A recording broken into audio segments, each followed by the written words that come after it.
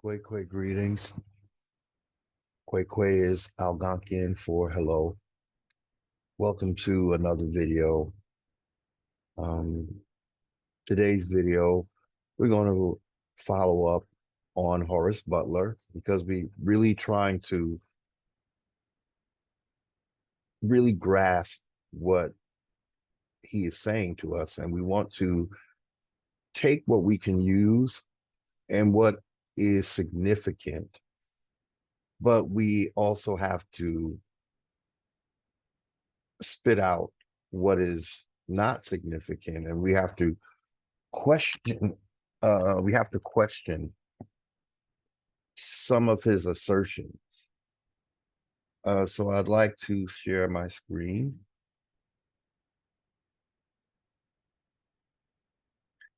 There he is, the author himself. Let's read this. Horace Butler went searching for a little thing and found 17,000 years of written history of the Americas. Been in that ditch digging ever since. He found the hidden 3,400-year-old history of Machu Picchu and Cusco in Peru. Then found that tomb beneath the murals at Bonampak, shared that discovery with National Geographic in 2008. They published it in 2010 without crediting it as his discovery. He found the ancient written history of Yaxchilan in Mexico and the very ancient Egyptian history of Teotihuacan. Now, the hardest part is getting the world to accept what was hidden from it, but may have been born for this, or so it seems. Catch the discoveries hot off the shovel. Kind of interesting overview. But what I like here is that he's including a 3,400-year-old history. Okay. So when I see the 3,400, it's it sort of brings me to when the two kingdoms were united in the Egypt that Horace Butler found in the Americas, Upper and Lower Egypt, meaning North and South America. So that 3,400, it kind of coincides with the history of Narmer uniting Upper and Lower Egypt. So I can appreciate that. Okay. So what do I want to do next? I want to go to a review on Amazon that kind of sums it up for me and why I'm doing this video. This is, one of the customers' review for When Rocks Cry Out. And so what this reviewer, Mr. T. Brooks, if I can quote him, I would like to read what he says. The so-called African Americans are Aborigines, not African.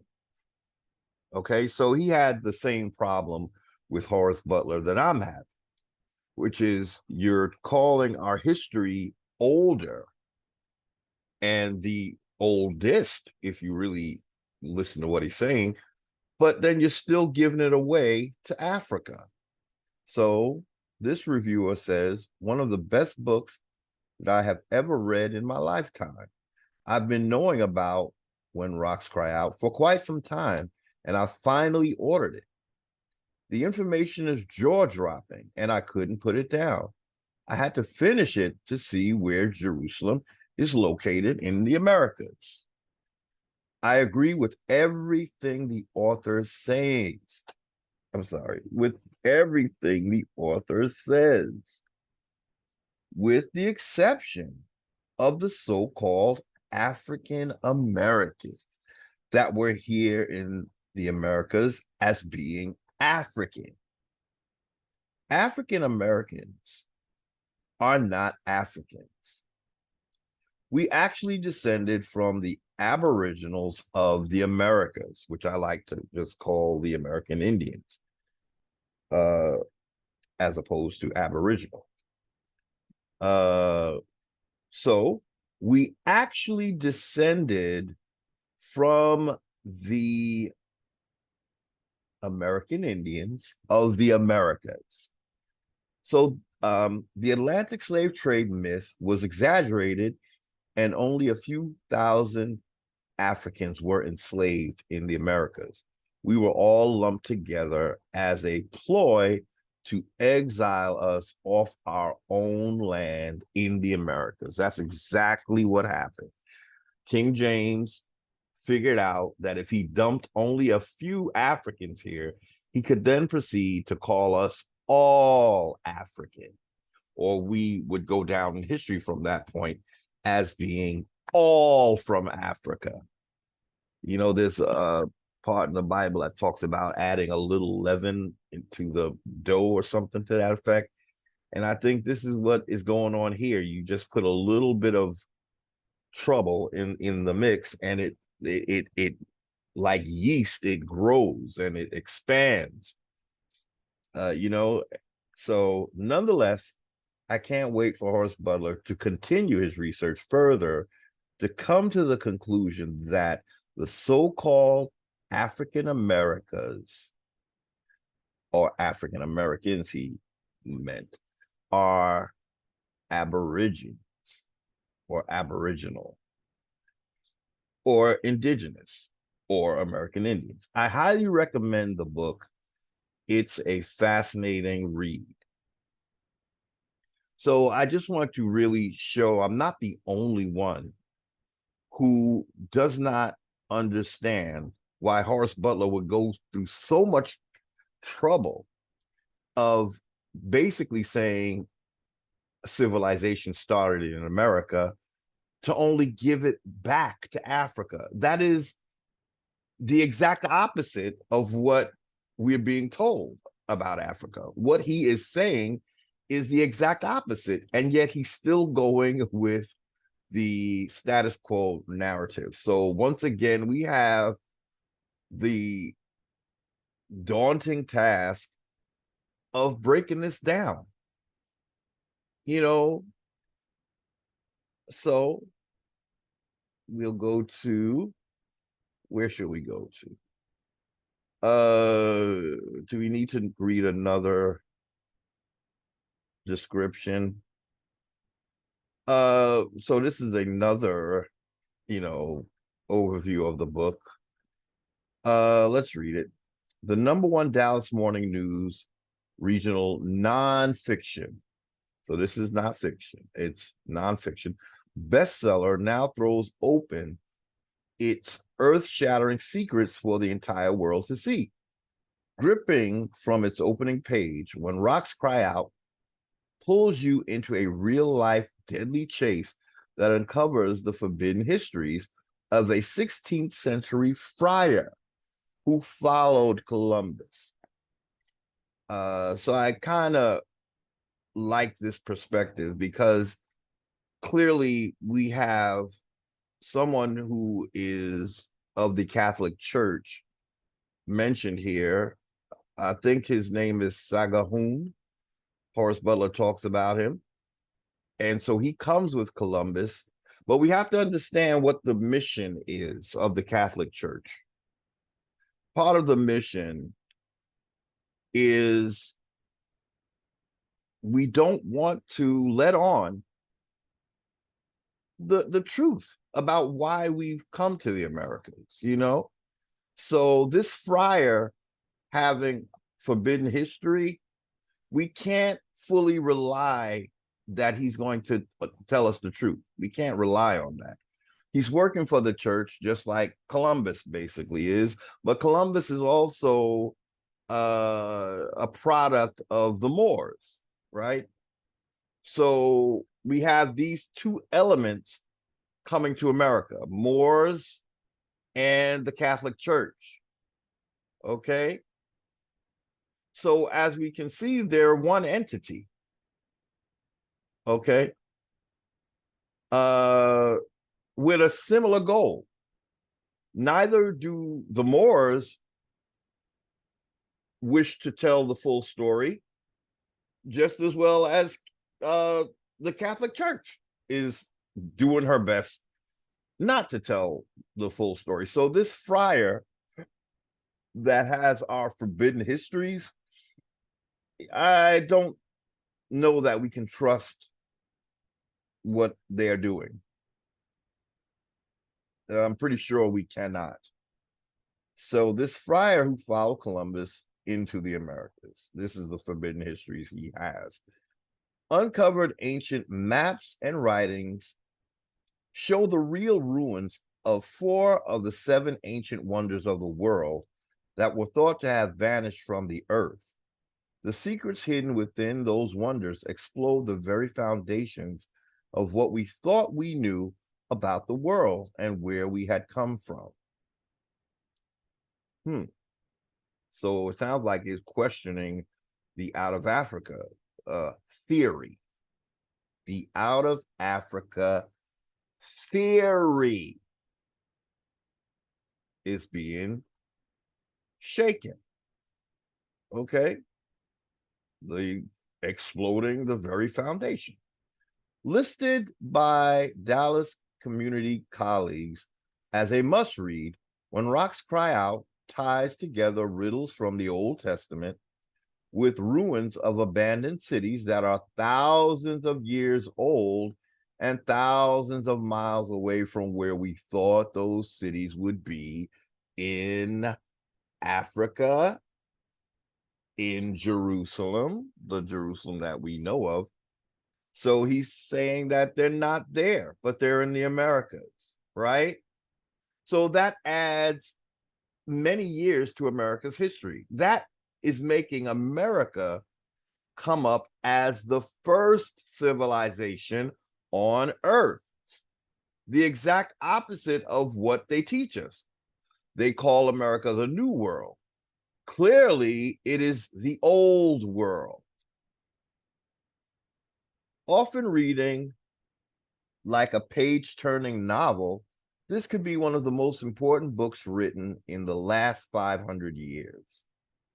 From the discovery of Egypt's lost ancient capital, now Egypt's capital is in America. Why is that? Do you think they would build a capital a whole ocean away from where the main Egypt is? So from the discovery of Egypt's lost ancient capital, Memphis, to a stunning hidden burial city built by the pharaohs, to the secret ruins of King David's famed city. This book moves past recent promises about codes and brings you to the real life secret. That was the explosive reason for the creation of the codes. The Da Vinci Code, Solomon's key, those clever puzzles can't reach the significance of the mysteries unraveled in this book. And the things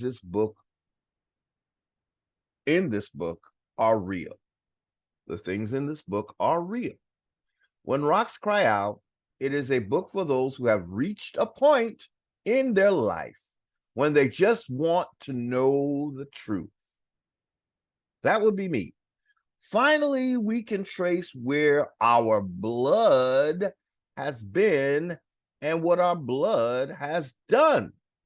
That has to be talking about the quote-unquote American Negro. This is our blood. This is what our blood has done. And it's not African blood. Again, the discovery of Egypt's lost ancient capital is in the Americas? That's where it's discovered? When Rocks Cry Out by Horace Butler. Okay. So what else did I want to do here? We got our timeline there. We might jump here because now we have to ask, if ancient Egypt began in the Americas, then what is the true age of Africa's ancient cities, right? So, which came first is the question.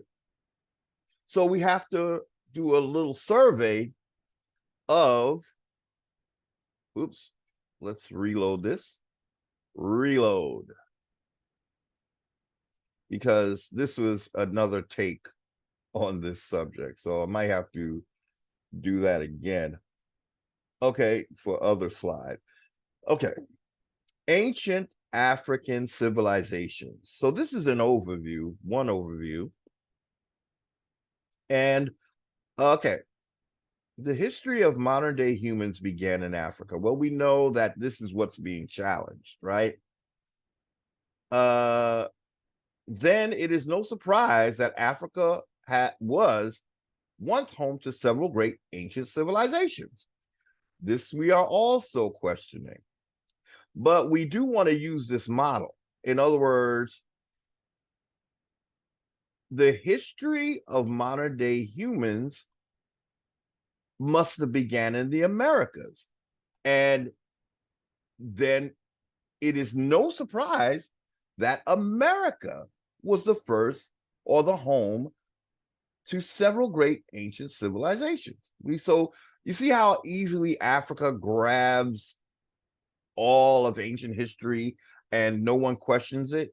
We just go with it because that's all we've heard. Well, now we have to learn how to do that with America, because we're finding out that their first accomplishment here is not theirs. It does not belong to Africa. Okay, so let's read this again. The history of modern day humans began in Africa. That is a supposition we make because we have to, when we are going to tell a lie that all began in Africa, then we have to put human beings in Africa first, right? So then it'll be like, well, they had no choice but to build in Africa. But once again, when we apply that to America, they're telling us that basically that someone had to come and bring civilization to America. In Africa, it's just naturally taken for granted that, oh, if life began in Africa, then civilization began in Africa. But they want us to think that Africa left Africa and started something in America first, and then go to Africa. And this slide will help us see that what he just said about it is no surprise that Africa was once home to several great civilizations. Some of these civilizations existed over millennia ago, while others flourished more recently. Well, we're going to see that most of them, all of them, flourished more recently. Okay.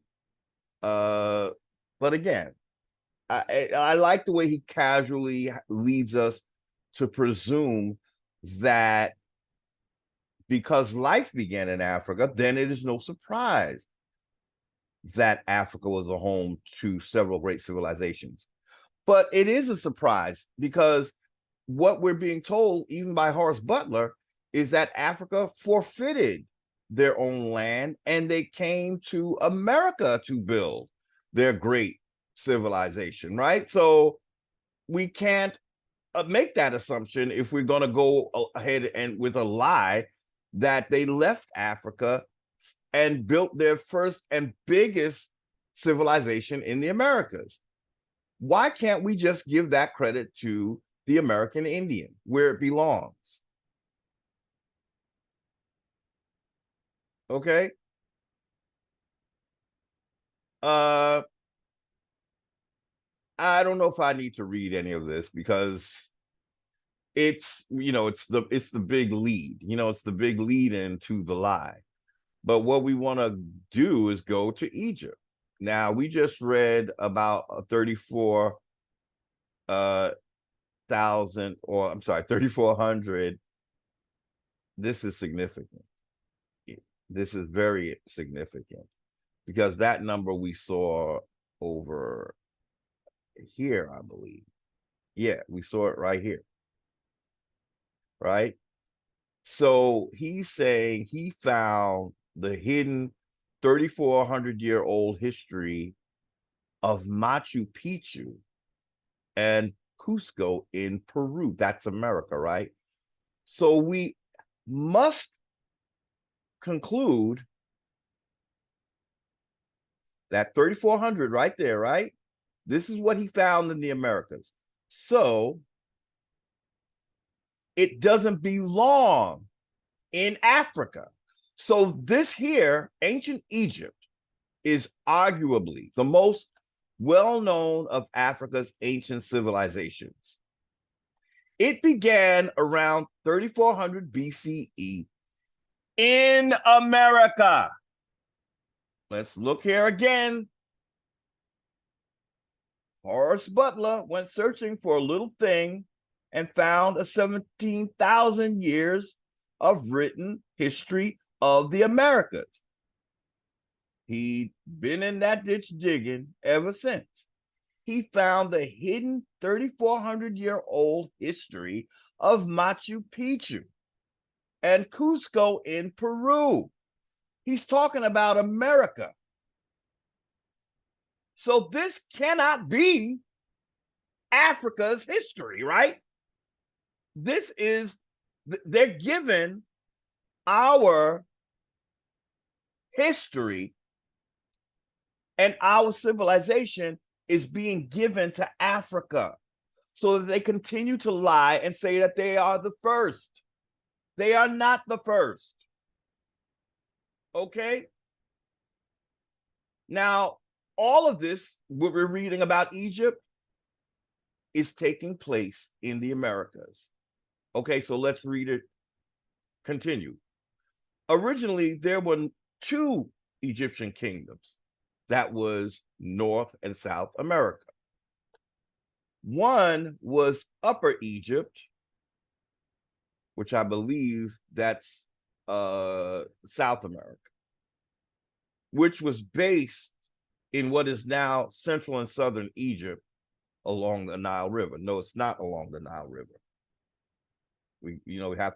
They have to mingle the two lands and the narrative to make it be in Africa. But we just read, I'm going to keep showing you, the biggest thing about Horace Butler's book is that Egypt was found in the Americas, yet the author himself is continuing to lie and say that that is an African creation. It is not an African creation. This reviewer also is wondering, why is Horace Butler calling what he calls Aboriginal Americans, why is he calling them African? I agree with everything the author says, with the exception of the so-called African Americans that were here in the Americas as being African. So the reviewer is saying, why is Horace Butler insisting on calling American Indians African? It is just something that the Boule do. It's what they oath into doing. Remember, there are a group of people that call themselves the custodians of our history. That would be the Moors. But as we should understand by now, these are wicked custodians who are out to pillage and steal and lie.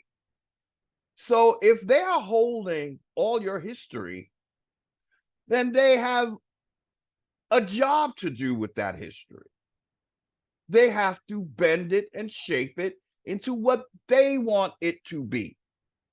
And they want it to be in Africa. Their job is to take the legacy, to take our birthright and make it theirs.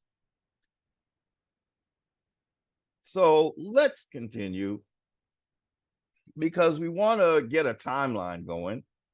This we should know by now, this 3400 BC, that is America. That's America's time. That is not Africa's time. Africa will see that they don't have anything as old as 3400 BCE. They're putting us at the top of the list, but this is our accomplishment. Well, this is in Africa. This one here is that picture is Africa, but the legacy is American.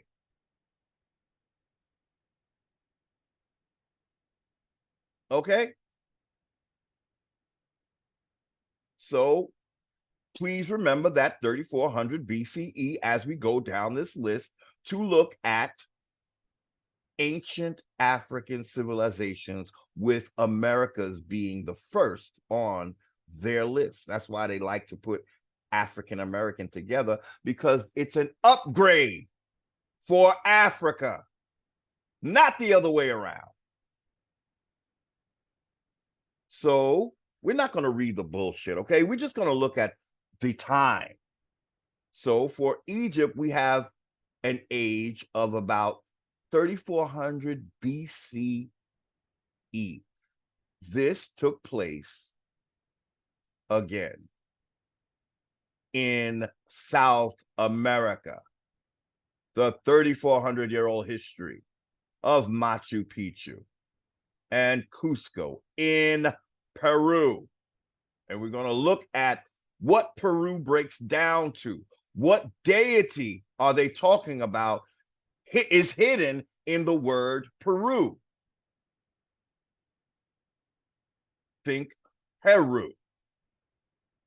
Okay, so now we're only going to read, I think, mostly this one. The other kingdom was Lower Egypt, based primarily in the Nile Delta. So we're lying. During the period of the Old Kingdom, 2686 to 2181 BCE, the Egyptians built the pyramids, for which the ancient civilization is best known, including the Great Pyramid, which is one of the 7 wonders of the world. Well, again, they're calling the pyramid in Egypt the greatest thing, and it is not. The one in America is the Great Pyramid, or the greatest pyramid.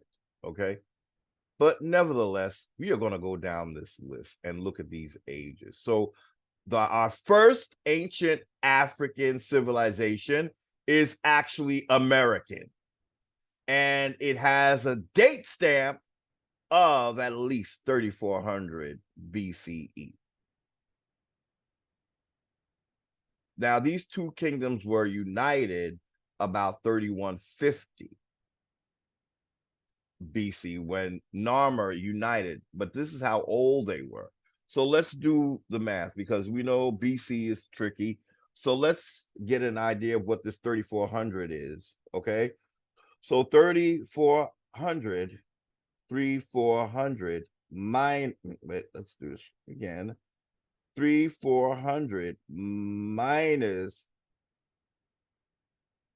3,150. So the 3,400 is coming 250 years before Narmer unites the two kingdoms, right? So it began around 3400, the whole civilization, but the kingdoms were not united until 250 years later, when Narmer united Upper and Lower Egypt. Okay. So 3400 BCE is roughly around the time that there were two separate kingdoms. When Narmer united them, that was in 3150 circa BC. Then it became one united Egypt of North and South America. Okay, so let's go to the kingdom of Kush. We established that Egypt is in the Americas. So what's the next thing we have? And the date. Here's the date. Kush, the kingdom of Kush, flourished between 1069 BCE and 350 CE. Okay, so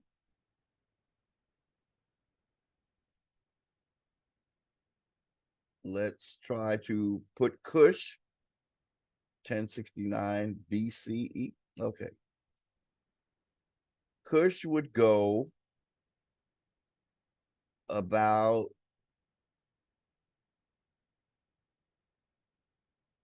somewhere in here. 1069 is going to be probably around here, I guess. So let's, what do we, okay.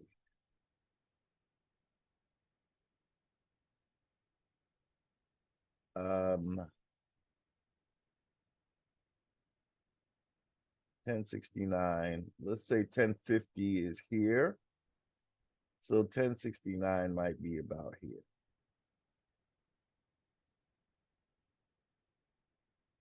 Kush.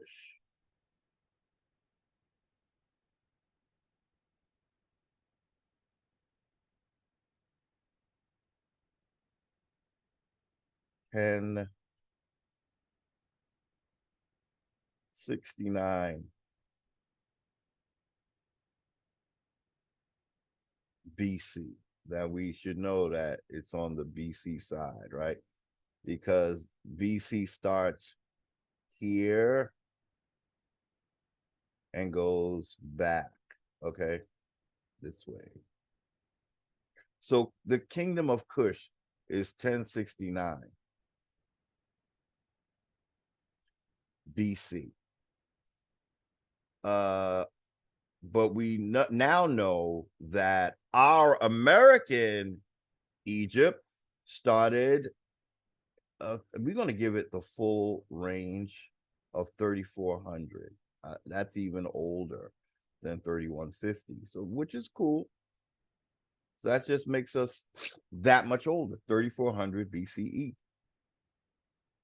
or BC, which is the same as BCE. Okay, this is America.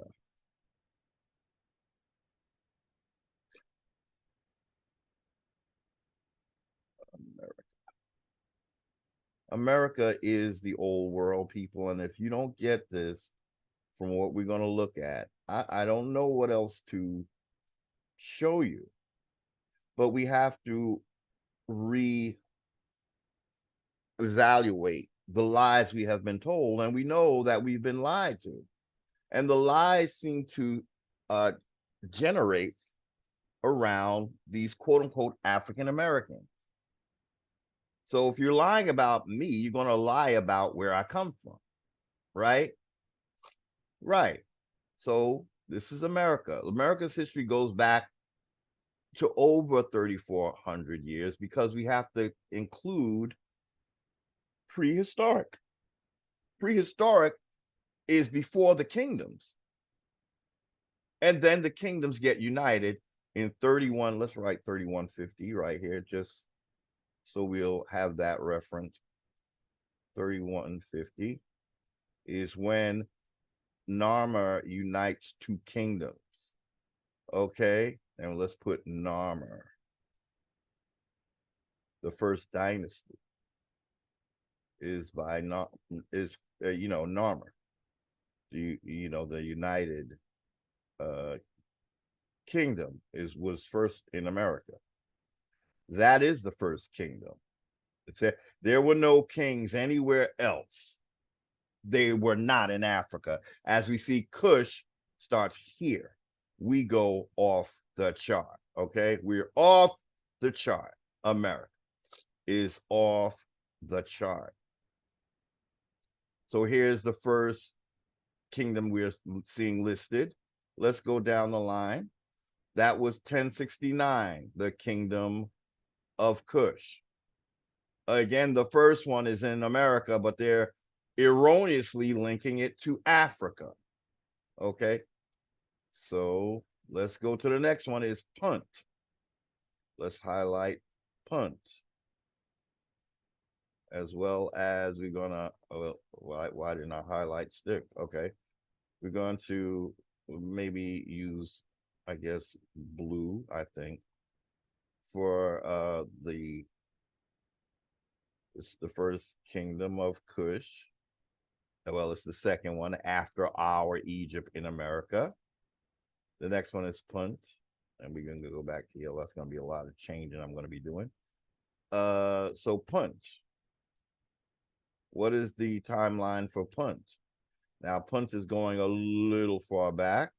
The kingdom was established around the year 2500 BCE. So they're older than Kush, right? Punt, they're 2500 BC. So let's go to our, okay, so they are a runner-up. They would be 2500 BCE. That is somewhere here, because the next one over actually would be right here exactly 2500. If we go in 500 increments, 2500. Okay, so I didn't realize this before, but Punt would be right there. Punt. So this is what's being given the oldest thing, I think, of the whole list would be Punt. 2500. 2500. 2500.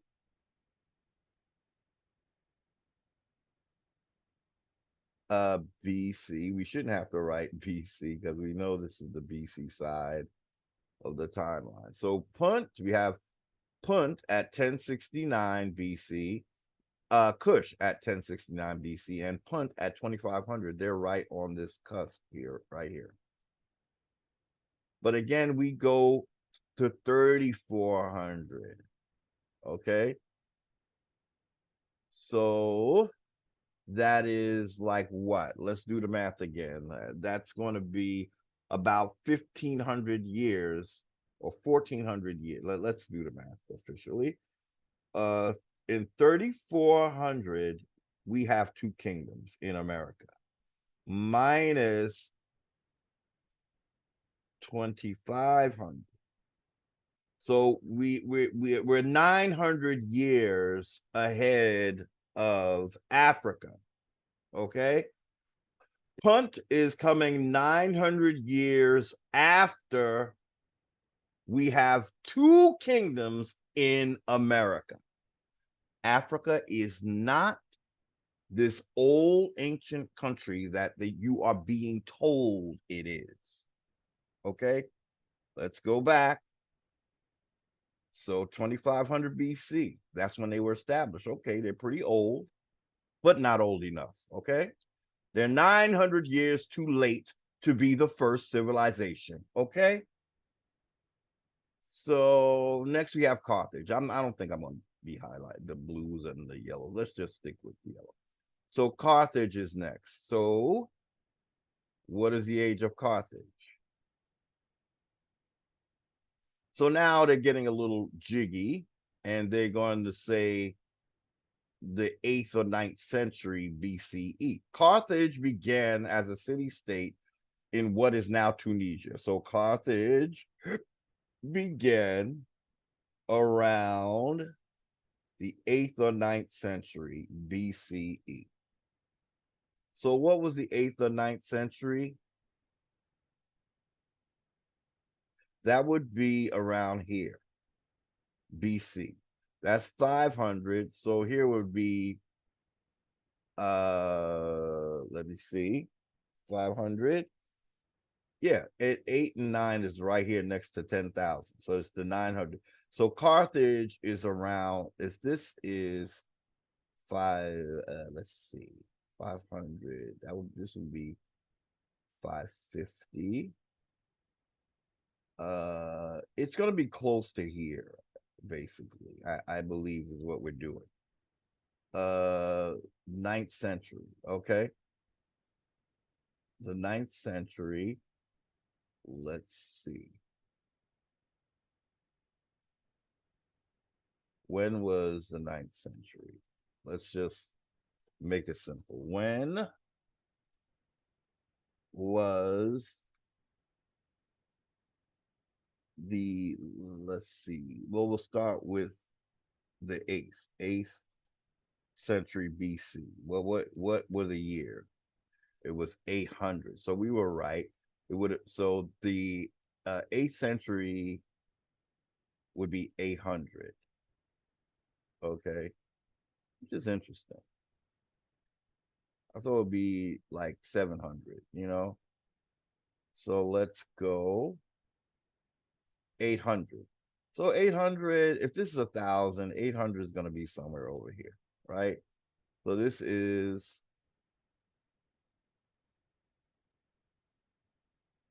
Carthage.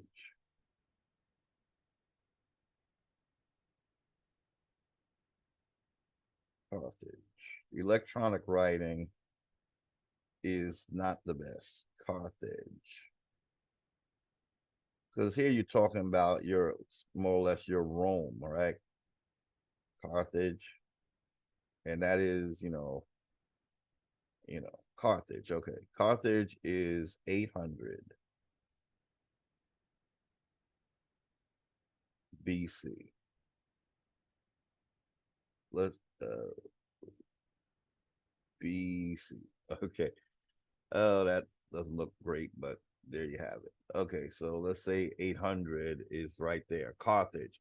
So we have Carthage, we have Kush, we have Punt coming in at the closest to our age, but they are much younger.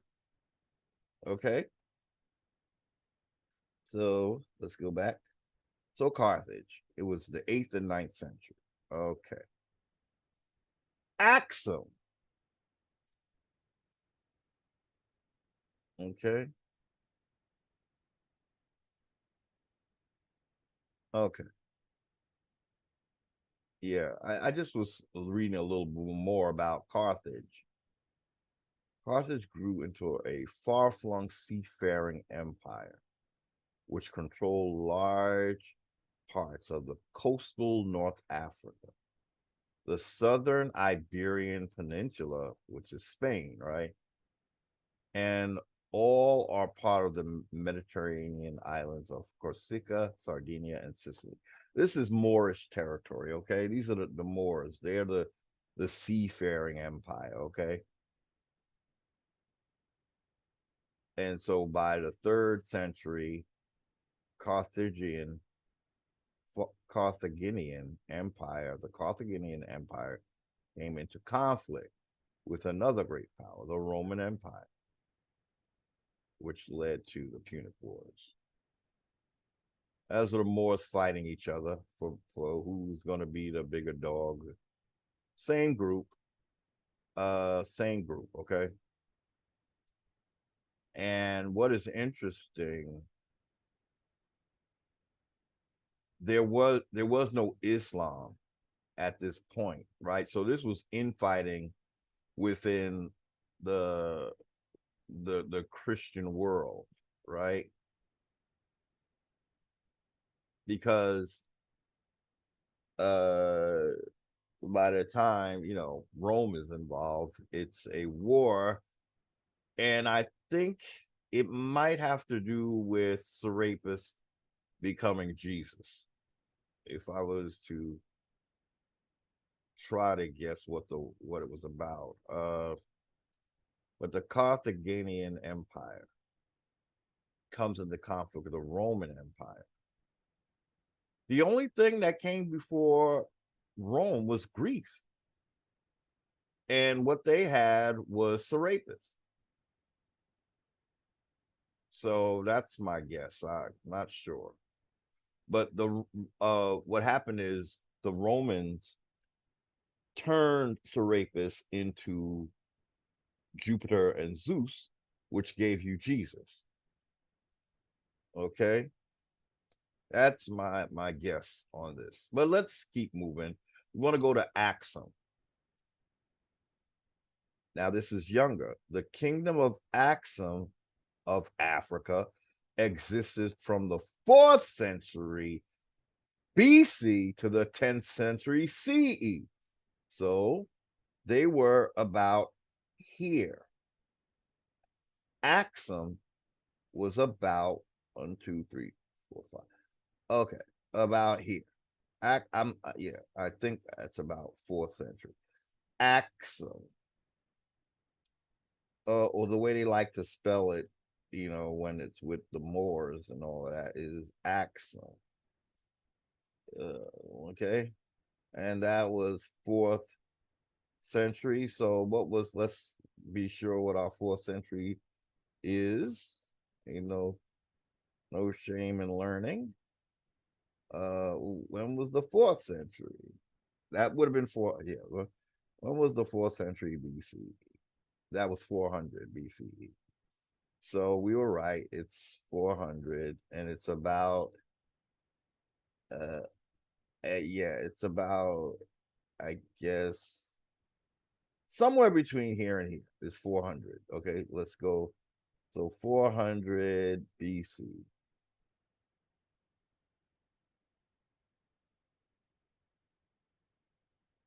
So how's your Africa looking, Pan-Africans? How old is your Africa looking now that we get a timeline of what is being said about these African kingdoms? They're very young, aren't they?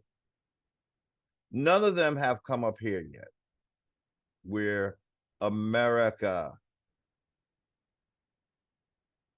had 2 kingdoms. Okay, so all of this is after. Okay, now we do have some BC time frames, but again, they're all still not as old as the kingdoms in America. So that's Axum. Now we come to Mali. So this is where Islam finally makes an appearance. Before that, it's all Christian, right? It's all Christian. And what is the age of the Mali Empire? They are not a BC civilization. So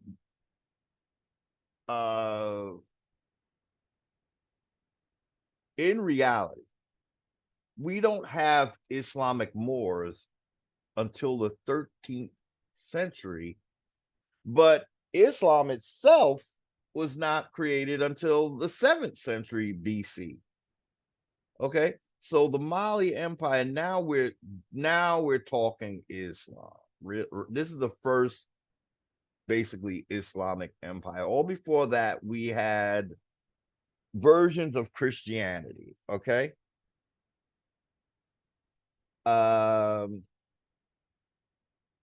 According to Walter Williams, Judaism is coming after Islam, and he gives us his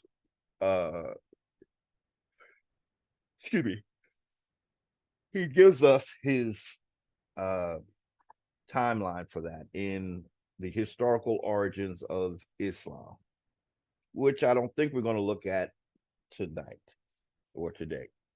Okay, So the Mali Empire is happening in the 13th century CE. So we're over here. 13th century is about here. That is your Mali Empire or Malian Empire.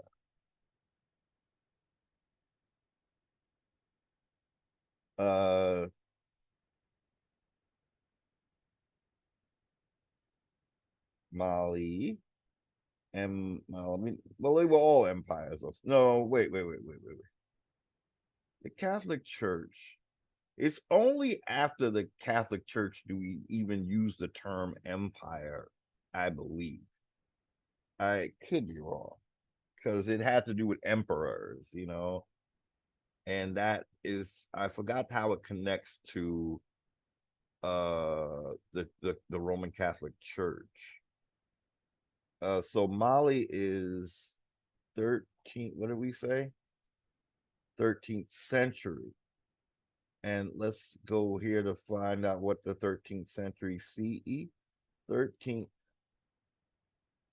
century CE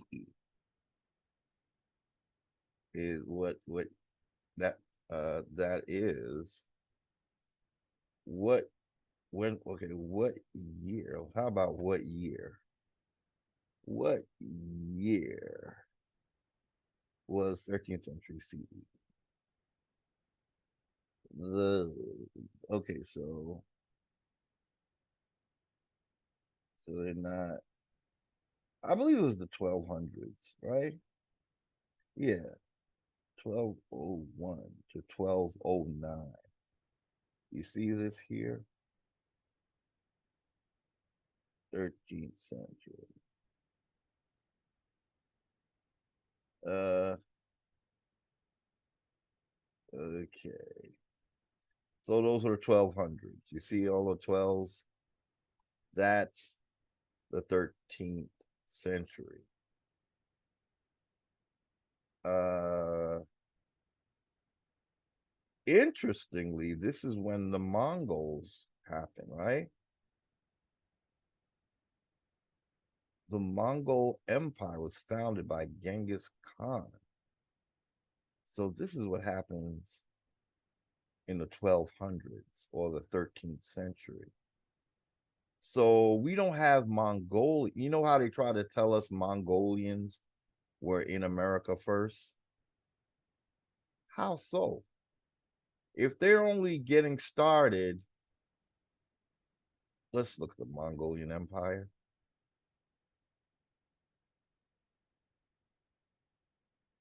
Okay. The Mongol Empire of the 13th and 14th century was the largest contiguous land empire in history. That means the land was, was a bigger, it was all on one landmass, basically. To present day Mongolia. The Mongol Empire at its height stretched from the Sea of Japan to parts of Eastern Europe, extending northward into parts of the Arctic, eastward and southward to parts of the Indian subcontinent. So they don't mention America here, okay? They're not according to the Mongolians or the Mongol Empire, and we can see the map here. There's no America here, right? See, look at it. That's how it grew. See where it's growing? It according to their history, they never got to America. But we're being told that they did come to America. Who's lying to us? Why don't they have it here? Let me should we do the word search? But regardless, okay, we can do the word search. Let's see. Let's see if we do the word search. Find on this page America.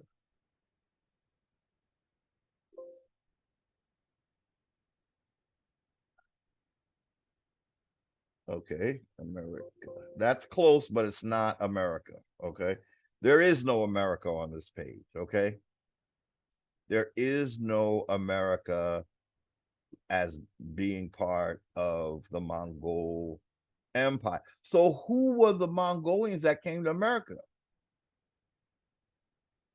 Why? Why would they leave and start something so far away from where they are? This is the logic that we are fed about America, that everybody just leaves their place of origin.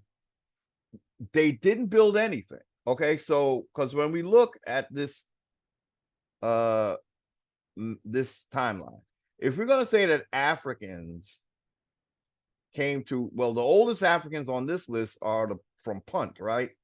So what they want us to believe is that before they even existed, they came to America and built up America. Does that make any sense? So that goes the same for all of these. Before they exist, America starts over here, y'all. Okay. So if we're going to say somebody started America, they have to have existed before America, right? In some way, shape, or form, right? But they want us to believe that these people, now say we're in Punt, okay, at this time. These Puntians just show up, right? They immediately leave Punt and go to America. Then they come back and establish Punt later, after they established America. This is the logic that you people are being given, okay, about Africa. Because if these are the timelines of the African civilizations, that means to start America, they had to leave their time frame and where they start in history, go back in time and start America, and then come back years later to start. That is exactly what happened. But you see, it wasn't Africans that did that. It was Americans leaving their high civilization and bringing it to Africa. Well, what happened was some of them got kicked out of the Americas. That's when they start building Africa. We kicked them out. You know that I talk about the expelling. No one likes to talk about the expelling, least of all the Moors. But if you notice, the Moors talk all around Egypt. They don't really recognize. Why wouldn't these quote unquote black men not want to mention a high civilization that happened in America 3400 BC? Why don't they like to talk about that? Because that is the same civilization that kicked their asses out. They don't want to talk about that. It's shameful. Because then we have to ask, why did you get kicked out of high civilization? About out of the Garden of Eden that they speak of, the one that they call the Garden of Eden. Why were the Moors cast out of heaven? The heaven of America. They don't want to talk about that. It's shameful. So they want to pick up where they begin in the 7th century, which was about here. This is where Islam began, the 7th century. We're going to put this at the top here. Islam or Mohammedism is more accurate, but we're not going to write that long ass word when this pen is very hard to maneuver. Electronic pen. Islam begins. Okay. Islam begins. Begins.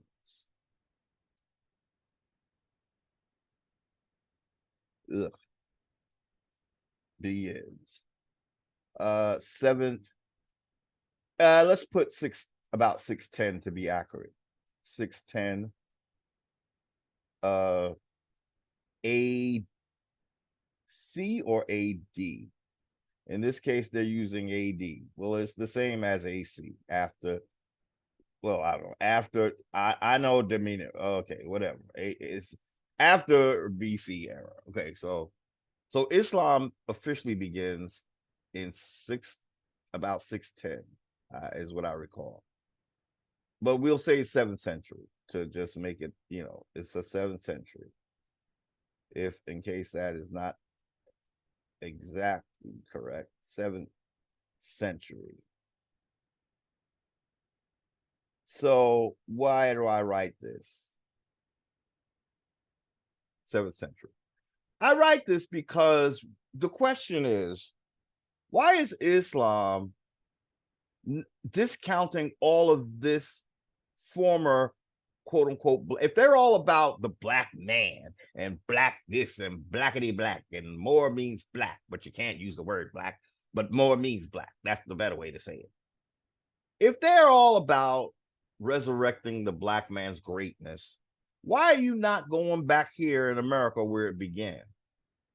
Well, first of all, you didn't exist back then, right? You would have been Egyptian. That's what the Moors are not telling you. They started out Egyptian. But when that war took place that Horace Butler speaks of, should we read that now? Let's read it now. Okay. Ancient writings, including an autobiography left by, we're going to say Amos or Tutmos.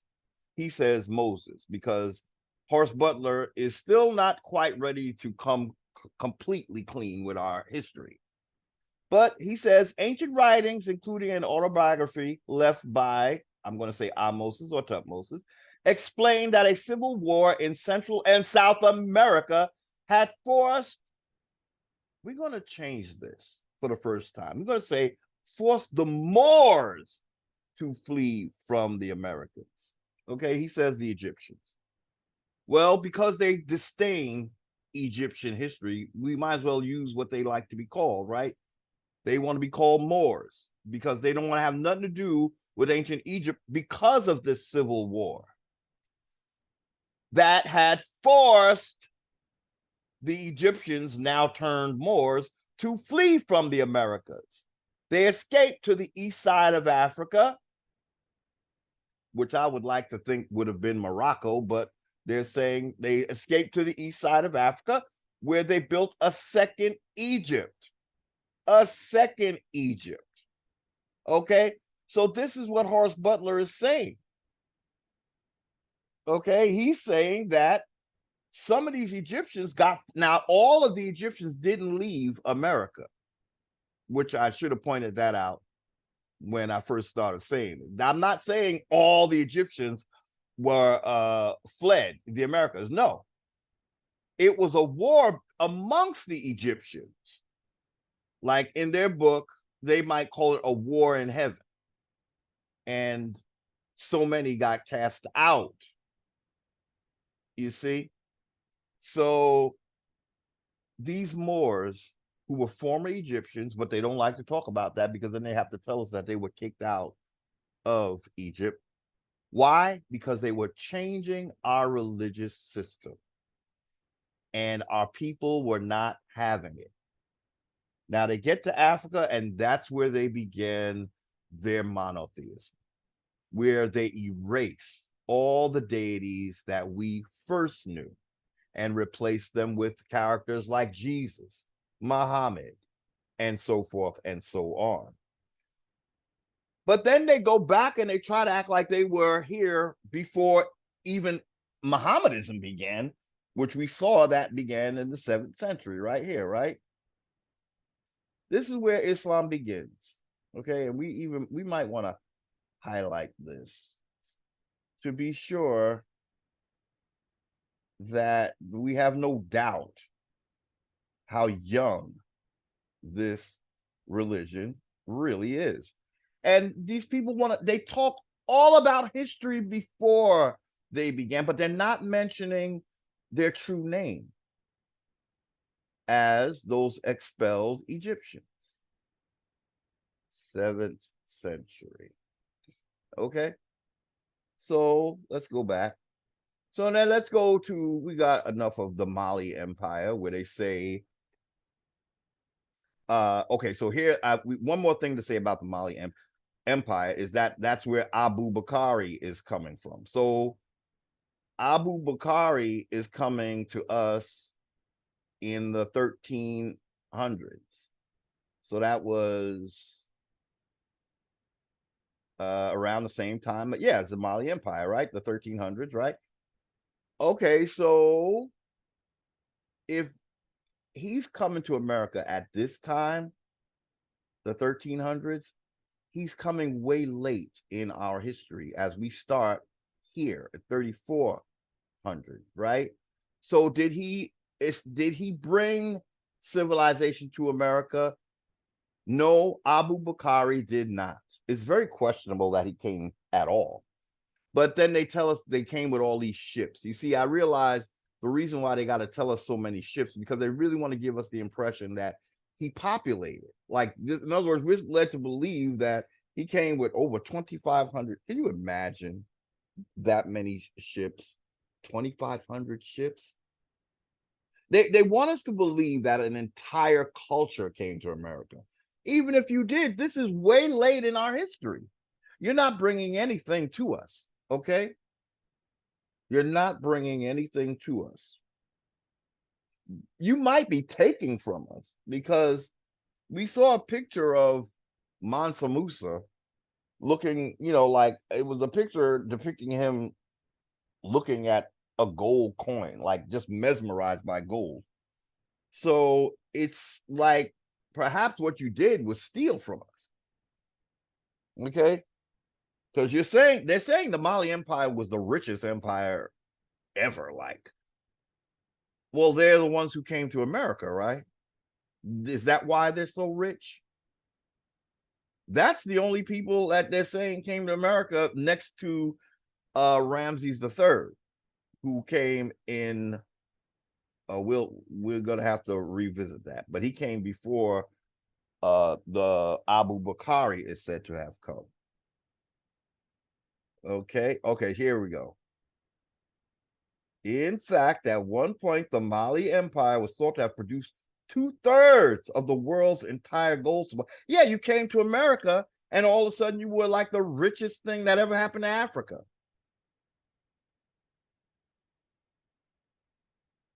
The person believed to be the empire's greatest ruler, Mansa Musa,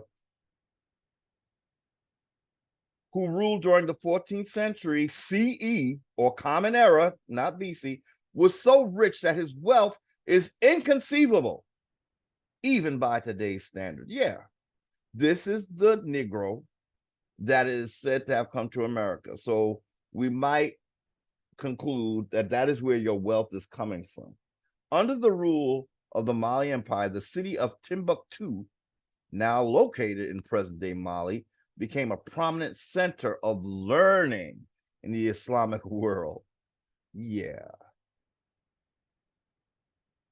It's just very interesting that the richest empire in Africa is the one that is said to have come to the Americans. So let's go to the Songhai Empire. The Songhai Empire was formed in the 15th century. Okay, so they were formed basically 15th century. 15th century is going to be the 1400s. So Songhai was about the same place where Mali. Well, let's look at this Mali Empire again. 14. So that's the 1300s. The Mali Empire was here. 14th century. So that's the 1300s. The 15th century is the 1400s. So they were right after the Mali Empire. So Songhai, let's put 1300s. 1300s for Mali. That's where Abu Bakari is said to. Okay, that looks like a 6. Let's erase that. Okay. Okay, girl, 1300. Come on, let's get a zero, please. 2 zeros. Thank you. 1300. Songhai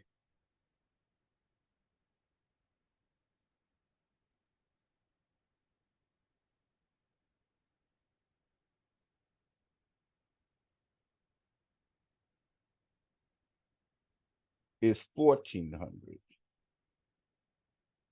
Very young when compared to America's history. Okay.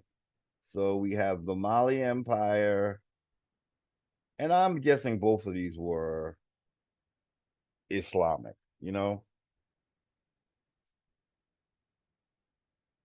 We gotta, they didn't put Morocco on this really. It's not listed as one of Africa's great accomplishments, right? Number 8, we have Zimbabwe. And this is the last one on the list. So Zimbabwe dates back to the 10th century. So that's the 900s. The city dates back to the 10th century. So between the 13th and 15th, it was this. See, all of this after Mali, it's like you have this thing going on in the 13th. It seemed like they built these all around the same time. These were all, I'm going to say they were Islamic, because they seem to be all at the same time that Mali, was a thing. And Mali is really the first thing that happens after Islam is created. Mali is the next big empire after, and they're the richest one. So right there, the first great Islamic empire is all about wealth, right? Right there, it gives you a little clue of what are the Moors really about, right? Why are they all about the wealth? Because that's what they're taking. That is what they're pirating. It's not about God, okay? Mansa Musa is said to be the richest man on earth or something at that time. That is what they were about. You don't just become that without desiring that. Okay. It's not said about any of the other civilizations. So the first Islamic culture you have is also the wealthiest. How did that happen? You bring religion and you take the gold, right? And you force the religion on the people. It's not a choice. These people have a determination to have slaves. I don't know if people realize that it's a slave-driven type of thing going on. That is what the Moors were really doing in Spain, truth be told. That is why the Spanish overthrew them. If it was one big happy family, I don't think they would sought to overthrow them. Do you think? They were ruling. And so everyone that were underneath them were virtually slaves. Okay. And a whole religion built around making you slaves. So how did Mansa Musa get so rich? Well, it's probably going around and stealing from every other location and converting them to some form of Islam. So Zimbabwe is last on our list. It says it dates back to the 10th century, though the 10th century is still too young. But let's see. Look, where's the 10th century? That's going to be about here, right? Wait. 10th century. No, it's going to be around here somewhere. 10th century Zimbabwe. 10th century CE. Okay. Let me see. Let's do our little. What year was 10th century? 10th century BC.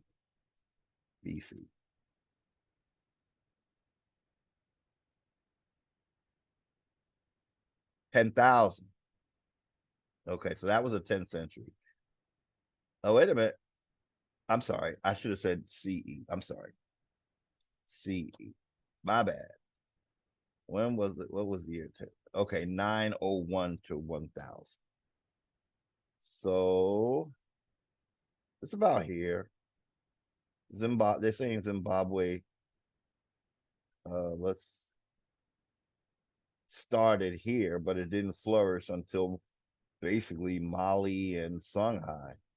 Okay, so Zimbabwe. Zimbabwe.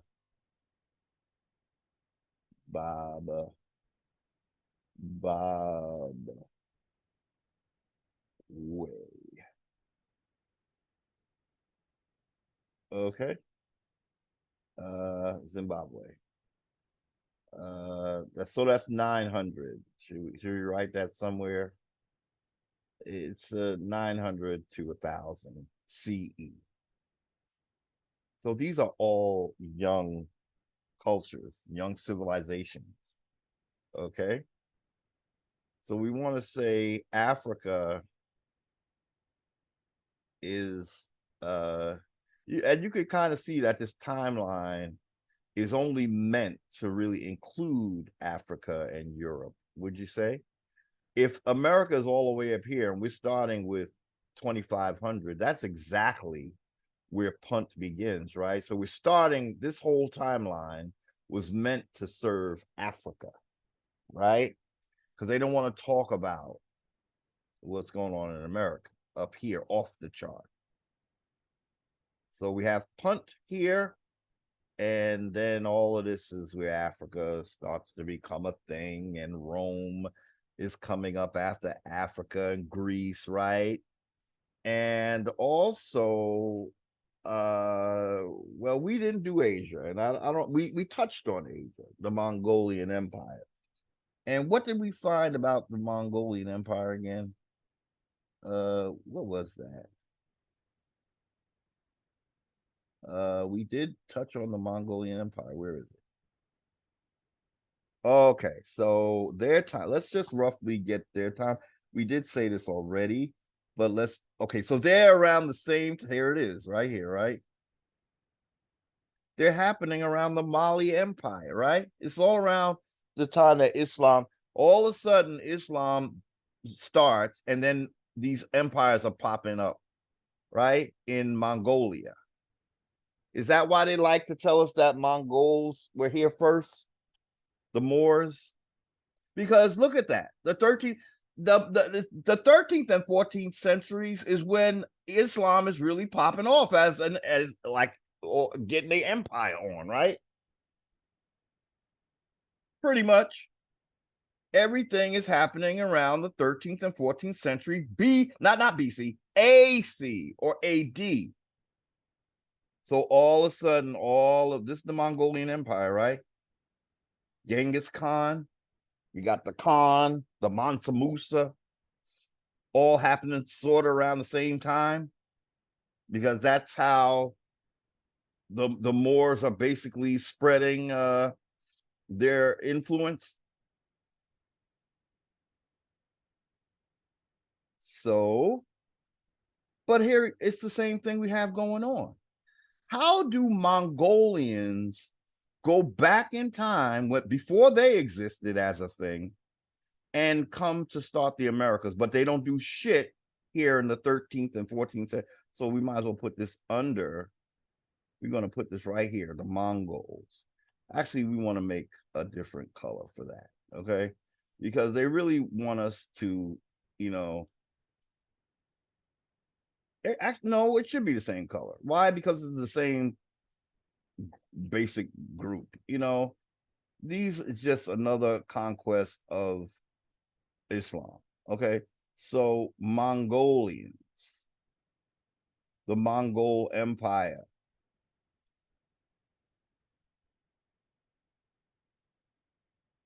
Mongol. That's good enough, right? Mongol. They're in the 13th and 14th century we saw. 13th and 14th century, the exact same time that these two Islamic cultures, or this main Islamic culture, is happening. 13th, 14th, 13th.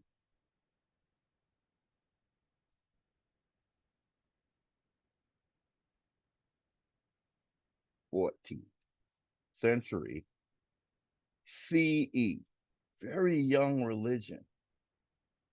This Islam and Allah, very young. 13th and 14th. Okay, the Mongols. So again, we are being led to believe all of these late coming civilizations, they all started in America, and then they came out and built their cultures. So what we're going to say is, let's keep it simple. Life did not begin in Africa, neither did civilization. It's more likely that it all began in the Americas. I'm talking about life as well. See, Africa is, they're showing themselves up, because when we go with Africa's theory, what are they telling us? Look at this timeline. What can we deduce by this timeline alone? That life began in Africa, but everybody rushed to America, including the Mongols, just to get their foot wet and then come back to their respect. Why don't we just keep it simple and say, y'all started in the Americas and then you spread out? Well, some of you got kicked out, Moors, and then you start sprouting up other cultures, right? Isn't it the Moors that said that they created the white race? As crazy as that sounds, I'm not the one who said it. I'm just repeating from the horse's mouth. So all of these other races are being fostered by who? The Moors, right? But again, let's keep it simple, stupid. Instead of looking dumb by saying that life began in Africa, but we were so slow that we came running to the America to find a roadmap on how to start civilization, and then we go back to Africa and build these great civilizations. Let's just tell it like it really happened. The Moors got kicked out, and then all this other stuff starts happening. Then we got all the other land masses sprouting up empires. Right? Let's just tell it like it happened. Life did not begin in Africa, because if it did, y'all was slow as hell. And then you came run to America just to say that you started America? You didn't start America. You did not start America. America started you. And this is what is being taken from quote unquote so-called African Americans. We're not African. Just like these civilizations aren't African. If y'all all saying you started in America, then all your civilization is coming from America. So you run from Africa. Let's just keep saying it till it sounds stupid enough to reject. You sprout up in Africa. You look around, you say, what a fucking dump. Then you run to America, get some culture, and then you come back and start Punt, Kush, Carthage, Axum, Zimbabwe, Mali, Songhai, and even the Mongol Empire. We didn't mention Greece and Rome, but that's to be understood when we say Carthage, basically. You know, so again, you come to America and then you build your great civilizations after coming to America? Or did you just sprout up from America, and then once we kicked out the Moors, then you guys got civilization, but the Moors are lying to you, telling you that you started in Africa, and then when the Moors help you rediscover us, they call us the New World. That's the Moors doing that. Because they know damn well we're the old world. But again, why are they not telling it like it is? Because we kicked their asses out. It wasn't the Exodus that they tell us. It was the Moors being expelled. And didn't they say they left with all this gold? Where do you think they got it from? America. So we made it down this list of ancient African civilizations, right? And we found out it was all bullshit, right? Because the first thing on the list and the oldest thing happened in America. Right here. Again, let's go back. He found, Horace Butler, a hidden 3,400-year-old history in America. This is what his book is about. But then he has to turn around and tell the lie that this was somehow Africa didn't have. We just looked at Africa's civilization. They didn't have anything to bring to the America or to start anything in America. It was American Indians that started their own civilization.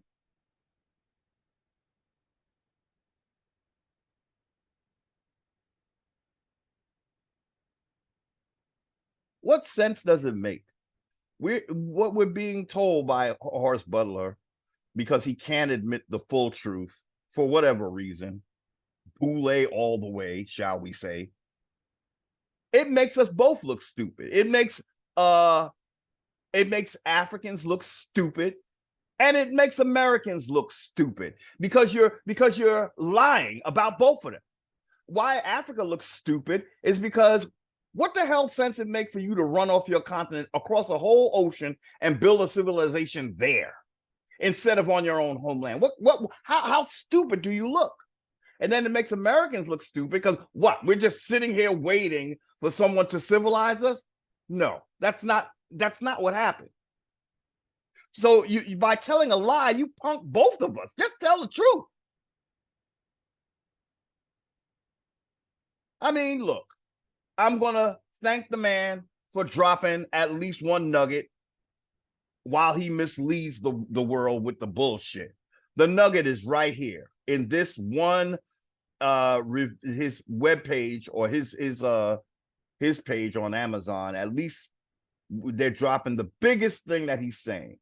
The 3,400-year-old history in America. Okay? And when Columbus came, Brazil was known as America because Columbus, again, he never reached North America in any of his voyages. He only dealt with South America. That is, the Moors knew what was in South America. That is why they sent him to South America to basically terraform the entire South America with a Spanish speaking from Spain. The language they are speaking is not American, even though we created languages. It is coming to us from Spain. We were not speaking it. And so just like the Spanish culture is coming from Spain, not from the Americas. It's the Moors creating a whole civilization for their mulatto offspring so that they can have them come here and translate everything of ours into Spanish or just outright rename it. And all of a sudden it sounds like Spain was here before we were, right? Before the American Indians. No, they were not. As this timeline should show us that there was no Spanish here. When did Spain become a civilization? Well, it's when the Moors got there, right? And the Moors were not Islamic. It had to be in this period, the AD period, because that's when 1492 is around, right here, when between Mali Empire and the Songhai. No, it's actually after the Songhai 1400s. It's closer to the 1500s. So around here, okay, we just see it right here, 1500. is when Columbus comes. So the Moors are teaching all through the time. Well, they didn't exist until Islam did not exist again till 610 AD, right? So from 610 AD to 1492 is when Spain was a thing. So that tells you right there were no Spanish in America all the way back here if the Moors are only raising them up over here, right? There was no Mongolians and there was no Spanish in America. Point blank, period.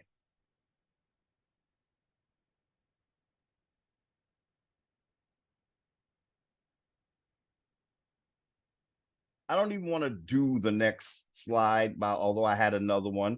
The mightiest. So let's see. We're gonna have to erase because I know I wrote all over it. Did I? Okay, but we'll leave it. We'll leave those highlights because some of these are the same that we already looked at. They just added a few that are still too young. None of them predate 3400 when America, again, do we keep referring to where America started? Horace Butler's telling us, but still trying to give credit to a nation that a continent that has no civilization. He's trying to say that they came to America and gave us ours when they didn't have any. That's not in, or get ahead of myself. That is incorrect, Mr. Butler. Africa did not come to America and build this because they had nothing to bring. Okay. So stop it with your lies, but thank you for a bit of truth. Okay. Found the hidden 3,400-year-old history of America. Machu Picchu is in America, in Peru. Peru. And we're going to look at why it's called Peru today. So let's go to this other list of lies. Well, actually, it's the truth, but they're being lied about. Okay, so according to this list, these are the mightiest African empires of all time. This should be definitive, right? Of all time. So starting from the bottom and working our way up, here are the 10 greatest African empires. No, I'm not reading all the bullshit, okay? I'm not, okay? But here we go, Mansa Musa, the richest ruler. Yeah, maybe that's, he went around robbing every other place that he could find, right? Where did his riches come from? Conquest, right? Okay, so the Kingdom of Zimbabwe. Now we're starting with Zimbabwe. We ended with Zimbabwe last. Now we're starting with Zimbabwe. Either way, she's still too young, okay? So they're saying the Middle Ages. They're saying around the, let's see. We begin our list of mightiest African empires with the Great Zimbabwe, a sub-Saharan African empire that rose to prominence in the Middle Ages. Also known as the Kingdom of Zimbabwe, the Great Zimbabwe started taking shape when people from the declining South African kingdom of Mapangwe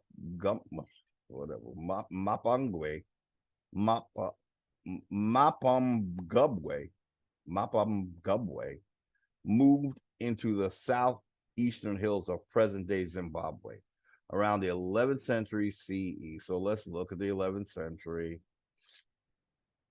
11th century is going to be 11th century BC.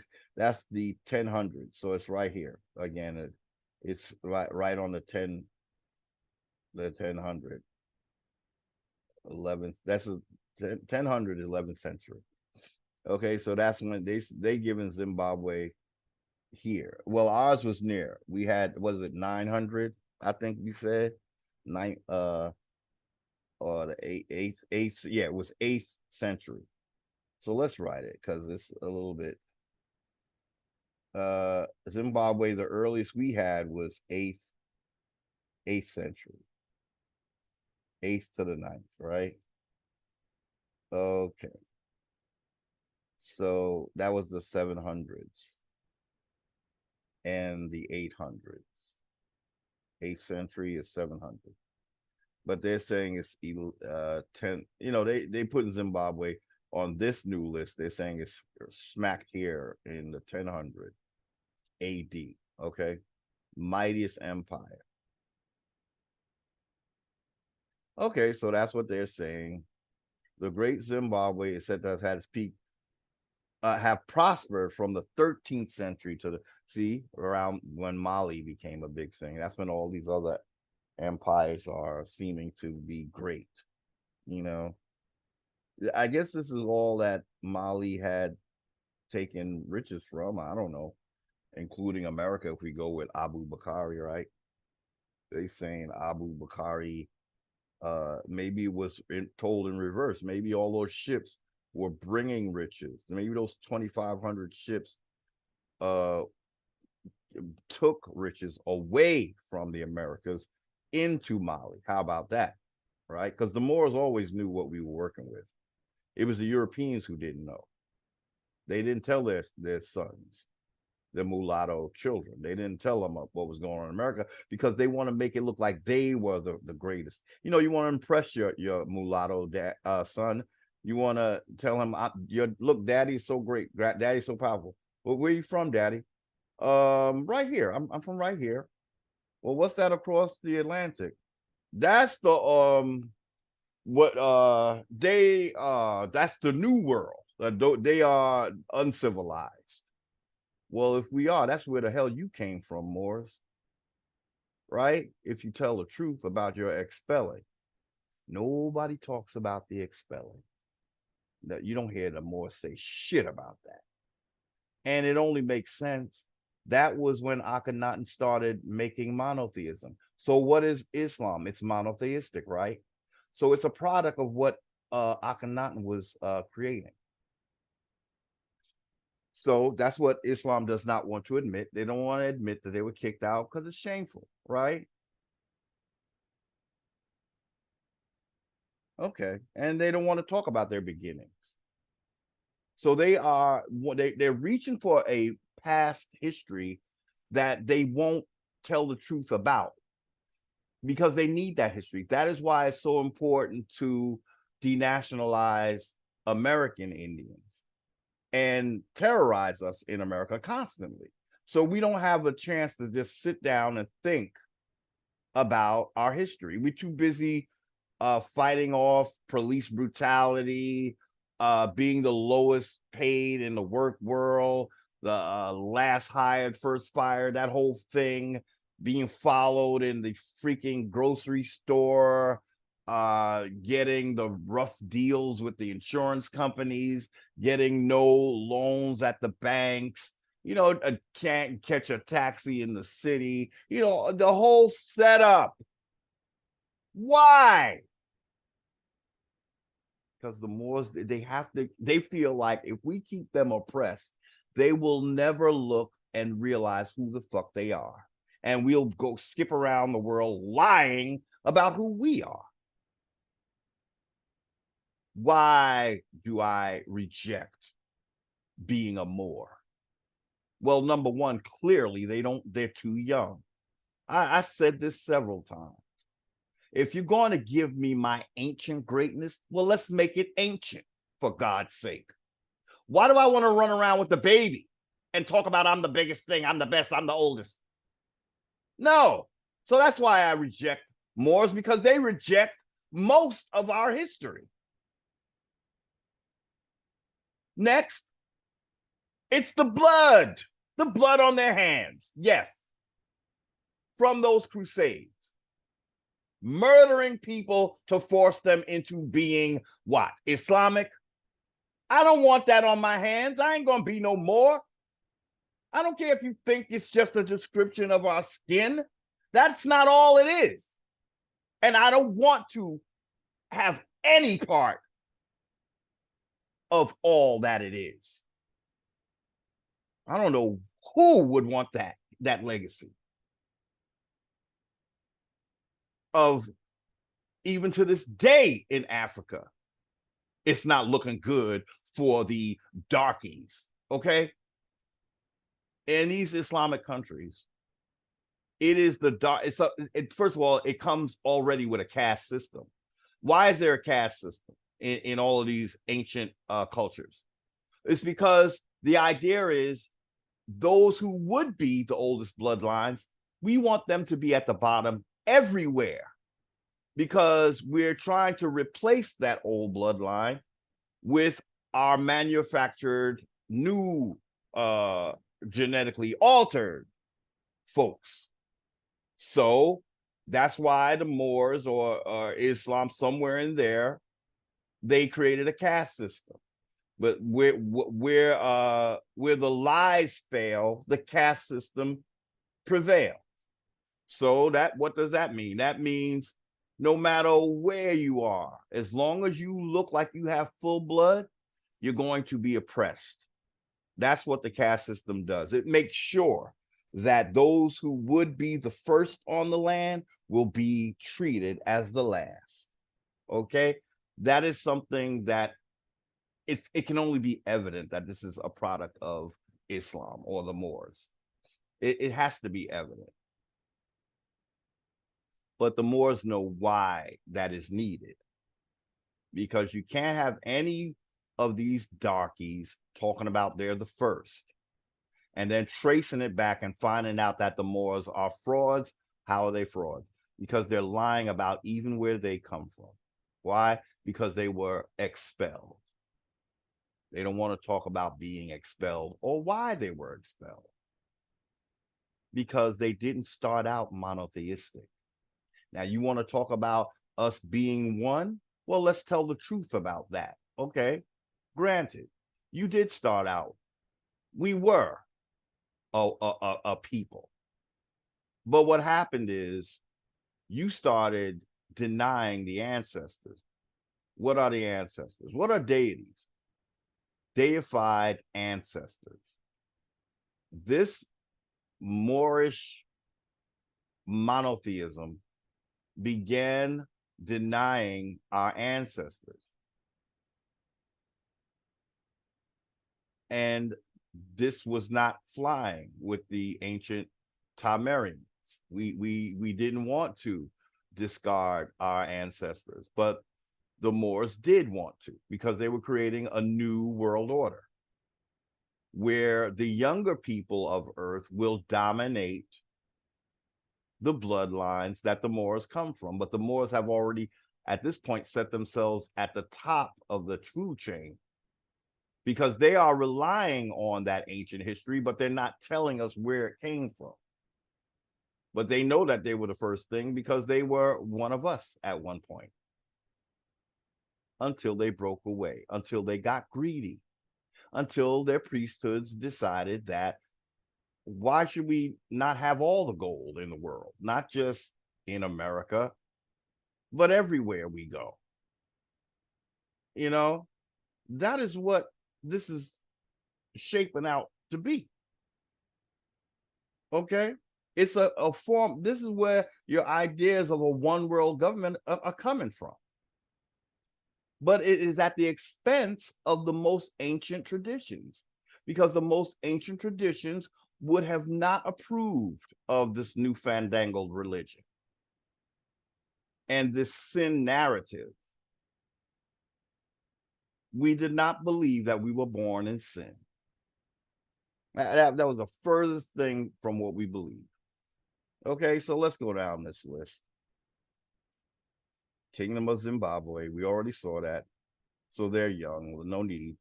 The Oyo, now they have to come up with something completely that no one has heard of, but they're saying this is one of the mightiest. How did we not hear about the Oyo Empire? Well, it really doesn't matter, because it's circa 1910.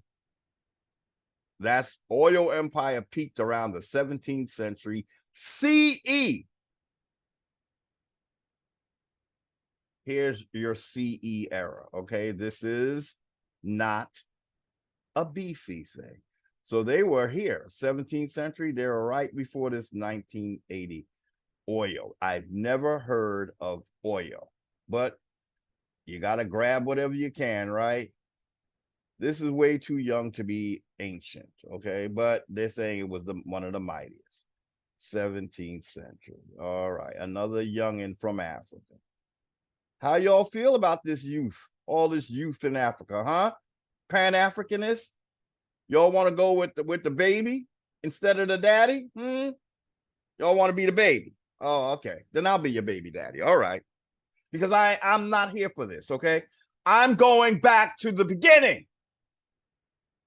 That's how I honor my ancestors. I don't cut them off for these new fandangled deities that you're creating with all this new religion.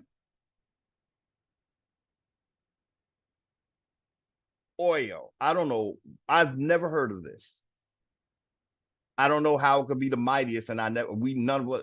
Okay, if you heard of it, more power to you. I ain't never heard of no Oyo Empire. We should read this because I've never heard of it. Oh, was a Yoruba empire. Was the most powerful Yoruba state. So that tells me that Yoruba is young. Okay. Well, that was interesting. The Oyo Empire had virtually collapsed due to decades of internal political strife and power struggle. Okay. Its advanced organizational and administrative prowess allowed it to justify its hegemony over the kingdoms in the Yoruba land. I don't know what that is. Okay. So that's the Oyo. Next, we have the old Ghana. We already did Ghana, right? So we know that they're the, what? Let's say 3rd century CE. Oh, the old Ghana Empire, also known as Wagadu, primarily relied on the trade of cola nuts, gold, and salt.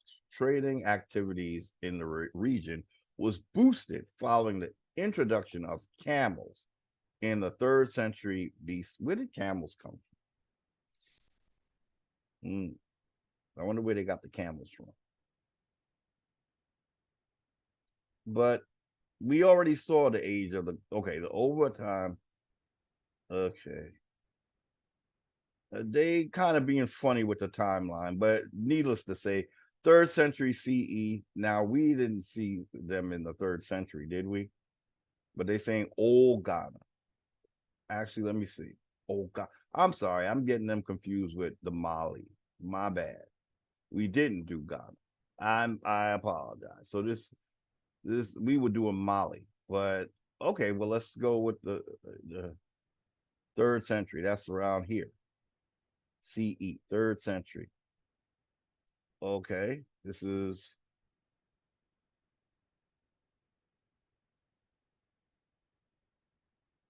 old Ghana. Yeah, I had them mixed up with the Mali. Sorry. But it did look like, let me see. So if this is old Ghana, they're still very young, right? Compared to America. Old Ghana. That's a weird A, but we're going to go with old Ghana. 3rd century. This is very interesting. 3rd century. Okay. So again, I apologize. I mixed up Ghana with Mali, but okay, so they're the 3rd century. Okay, so that was the 200s, right? Old Ghana, but not quite old enough. Again, America's all the way up here off the chart. Okay. But it's saying they got boosted with the 3rd century CE. Well, they still not really being very forthcoming with the date that they started, right? The old Ghana, they saying they got a boost in the 3rd century. So I guess they're trying to indicate that they're slightly older than the 3rd century. Okay. Okay, so you're not telling us. Okay. Over time, the old Ghana Empire would succumb to the might in the mid 13th century of the Mali Empire. So the Mali basically took over Ghana, the old Ghana. Did you know the West African country of Ghana, a former British colony, named itself in honor of the Ghana Empire? Oh, so the new Ghana is not the old Ghana. Okay. That's cute. Okay, whatever. Wait a minute. Old Ghana emperors. The emperors. I'm inclined to believe that emperors are only related to either the Roman Catholic Church or the Islamic Church. When you have an emperor, and I forgot who broke that down, what an emperor is, but they related it directly to the Catholic Church. Well, the Catholic Church is what created the three religions. Is what Walter Williams reveals to us in his book, his two books. The Historical Origins of Christianity was his first book, and then the Historical Origins of Islam is his second book. Excuse me. Excuse me. Okay, so we're still dealing with youngins, right? And now we go to Axum. The Kingdom of Axum is often hailed as one of Africa's greatest empires. And they existed from around 100 CE. That's Common Era, not BC. So Axum is very new, right? Right? Right. So they existed around 100 CE to 940 CE. However, some historians claim its origins could be traced way beyond 100 CE to the era of the Sabaeans, an old South Arabian tribe that lived in present-day Yemen.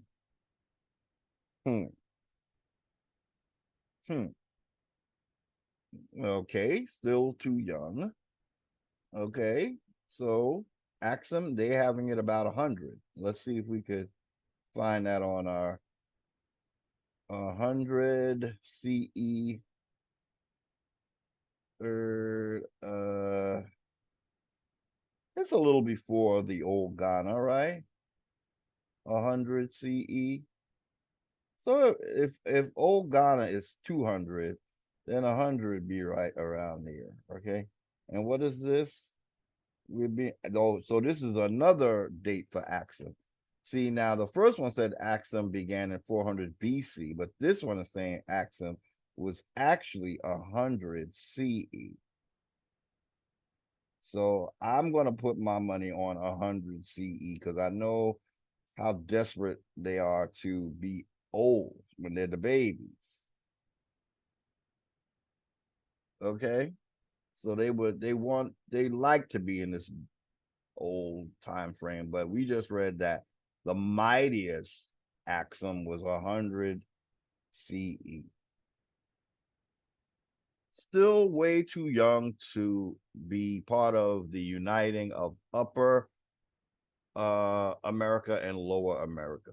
Okay, the two lands. Egypt was always called what? The two lands, right? That is not happening on the continent of Africa in that Egypt. It's just one landmass. There's no reason for them to call the Upper and Lower Egypt because it's all, part of Egypt, right? One landmass. In America, it would make sense that there's an Upper and Lower Egypt because there's two continents, right? All right. So we've solved that riddle, right? So now let's look at all. We have Punt coming in at the oldest, but not quite old enough, 2500 BC. Kush is next at 1069 BC. Carthage is around 800 BC. Axum is questionably 400 BC, but then on this other chart, they said there was 100 CE. So they don't quite make it, it's questionable. Ghana is next in the 3rd century. What's next? Zimbabwe is next. Then Mali, and then Songhai. We have the Oyo, and the Mongols come in at the 13th. So again, these Mongolians that came to America, they just as soon as they was born, they go running from Mongolia to America and live in America, and then later on come back and build a Mongol empire. That's what we're supposed to believe. Okay. No, that's not, that don't make no sense. Okay. It makes no sense. Okay. This makes no sense. But that's what they're all doing. They're all stepping their foot in America to say that they're American, and then they want to say that America is the new world. Okay. So that's the joke about it all. Y'all running to get to the new world to found your old world. Okay. Oh, okay. So Axum is 100 CE. What's next in the mightiest? Oh, the mighty kingdom of Kush. Yeah, oh, what I really liked about this is that they're saying it was Nubia. Now, there's a train of thought that they try to tell us that the Egyptians in Africa came out of Nubia. Well, how could that be when Nubia and the kingdom of Kush was only around the 11th century BCE? After gaining its independence from Egyptian pharaohs around the 11th century BCE, the Nubians would go on to last for about 1400 years. So are we not giving them a time frame? We're just going to call them see, I think they're trying to avoid saying how old they are, but the other list told us that when Kush started, where that would be Nubia. So that's what I liked about this list. It told me what Nubia was. So Kush is being called Nubia, basically, until they were booted out of Egypt by the Assyrians. Oh, whatever. Let's see. Let's see what the kingdom of Kush. 1069. Okay. So on the list, they were after Punt.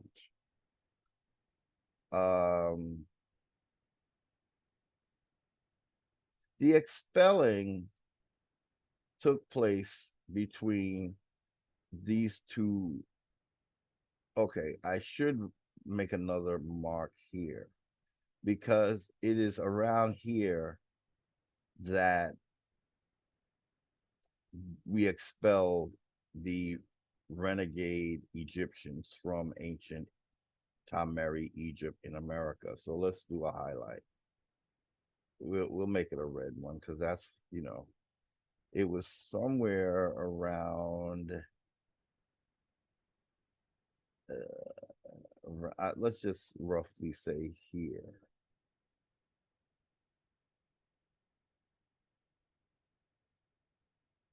At this point is when they are expelled.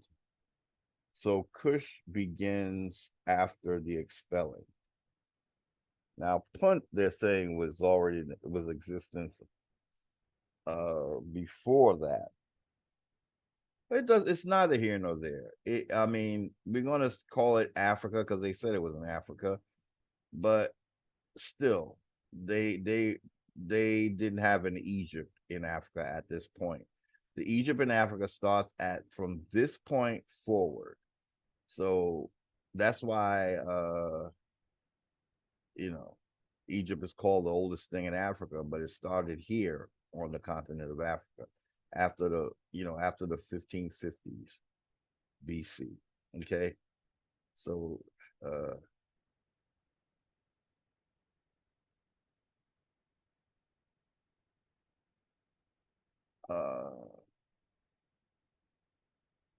some Egyptians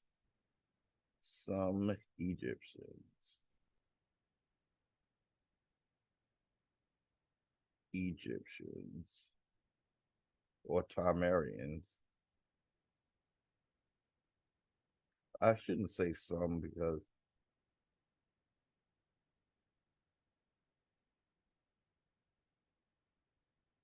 are expelled. It's really Akhenaten and that dynasty with the Moses are ex- oops, what am I doing? Come on, come on, come on. Let's not be too jiggy with it. Okay. Are some Egyptians are expelled. Ooh, come on, give me an E. Expelled.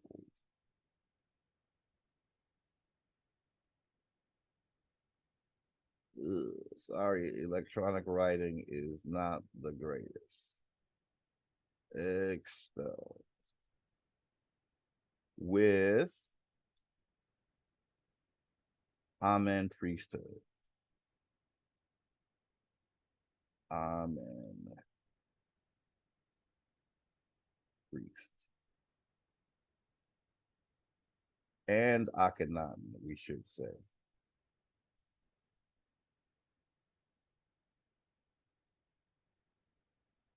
With Amen priesthood. This happens here. And then Africa starts to have their different civilizations after we expel those who would end up becoming the Moors. They would become basically Christians and Hebrew Israelites after this expelling. Okay. But when you look at this timeline, just know America is here and before 3400 and before. All from about here, punt, where the timeline begins with 2500 right here. This is all Africa, Europe, Asia, everywhere else outside of the Americas. This is all happening, including the Mongols. Okay. And what can we say about the Mongols? I believe it said they, let's see. I believe that includes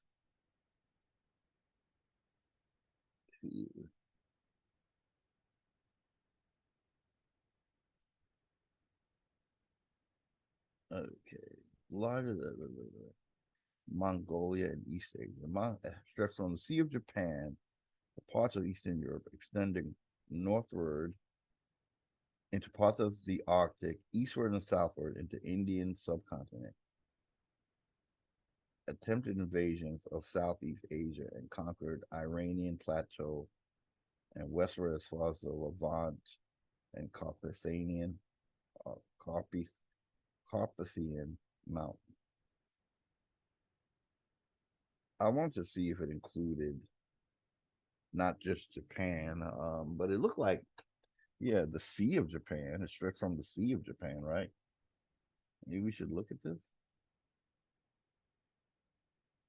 So that's Mongolia. I believe that's China is included. I believe, right? Well, we have to look. We'll take a look. Well, let me see this.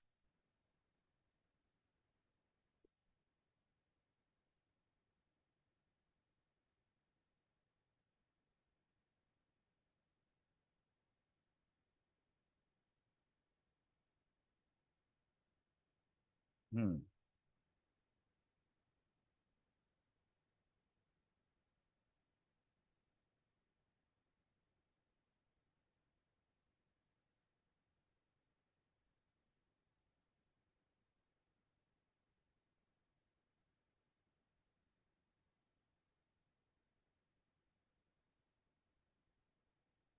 Um.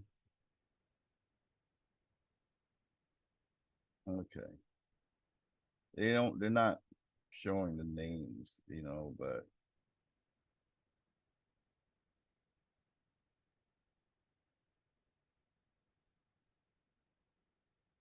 It's all one landmass, basically.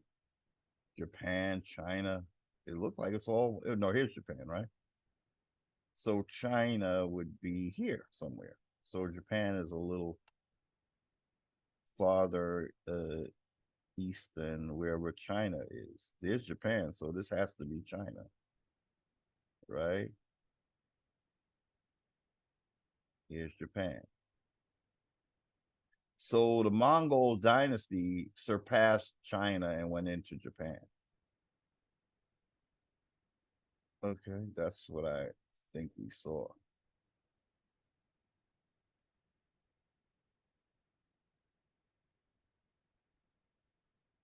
Okay, so I think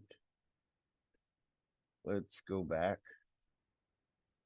Okay, so Kingdom of Kush, still young, uh, 11th century. All right, the Benin Empire. That's spanning from the late 12th century CE. Okay, so late 12th century. Uh 12. Okay. I would say it's 12th should maybe be around here. Benin.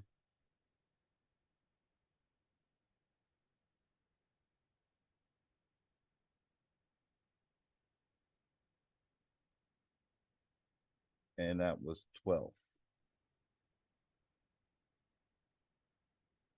century. Benin, 12th century. Okay. Okay. So okay, so let's go back. Benin from the spanning from late 12th century. Okay. The Mali, we already. Oh, here's the dude mesmerized by gold. You see? So this is the first really major Islamic civilization, I would say, and most famous for its extreme wealth. Yeah, look, see, that's what it was about. It wasn't about Allah or nothing like that, right? That's what he's holding is what he was about. I'm inclined to believe that that's what he had masked, right? All the wealth, right? Come on, let's not play. I mean, look at the picture before your eyes. This man could have been praying. He could have been doing something spiritual, right? Gazing at a piece of gold says that kind of says it all. You don't think? Is it just me? That's what Mansa Musa was about, right? Right? That's what they're depicting him as anyway. Because this is what was important to these people, right? That's what it was all about. He was it more about spreading the religion? Yeah, that was part of it. But when it all breaks down, this is what is he is in awe of. This is what he's holding up. This is what he's admiring. Right? He's not, we don't see him praying or nothing like that, right? Well, yeah, he's praying to that piece of gold, right? Get me more of this shit, right? So that's Mali, 1235 to 1670. They're saying they came to America in 1306 and 1311. Probably all them ships was bringing all our gold back to him, right?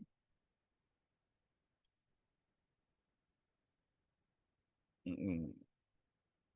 Okay, so that's we already have that on our list. What's next? Punt. Okay, so now Punt is being given a very old date, right? Commonly held view is that the kingdom's origins date to around third millennium BC. Third millennium. Third millennium BC. Let's see. When was the third millennium? Okay, let's see. When was the third millennium? It was the third when okay, third millennium BC.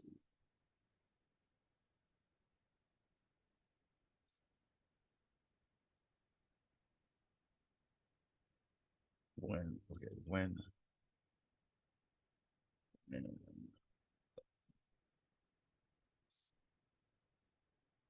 oh boy.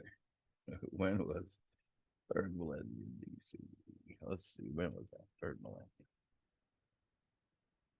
So they're giving it a very generous date. That's not what the first one said, right? So they have 3000 BC, right? Okay.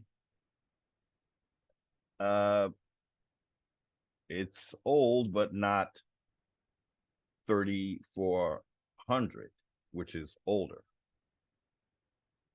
So they're giving her much more generous. They get punt is really something, huh? But I think punt is strictly a biblical word, you know. So yeah, punt. Okay, the third millennium BC.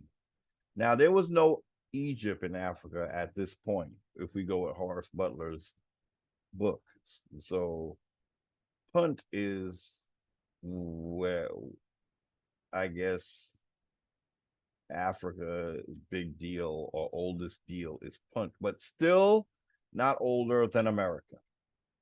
When two kingdoms are united in 31 50. Okay. So let's just do the math.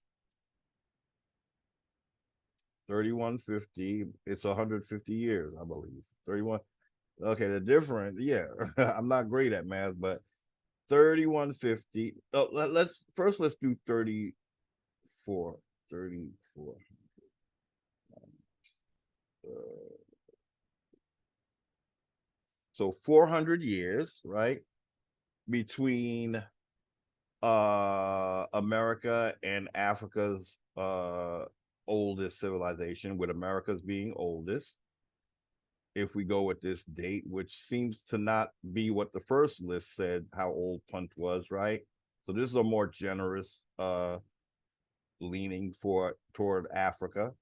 So 400 years earlier than the kingdom of Punt, America had its Egypt, right?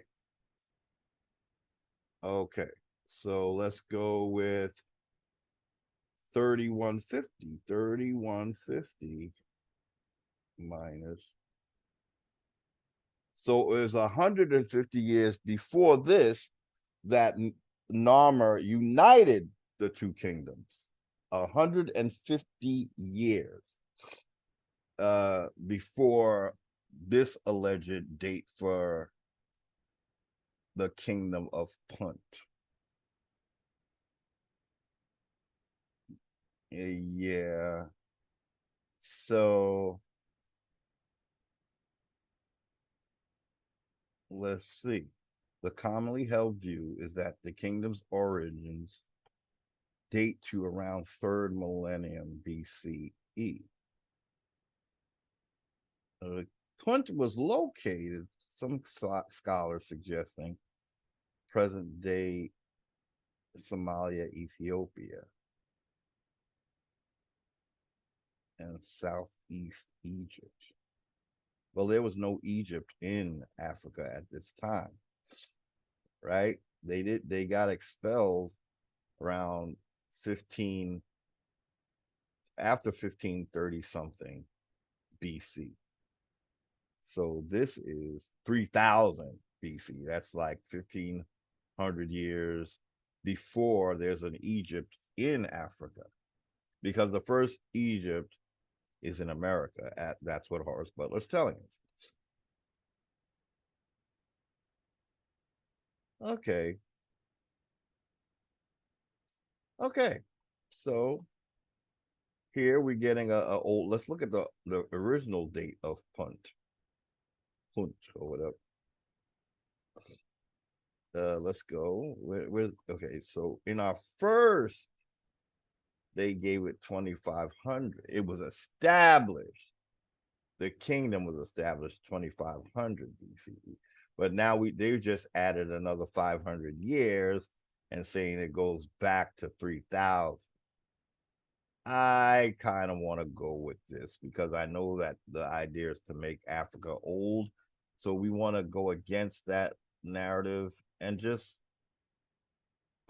suppose that it's much younger than they're saying, because all the other places are, this is just a young continent, y'all. I'm sorry, it's younger than America.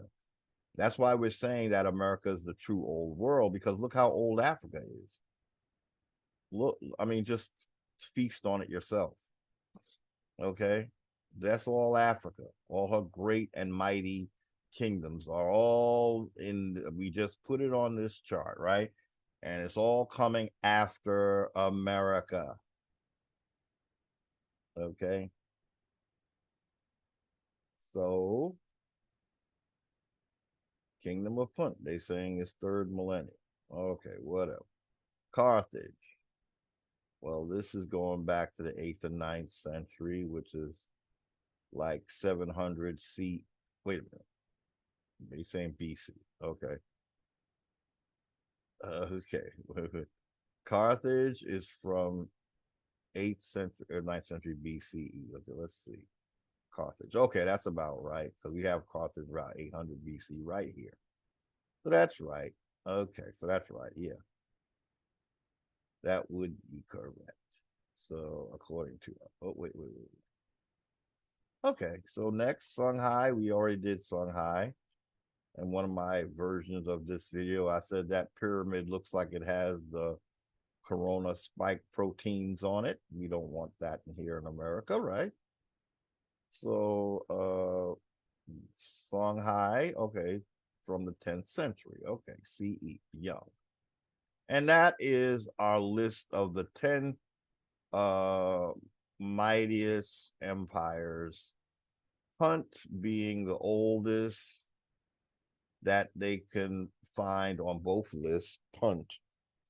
But again, when you use that term, basically you're going biblical with it. And I think we have to realize that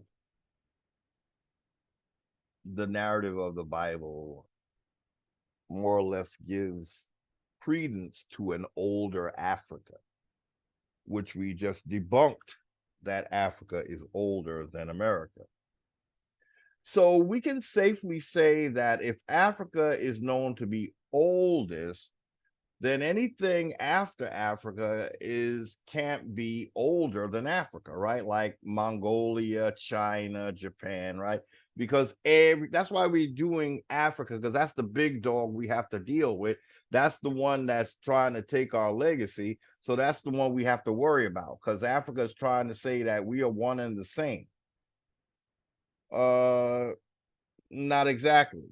Not exactly.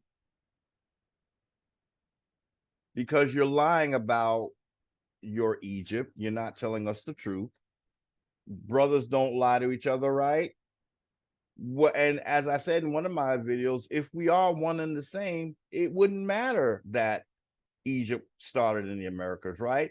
But because we are at enmity with Africa, they are lying to us. Who would be the ones to tell us the truth about their continent? That would be Africans, right? We're not going to put the onus on Europeans, right? We're going to say, even if European was lying, Africa could still stand up and demand and command and tell the truth. But she's not doing that. So Africa is riding the lie that she is older than we. It's a lie. It's a lie. A big fat lie.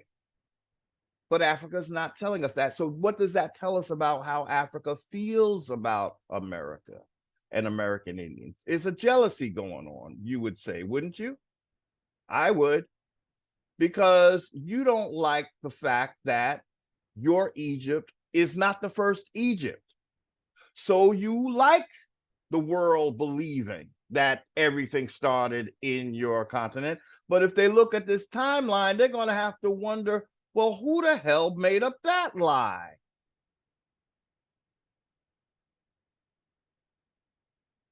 Okay.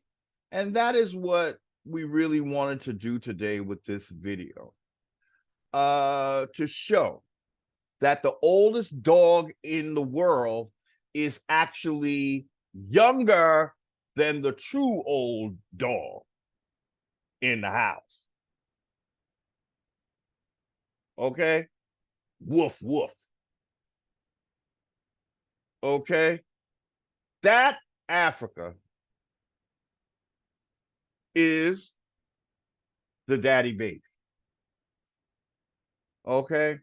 Nothing on Africa's continent is older in terms of civilizations than what we had going on in the Americas. Stop the lies. Africa, somebody on your continent knows this, right? Between all your African leaders. But what do they get a payoff by telling the world that they're the oldest, huh? Must be, because ain't nobody jumping trying to tell the truth, right? Yet they want us to be African Americans so bad, right? They don't even talk against that, really. Why? Because you need our history. That's why you want to be us to be African American, so you can partake of our birthright. But we're not sharing. We're not sharing. We're not sharing. At this point, we're not sharing. Because it's time for us to own what belongs to us, and we can't share it because those who could have told us the truth refuse to tell us the truth.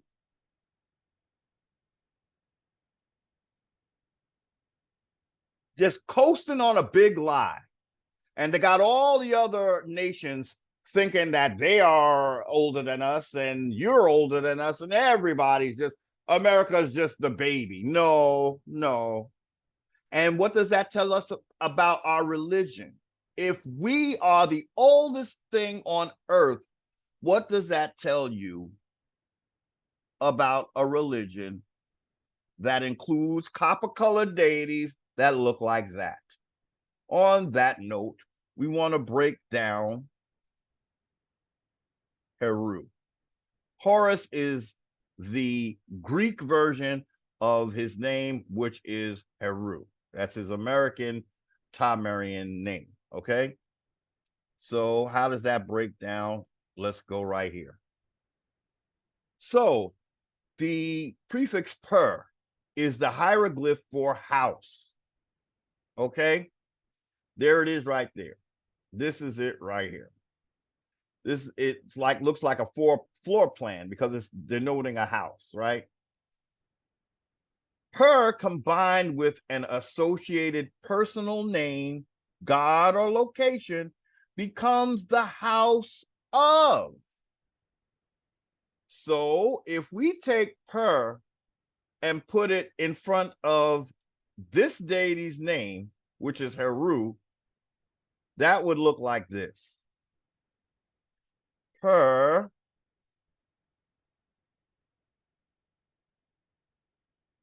or per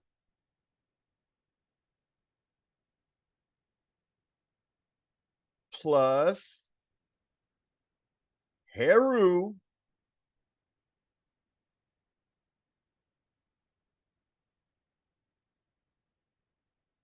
equals Heru. What is Heru's telling you? It is the house of this deity, an ancient Egyptian deity's house is in the Americas, in Peru. This is his holy city, which is in Peru. They're calling it Machu Picchu. But this is also known as Jerusalem. The monotheists called it Jerusalem. It was originally Jerusalem.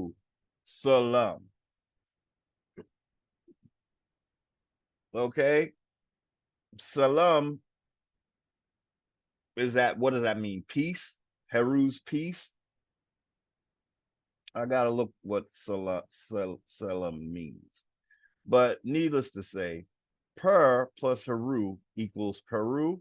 Let's look at the hieroglyph. This is the hieroglyph, which sounds like Per, right?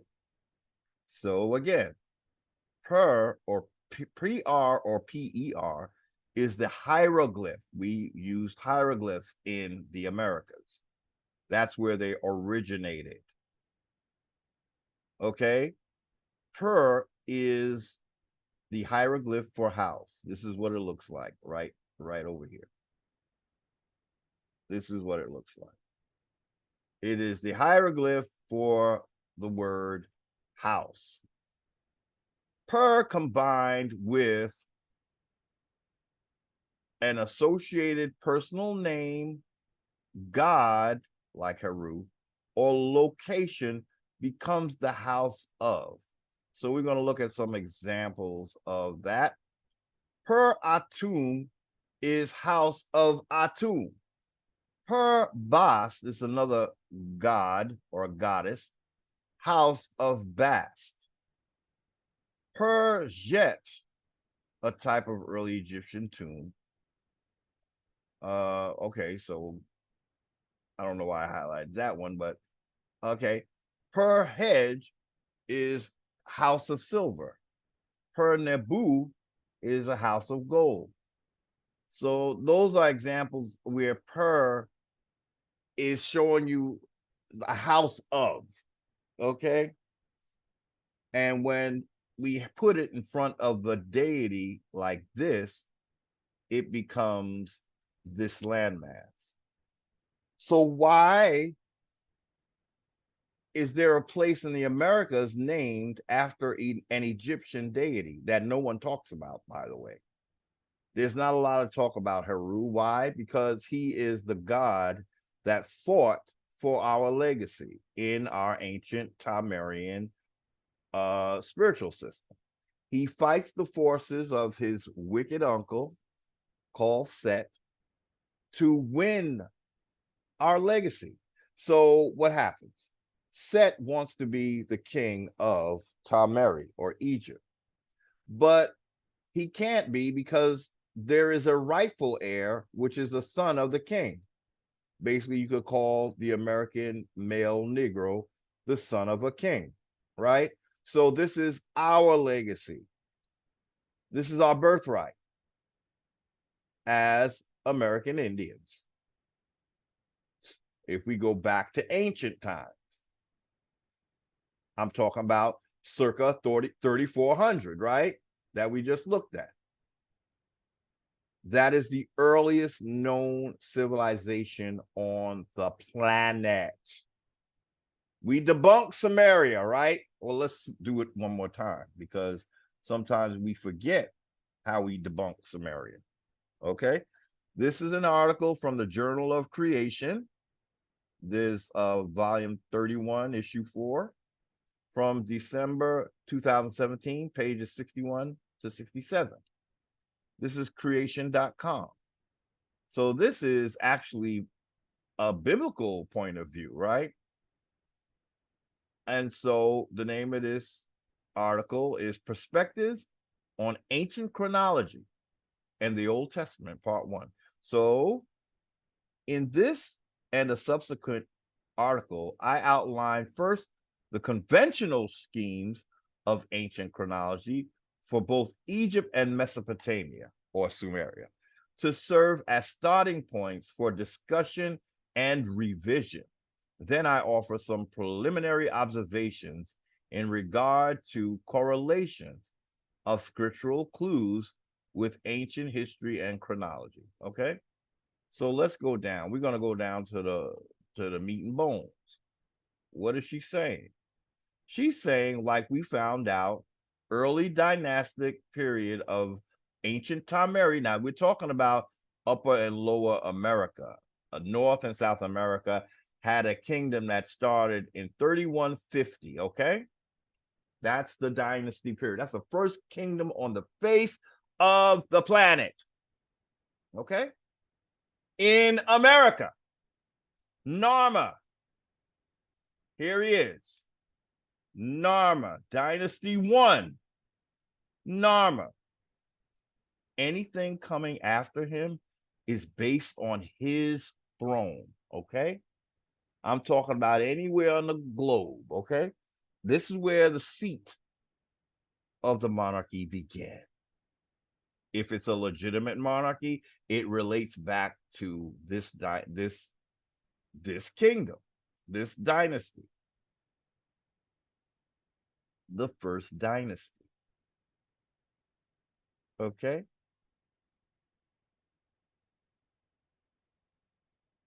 This is interesting because Dynasty 2 was Set. I didn't see this before.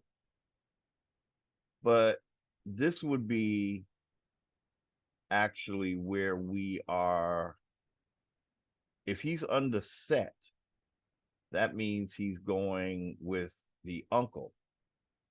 I'm guessing that Horus is his son. Heru is King Narmer's son. Hor-Aha might be a way of calling Heru, which is the first heir. This is the person that he's representing, Set, which was the one that should not be the rightful heir. Okay, but man, if he's starting as early as the second dynasty, kind of scary, huh? But anyway, that we're not talking about that right now. What we want to focus on is this date right here, right? So that's what we have for ancient Tameri in America, ancient Egypt in America.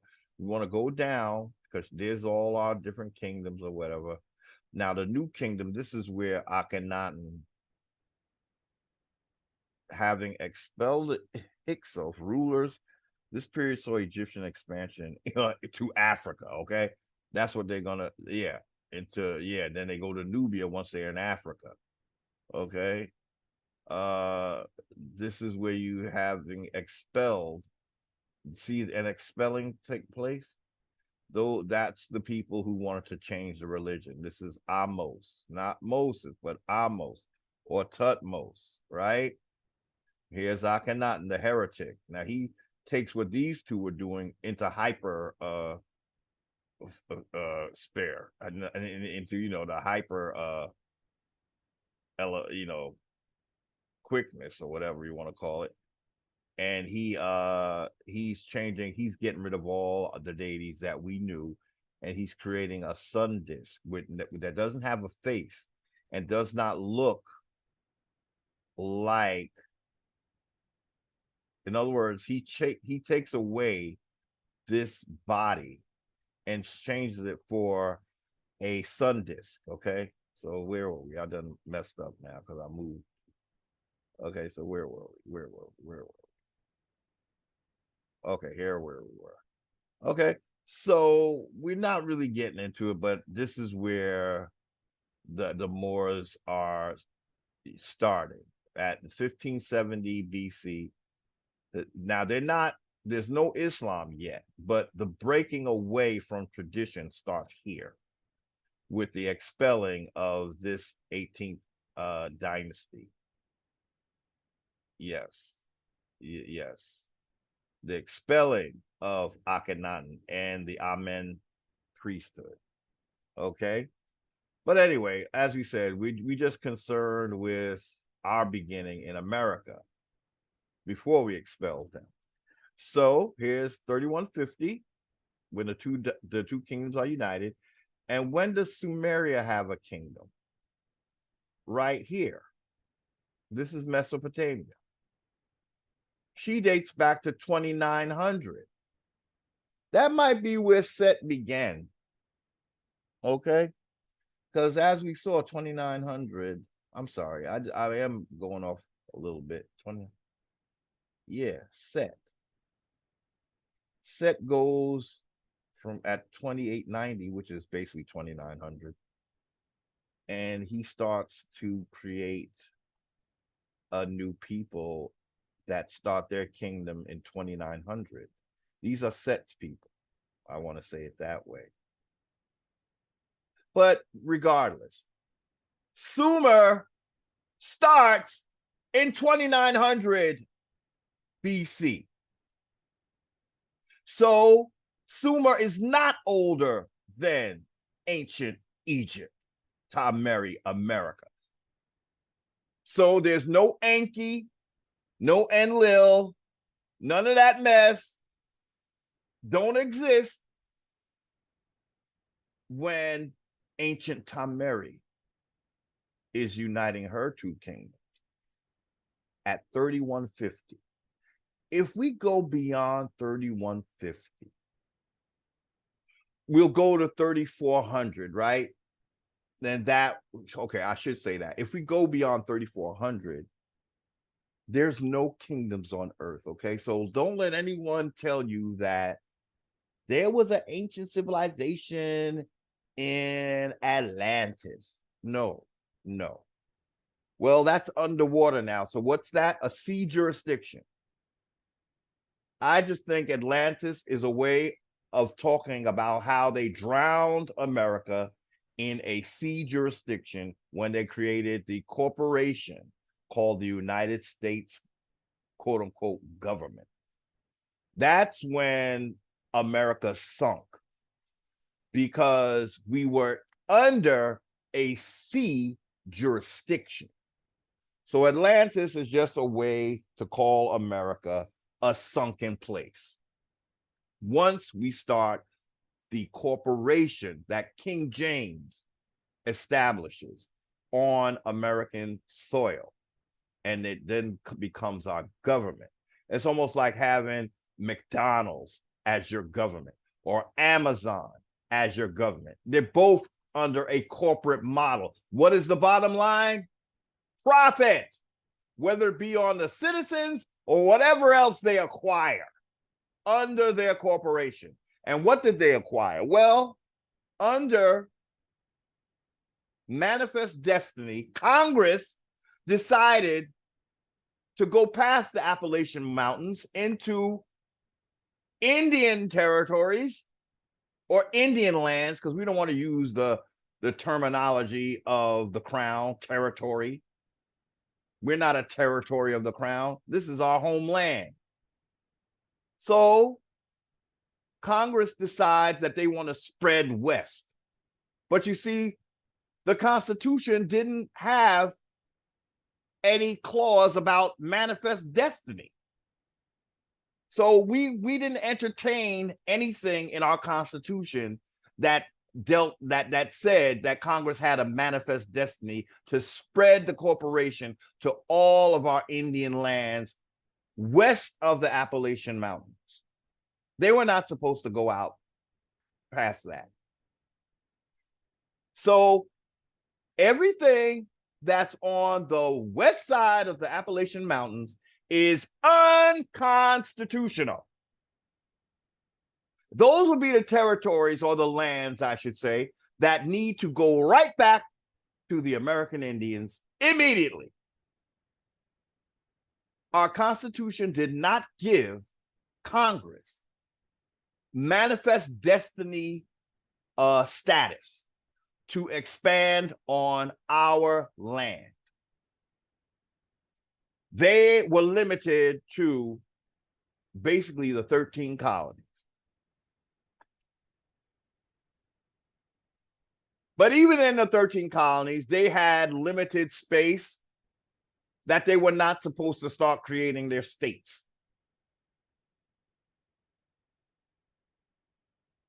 Okay? It's all a corporate franchise. Every state of states a corporate franchise. State of New York, state of Florida, state of Georgia. That's not the name of the organic state, the land soil state. That is the name that the corporation renamed it. They made a straw man of New York State or Georgia State or Virginia State. It turned it into state of Georgia, state of Virginia. That is the corporate version of the state. So they spread their corporation even into the states.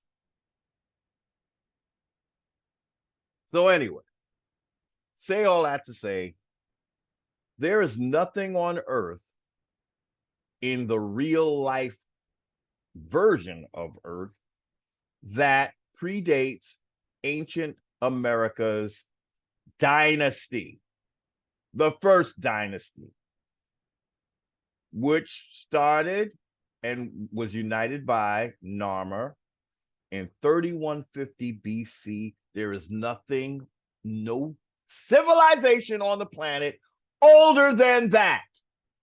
We just looked at all of them, okay? That could stand for all of them, because after Africa, it just gets younger from there. Africa is not the oldest. America is. If this doesn't show you, then you are blind. I have to just say it that way. You don't realize what Horace Butler is telling us and how to break this information down, even though he's lying as he tells it to us. It's up to us to use our brain. He has to lie due to whatever oath he took and being boule as fuck, okay? Boule is the Black Secret Society, okay?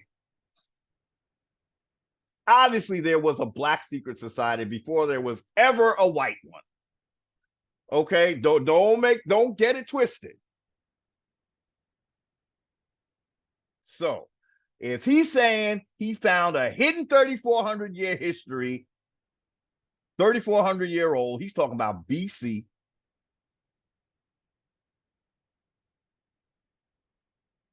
And America, then there's nothing older on the planet than what is found in America. Okay. And I only brought this up because if we're going to go back to 10,000 BC, then there truly was nothing. And I looked this up because Walter Williams' book, it does say something about he saw the ancient records that reveal the world's most explosive secret. Egypt had crossed the Atlantic Sea in ships more than 10,000 years before the time of Christ. They had built the world's largest cities in South and Central America and in Mexico. They had united those city-states into a nation that stretched from Brazil in South America to Mexico and into Africa. Africa was last. First it was Central America, then it was Mexico, then Egypt ended up in Africa. But what I want to point my attention to here is he says Egypt had crossed the Atlantic Sea in ships more than 10,000 years before the time of Christ. 10,000 years.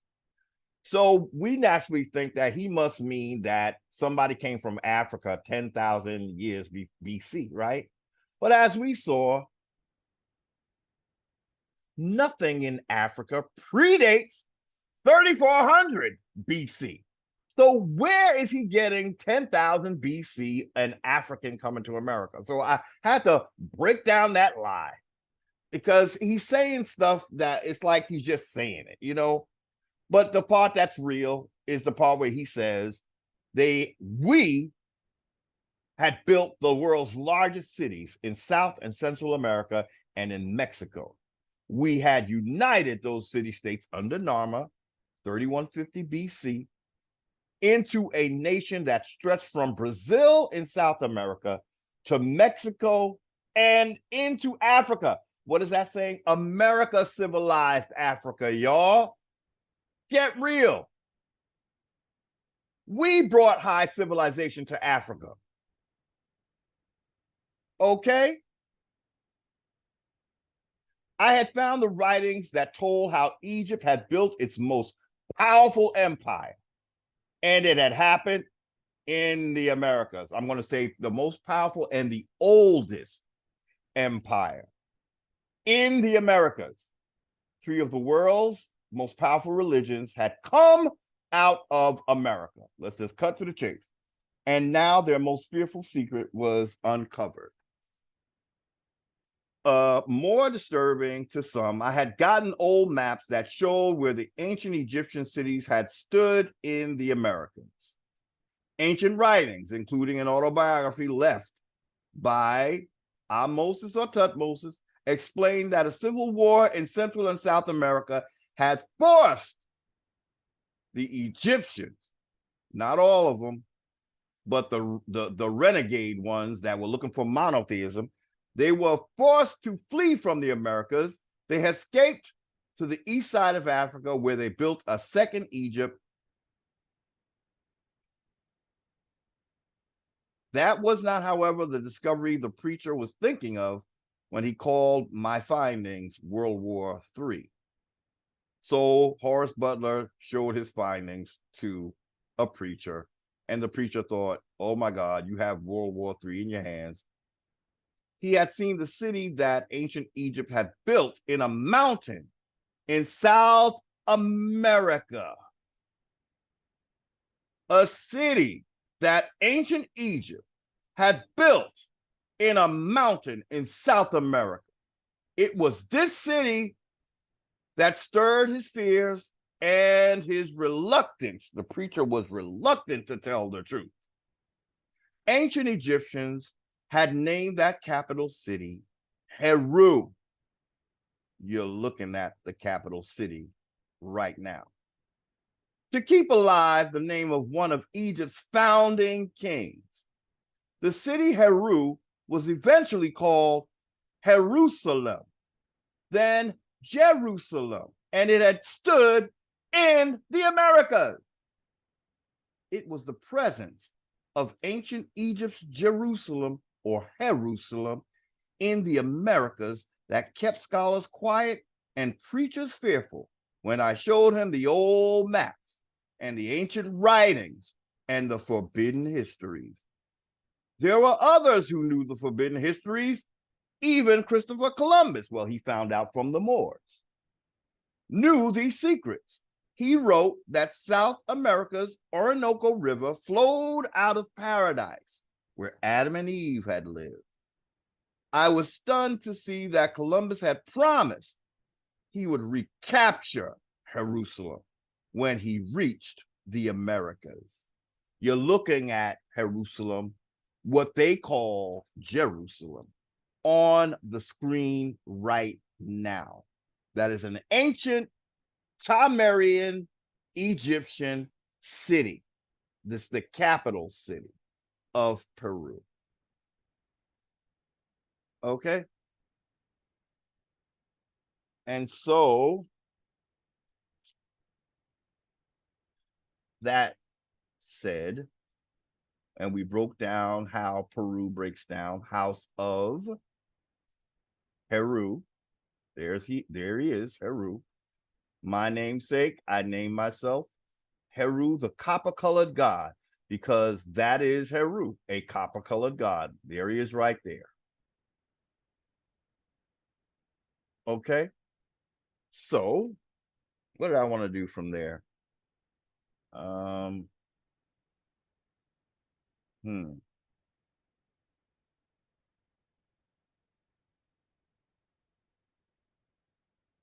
Okay, we talked about Narma. Yeah, I don't think, what did I have here? I know I wanted to play. I wanted to play some of Horace Butler's video here. So let's listen, okay? I think this is the short one, but let me see. Actually, no, it's this one. Let's play part of this one first. And we're going to break down how Horace is kind of being misleading, okay? Um,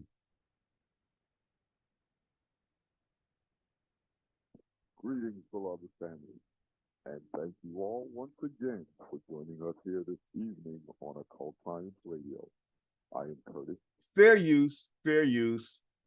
If the volume is low, it's beyond my control, but I've turned it up as loud as it can go. I don't believe we're going to play the whole thing. We just want to hear some of Horace Butler, how he opens his argument, perhaps.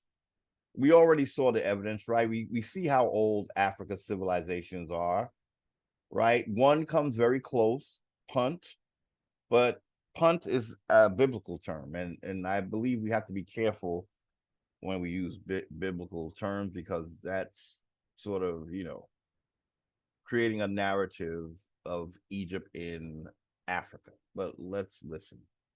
Fair David, use. aka the Illuminated One, and tonight we have with us a powerhouse, okay, who I've been chasing for a very long time, a brother Horace Butler, who wrote a very groundbreaking book, When Rocks Cry Out. And for those of you who have not had the privilege of reading that book, I suggest you get it ASAP. Believe me, you're going to come across some information in that book that they did not teach you in grade school and they didn't teach you in college.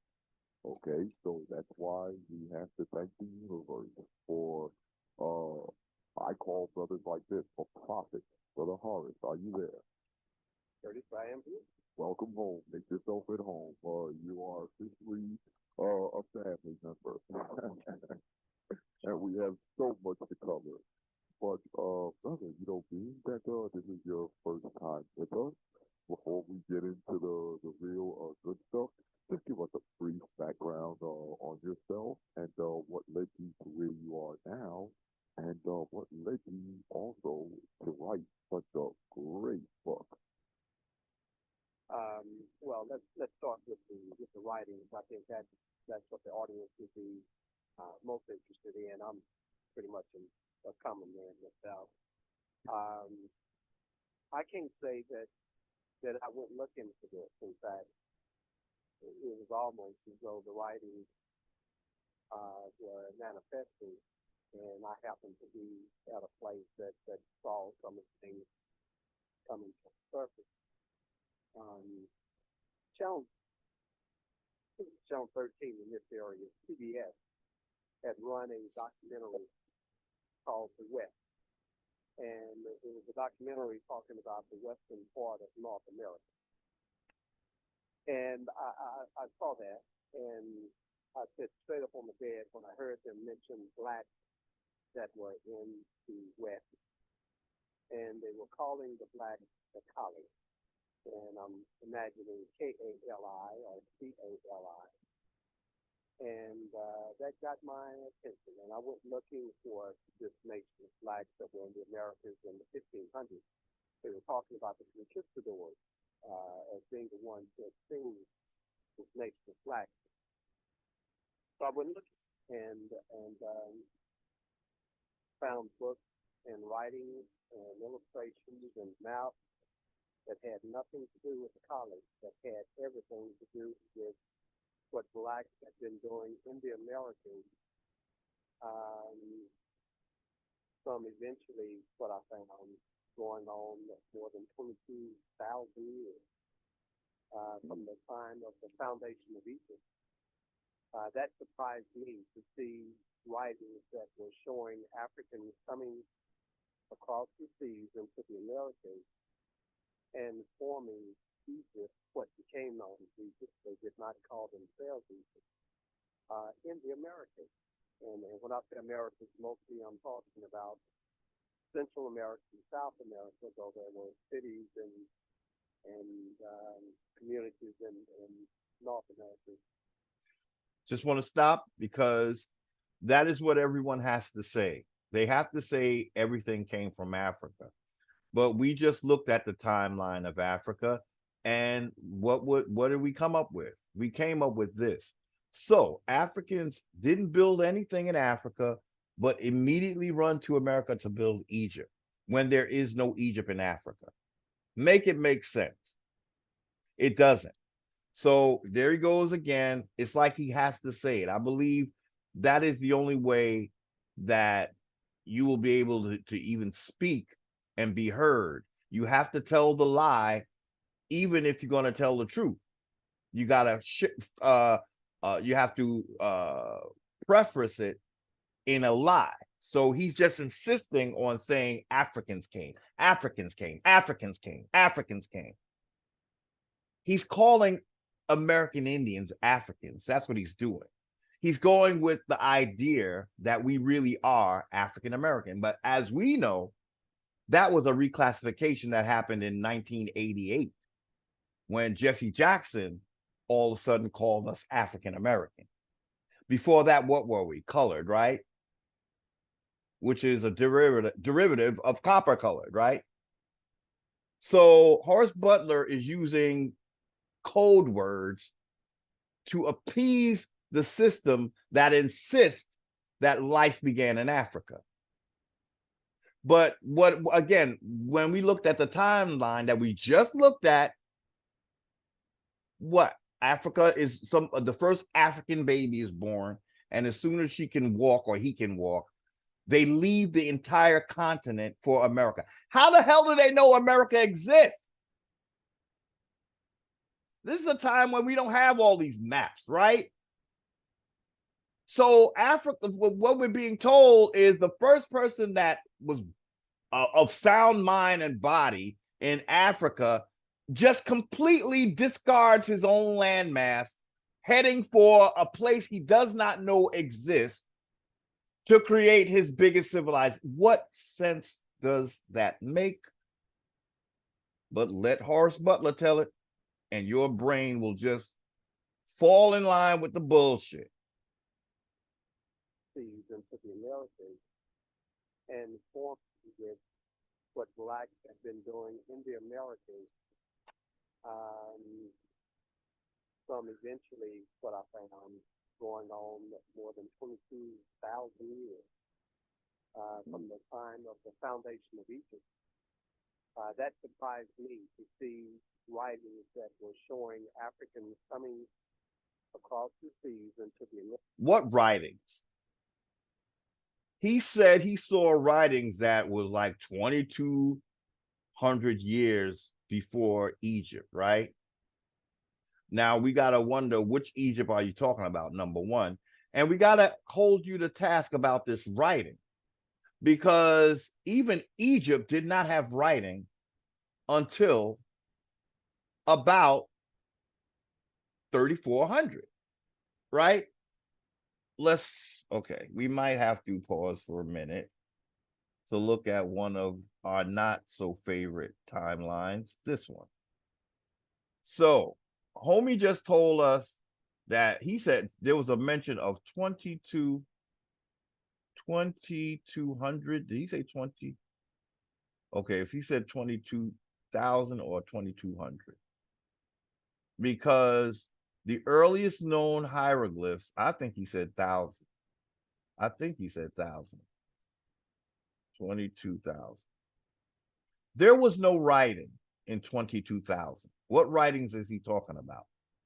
Writing began about 3,300 according to this chart, and we're gonna basically accept that. It kind of goes, it's good enough. 3,400 BC is the earliest known hieroglyphs. So let's revisit, what writing is he talking? There was no writing 22,000 years before Egypt, okay? So he said he saw writings that Africans came. You're lying, man. Africa didn't have no civilization. There wasn't even no civilization in America in 22,000 years ago. There was no writing. So what writings did you see that said Africans came here? Is that what he said? Let's play it again. Maybe I'm not hearing right. Okay, let's go back.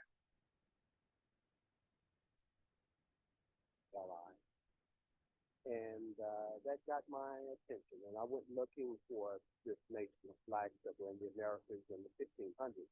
They were talking about the conquistadors as being the ones who have seen this nation of black. So I went and found books and writings and illustrations and maps that had nothing to do with the college, but had everything to do with what blacks have been doing in the Americas from eventually what I found going on more than 22,000 years. 22,000 years?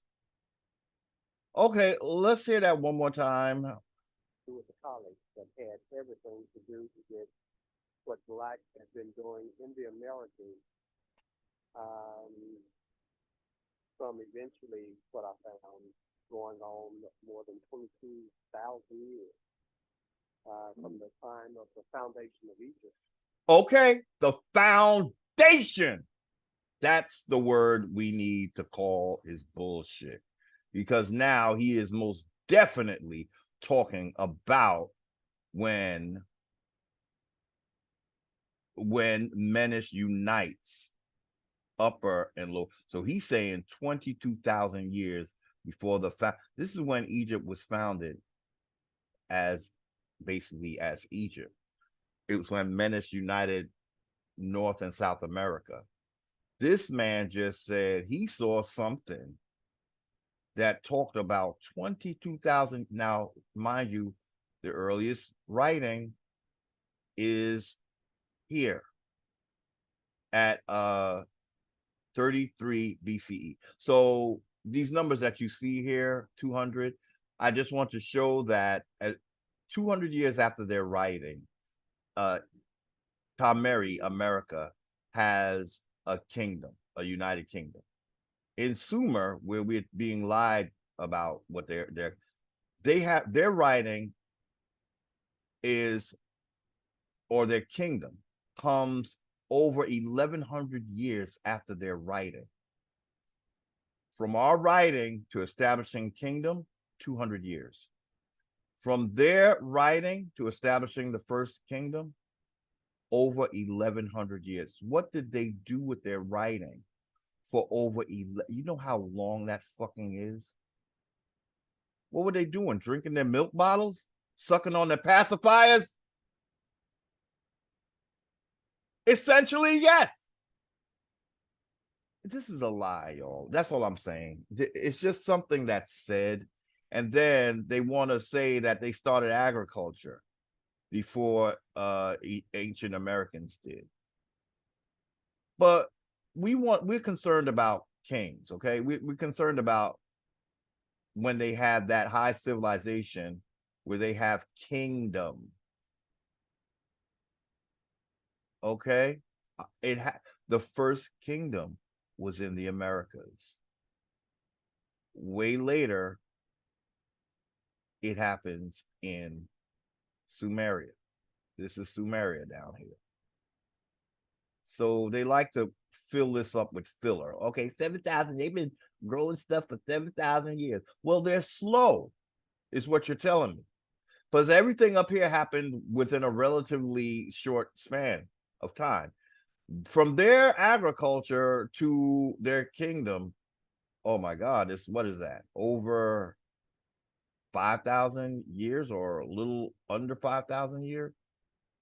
From our agriculture to our kingdom is like 2,000, maybe 2,000 years, or 1,000. Let me see. Let's do the math. Okay, from our agriculture, this is how you got to break down the lies, man, and the misleading, you know. So okay, so 4,500 minus 3,100. Okay, 1,400 years between agriculture and the first kingdom. Let's see their agriculture. 7,000 years minus 2,350. It took them 4,650 years from their agriculture to their first kingdom. So they're a very slow culture that is, they don't learn very quickly. It takes them a lot more time to get done what is done in America, if this shit is even true. My idea is it's not even true. I think the writing is actually a number system. That's what I actually think. I think the Sumerian cuneiform is actually a number system and not a writing system. But I meant to go further than this. So we did establish that America's kingdom began in 3150 when two kingdoms were actually united, versus what we just looked at, Sumeria, Lower Mesopotamia or Sumeria, their kingdom starts in 2900. See, this woman is not playing. She's just going straight to kingdom. You see, for what with Sumer, they're trying to give them writing credit. But what's the real proof of your high civilization is the fact that you have a kingdom. And as we see, their kingdom is much later. So again, America has the first kingdom. Okay, 3100 versus 2900. Let's do that math now again. 3150, and the date we have here is 2900. Okay, 2900. 250 years later, they have a kingdom according to this chart. Okay, in Sumeria. So Sumeria is not older than America. Stop it. Stop with it. Throw Enki and Lil, all that. And when we call Tahuti Ningazita, that Ningazita is not his first name. Because we have a renaming thing going on. Okay? Because they're calling Ra Marduk, right? Well, Ra is his first name. Marduk comes years later. So which is his original name? Ra, not Marduk. And what is Tahuti's original name? Tahuti, not Ningazita. Okay, so I meant to show you what the writer had to say about what she discovered. So, and I showed this before. We're going to look at it again. She says the two tables do not really cohere with each other. On inspection, it is evident that the Egyptian state in America begins circa 31 BC, whereas Mesopotamian history begins at circa 2900 BC. Yet even secularists will proclaim that history begins with Sumer. The way around this is to appeal to various pre-literate cultures at each end of the Fertile Crescent. Naqada 1 and 2 at the Egyptian end. Well, we don't even need Naqada because all we got is Narmer. He's good enough, right? But anyway, she's saying something about they're adding pre-literate cultures, and that on Egypt's end, it's Naqada 1 and 2. And on the Mesopotamian end is Halath, Ubaid, Uruk periods at the Mesopotamian end, with periods stretching back through Chalcolithic, Neolithic, Mesolithic, and Paleolithic over many millennia. However, all these periods are based on dubious dating methods. What is she saying? She's saying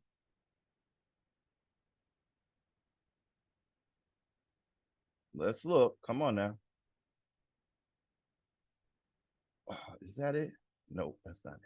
When you see this kind of thing, that's dubious dating, okay? 7,000. You're just adding fluffer. She said we're seeing that clearly the kingdoms began here and here. All other stuff is dubious dating. You know, adding agriculture or any pre-literate. In other words, before writing. Anything you're saying before writing, pre-literate.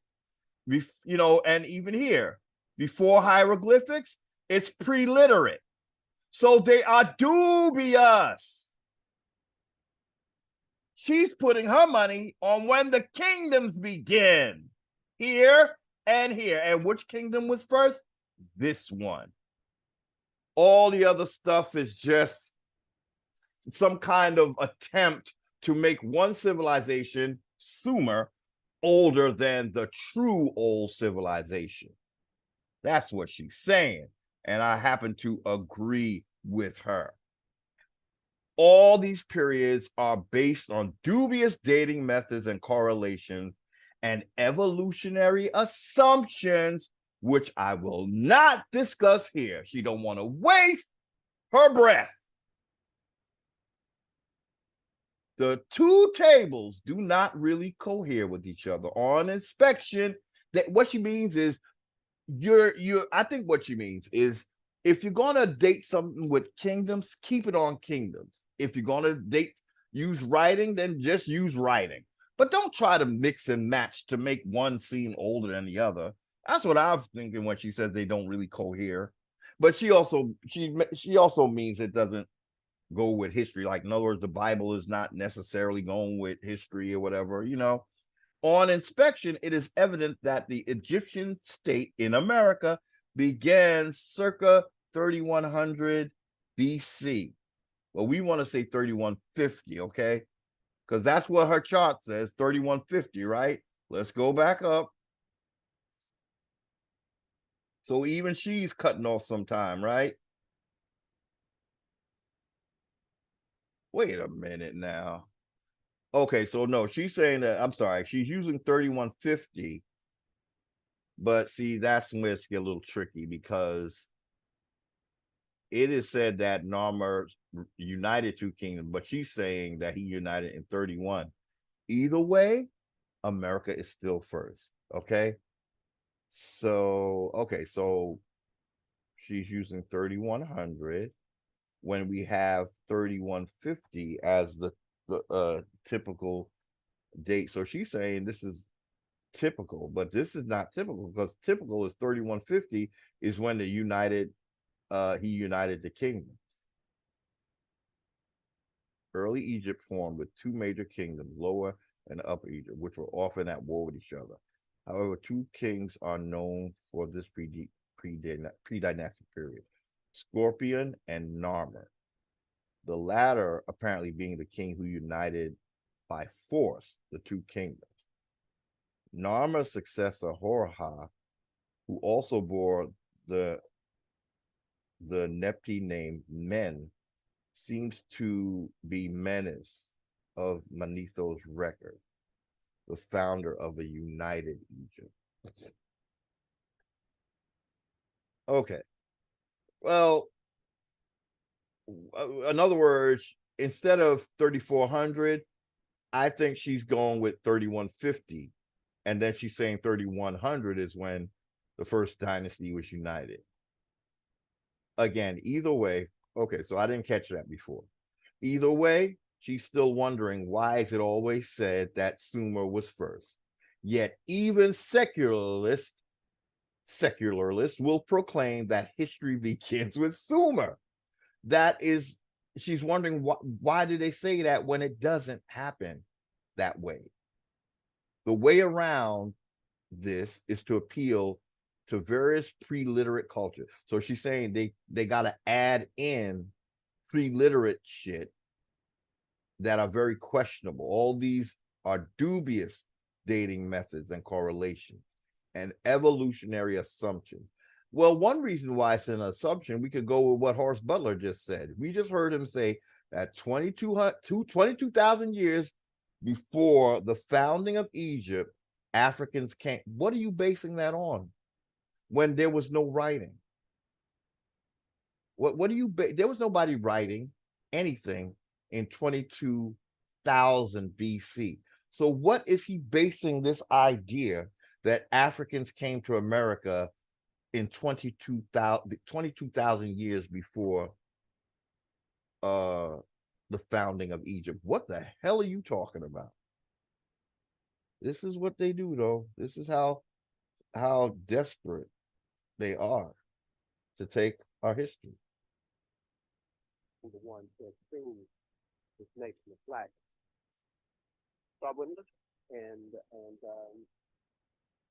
found books and writings and illustrations and maps that had nothing to do with the college, that had everything to do with what blacks have been doing in the Americas um, from eventually what I found going on more than 22,000 years from the time of the foundation of Egypt.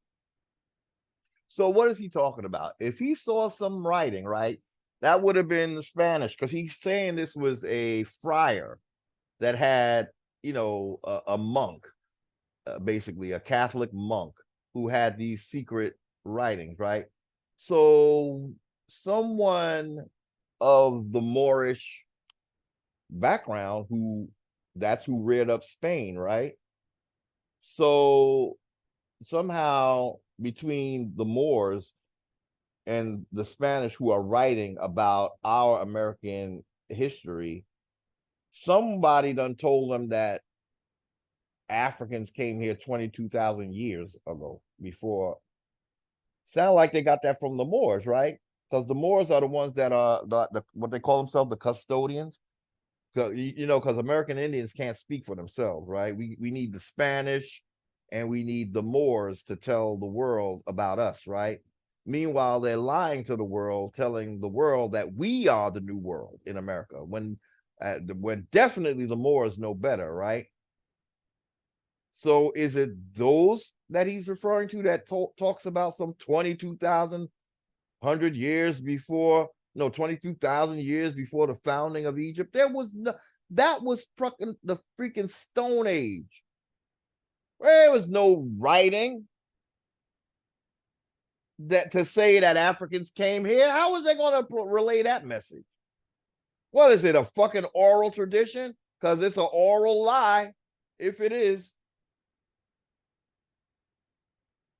In the Americas, um, from eventually what I found going on more than 22,000 years from the time of the foundation of Egypt.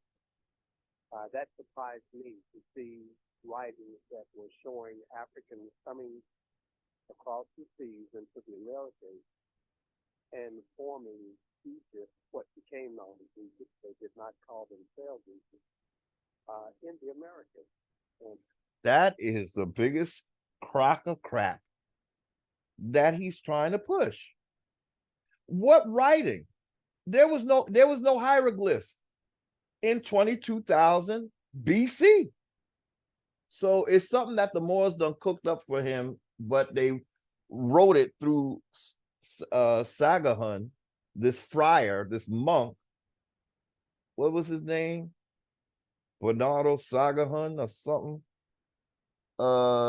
Let me see if I could let's see.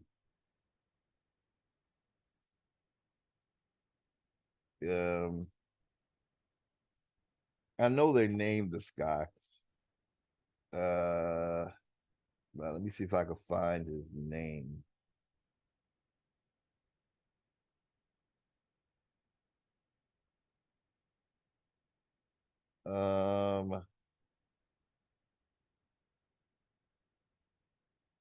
I know it's Sagahun, something like. Let's look, because it's right here. I just want to make sure, because this is what he's basing all of this on, but we have to understand that this is a Spanish writer. Let me see. It's not here. So where is it? I had something that named the writer of what he's calling the hidden histories. Sagahun. I think he said the name of the person was, oh wait a minute, here. Is it here?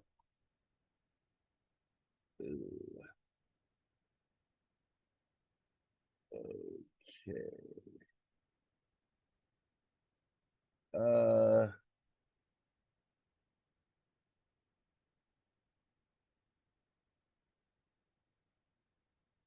16th century friar who followed Columbus, but he's not saying the name. I believe it's Sagahun.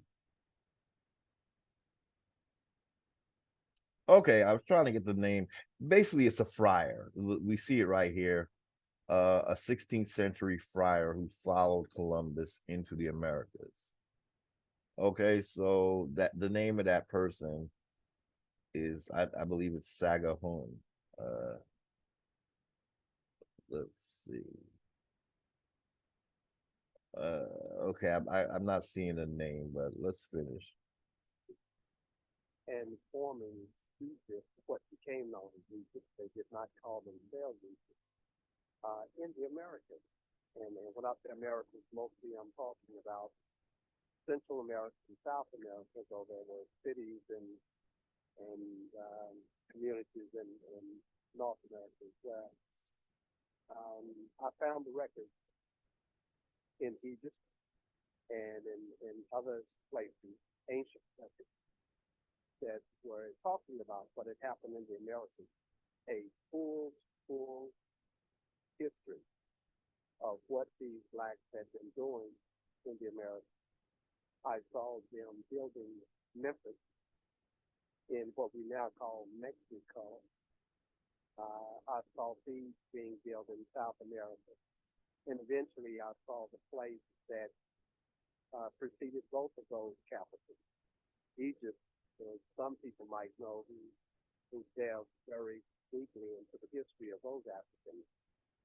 At first, started in another place that some records called Bit, T-H-I-S, Bit.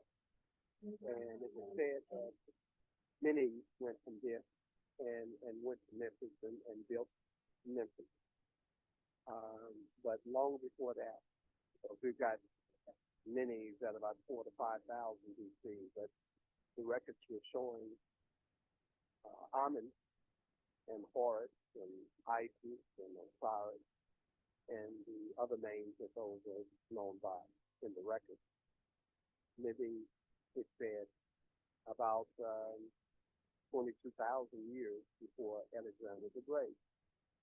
So that's a long way from Amen to many. But most records try to pick up the history of Egypt at many. They try to start somewhere around 4,000 to 5,000 BC. Well, that leaves a lot of that black. Okay, so he's saying before Menace, it was 4,000 to 5,000 years. Excuse me, before Narmer. Narmer is called Menace. So, and now I just heard him say something about 22,000 years before Alexander. So he might be talking when he says 22,000, he could mean the Egypt in Africa, which that would make a little more sense. But if he says founded, where Egypt was founded, that was America. So, what I'm saying is that he's still talking about a period that is much later in American history, which is when he's saying Abu Bakari came here. That would be, that would be 1311, between 1306 and 1311 AD, so that is in the Common Era or the CE era. And so, okay. So I think he's talking about, when he says 22,000 years, he's referring to either Ramses coming to the Americas or Abu Bakari. And as we saw in the last video, as well as in this video, this is much later in our Tamarian ancient American history. I guess we are known, or at least undated. Fair use. And from there, I saw the other histories unfold. Once you know that the Old Testament is coming out of Egypt and then taking Egypt city, those Africans that we call Hebrews, Well, once you have Egypt in the Americas and you have Hebrews taking the previous African cities that were called Egypt, then that means we have these Hebrews in the Americas as well. And that's what I found. I found those images.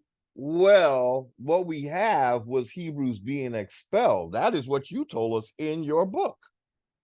Now, let me see if I could find that here again.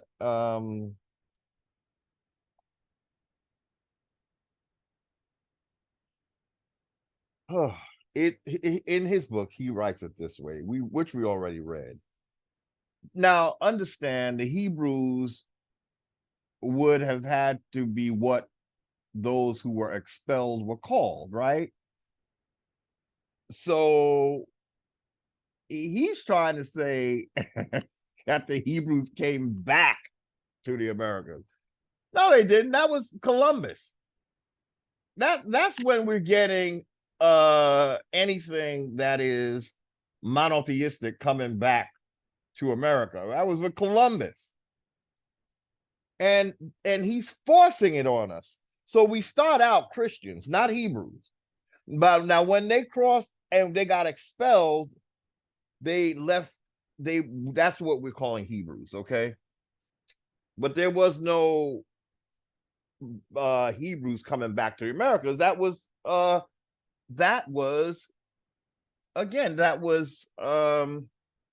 Columbus. All right. So I'm going to stop the share for now. I need to take a pause and be right back. We are back. I'm sorry, I needed to take a nature break. So let's go back to sharing our screen. Hope you're enjoying it so far. If you're having a hard time with it, I'm sorry.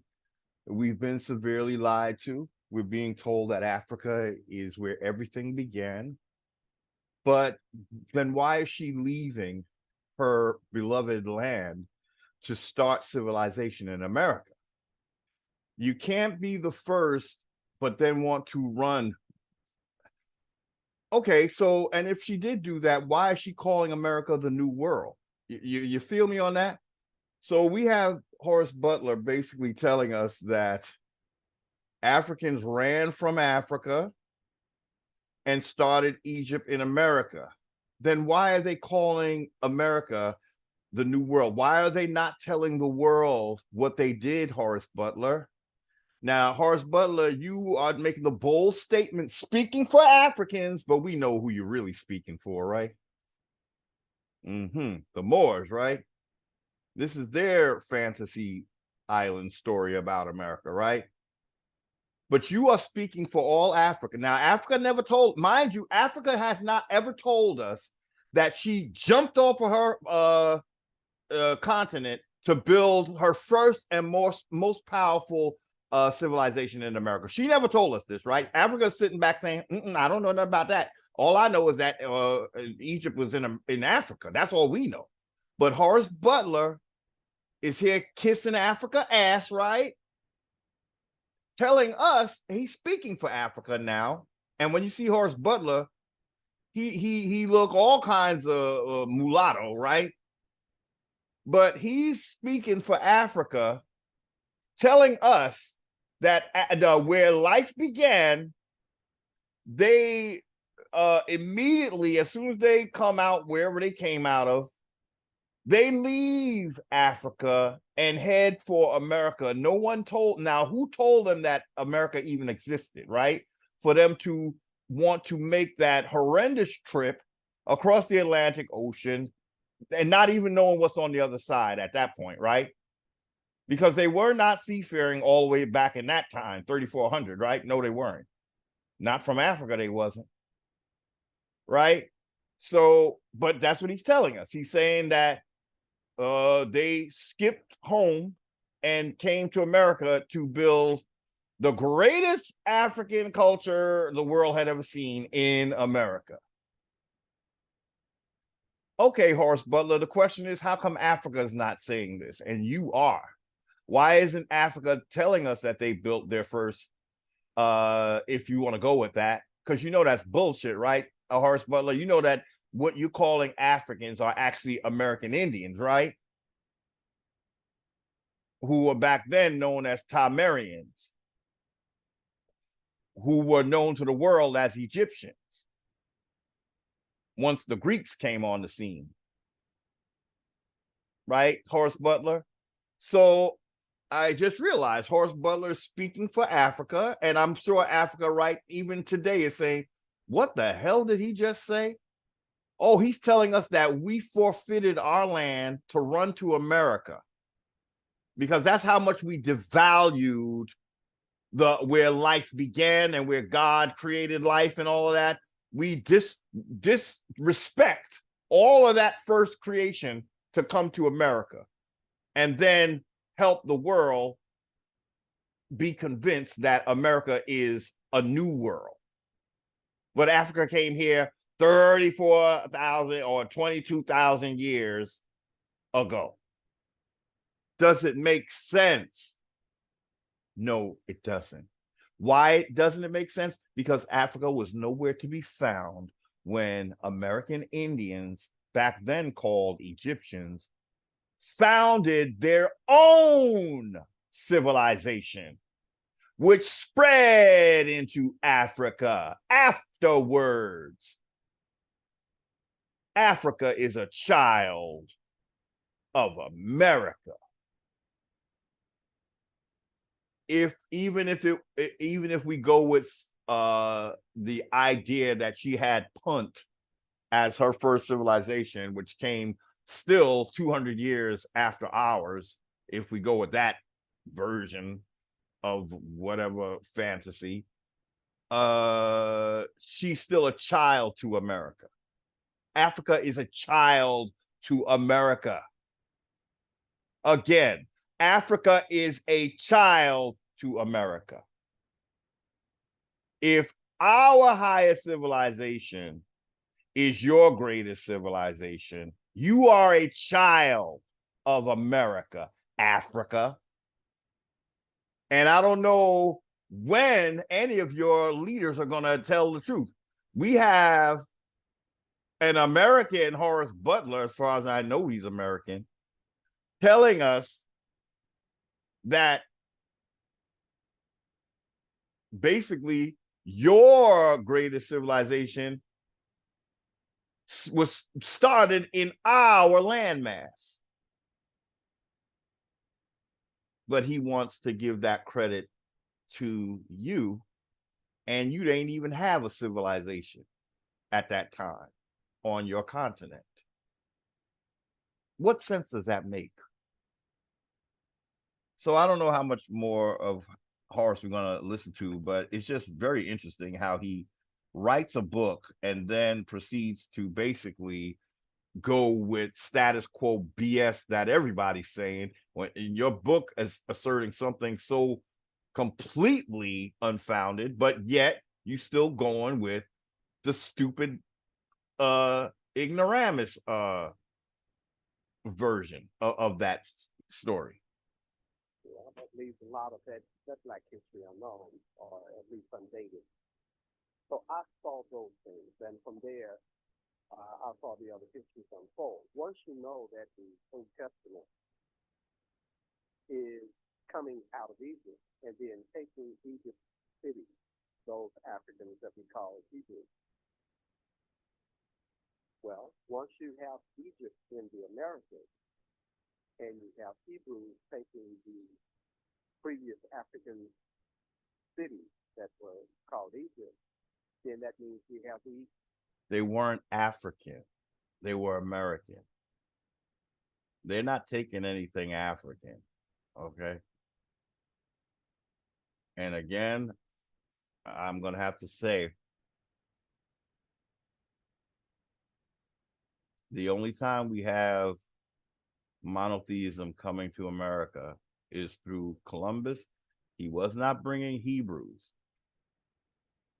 He's bringing Christianity. As far as we know, there were no Hebrews that came to the Americas. okay,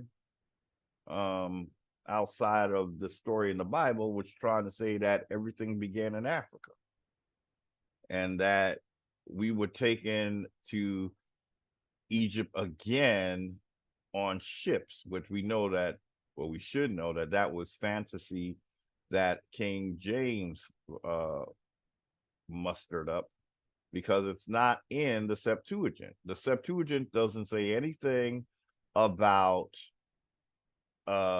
Hebrews coming into Egypt again in slave ships. That was added by King James, apparently. Again, that's Deuteronomy, was it 28:68? Talking about arriving again into Egypt in boats. That's not in the original Septuagint. No, it's not. Okay, so the story that we have of Hebrews coming to America is in the Bible only. And even in the Bible, it is not what the original Septuagint says. It's a fantasy of King James, who had an intention to enslave American Indians in a very insidious indentured servitude that would lead to the creation of the United States citizen, who is a foreigner when American Indians are indigenous to the Americas. King James made us foreigners by lying and saying that we came here in slave ships. Deuteronomy 28:68 is a whole lie concocted by King James. That is not in the Greek Septuagint. Okay. So there he goes, Horace Butler, trying to use the Bible to tell history, and it just cannot be used for that type of history. Hebrews in the Americas as well. And that's what I found. I found those images all over the Americas. I found the cities that they built. They had already been found, many of them. They didn't have their African names on them. Some of them were already being restored to archaeologists, and they were just not telling you that these were the cities that were in the Old Testament and in the Egyptian records. I think secretly many of them knew this, so that would fit into the name of your program, the occult science. If it's hidden science, if it's hidden knowledge, that's definitely going to fit, because they knew that these cities were those ancient, classical, and even prehistoric, they called it, cities. So that's where it came from. I saw the record. It's been about 12 years since I found those first cities in the record, and have been working pretty hard from then to now to try to spread the knowledge. This is not the kind of knowledge that you're going to find coming out in USA Today or Newsweek or Time, or even National Geographic. I've addressed this with them, and it's just not a subject that they really want to address. I thought it was a racial thing at first, but I came to Facebook several months ago to see. I wanted to test to see what's really going on, where the intellect was, where the resistance was. And I found we have as much resistance in the black side of humanity as we do the other side of humanity to these histories. Blacks are not ready for their own history, especially when we start saying Egypt and the biblical histories are occurring, or were occurring in the Americas. They're not ready for that. So that brings us to today. That's where we are. Yeah. We're not ready for it, but then they're not ready for your version of it. You need to come completely clean and stop calling American Indians Africans or African Americans. So that's why we're not ready, because you're still not telling the truth. Part of the reason why we're not ready is because you're still telling lies. You know, that's not helping us. That's why we won't be ready, because we're not being prepared for the truth. Thank you, Horace Butler. You drop a big bomb and then you go right back to business as usual. You can't do it, bro. And for those who are seeking knowledge and trying to see what happened, we have that, and we're giving that. For those who just can't get it, then, you know, that's another day for them. They'll eventually get it or not. And I don't bother myself too much with that balance. I see. Excellent. And yeah, that's why you know, I totally agree, Brother Horace, because many times, you know, I mean, I just turned 48 years old, you know, and I've been studying Black history and many things for many years.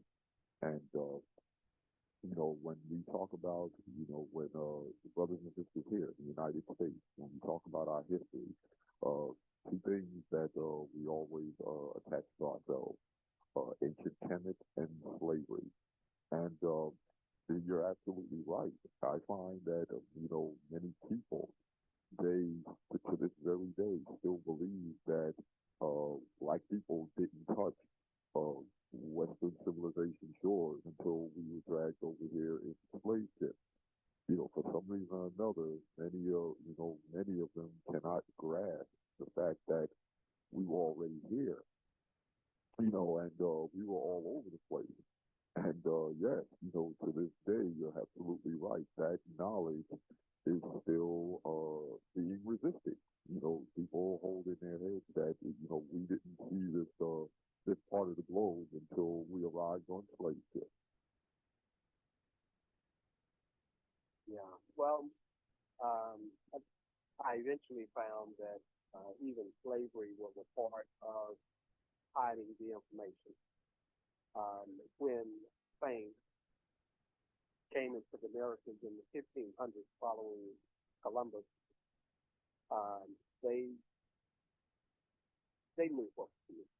We were taught in school that Columbus was trying to get to the far east and, you know, some of the across the Americas and that kind of thing. That's not what happened. Columbus knew what was over here. The Crusades had already been coming to the Americas. I mean, once you have ancient Egypt in the Americas and David taking that capital city of Thebes and making it the Jerusalem, it in fact it was already a city that was close to that name. It was built to honor the African Heru, and they just switched the name just a bit. Heru became Jeru. Um, but once you understand that Jerusalem was sitting in South America, then you have to understand that this is where the Crusades were coming. So they knew of the history in the Americas. They knew the Holy Land was here. That's why they're always getting on ships and coming to the Crusades.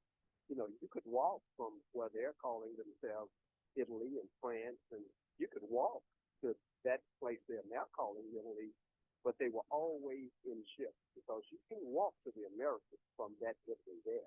You got to get in ships.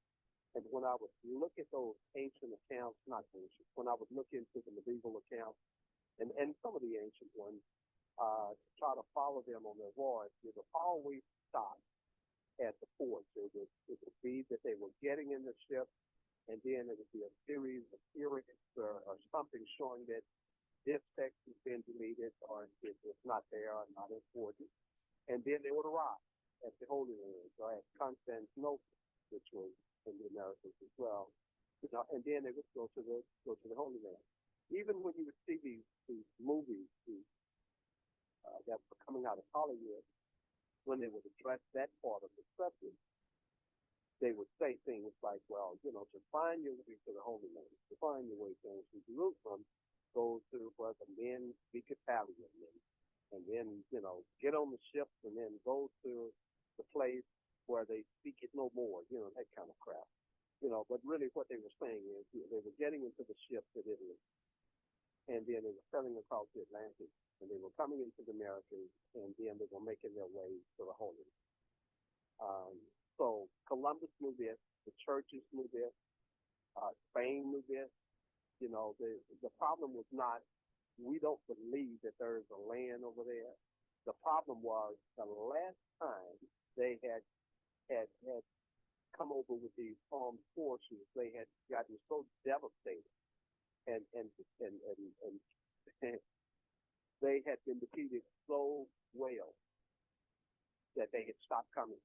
They did not try it again. The blacks and the others here had said, you slaughtered us so mercilessly in your first crusade and in the others that we are finally at an end of you. So if we see you again, you know we're going to return the death on you that you brought to us. And so a lot of the people quit coming to the Holy Lands in the Americas, and those became known as the Dark Ages, because when you're not in a land and you're in Europe, you don't know what's going on in the Americas, and that becomes a dark era. You don't know what's going on with the Holy Land. So, you know, that preceded Columbus coming over. So Columbus's battle with the churches was not that I know how to get to Japan or something. That wasn't what the conversation was. It was, okay, once you get over there, you know, if we're going to invest in this, how do we know that these ships are going to return, and how do we know that you know, this is just not going to be death, you know, that people are not going to just be killed once you get back over there.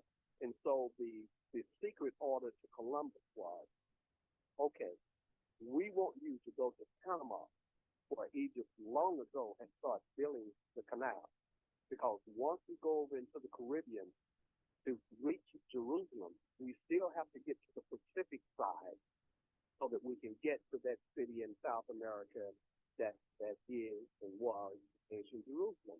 So his order was, get to Panama, see what the military situation is, see if we really can take that place.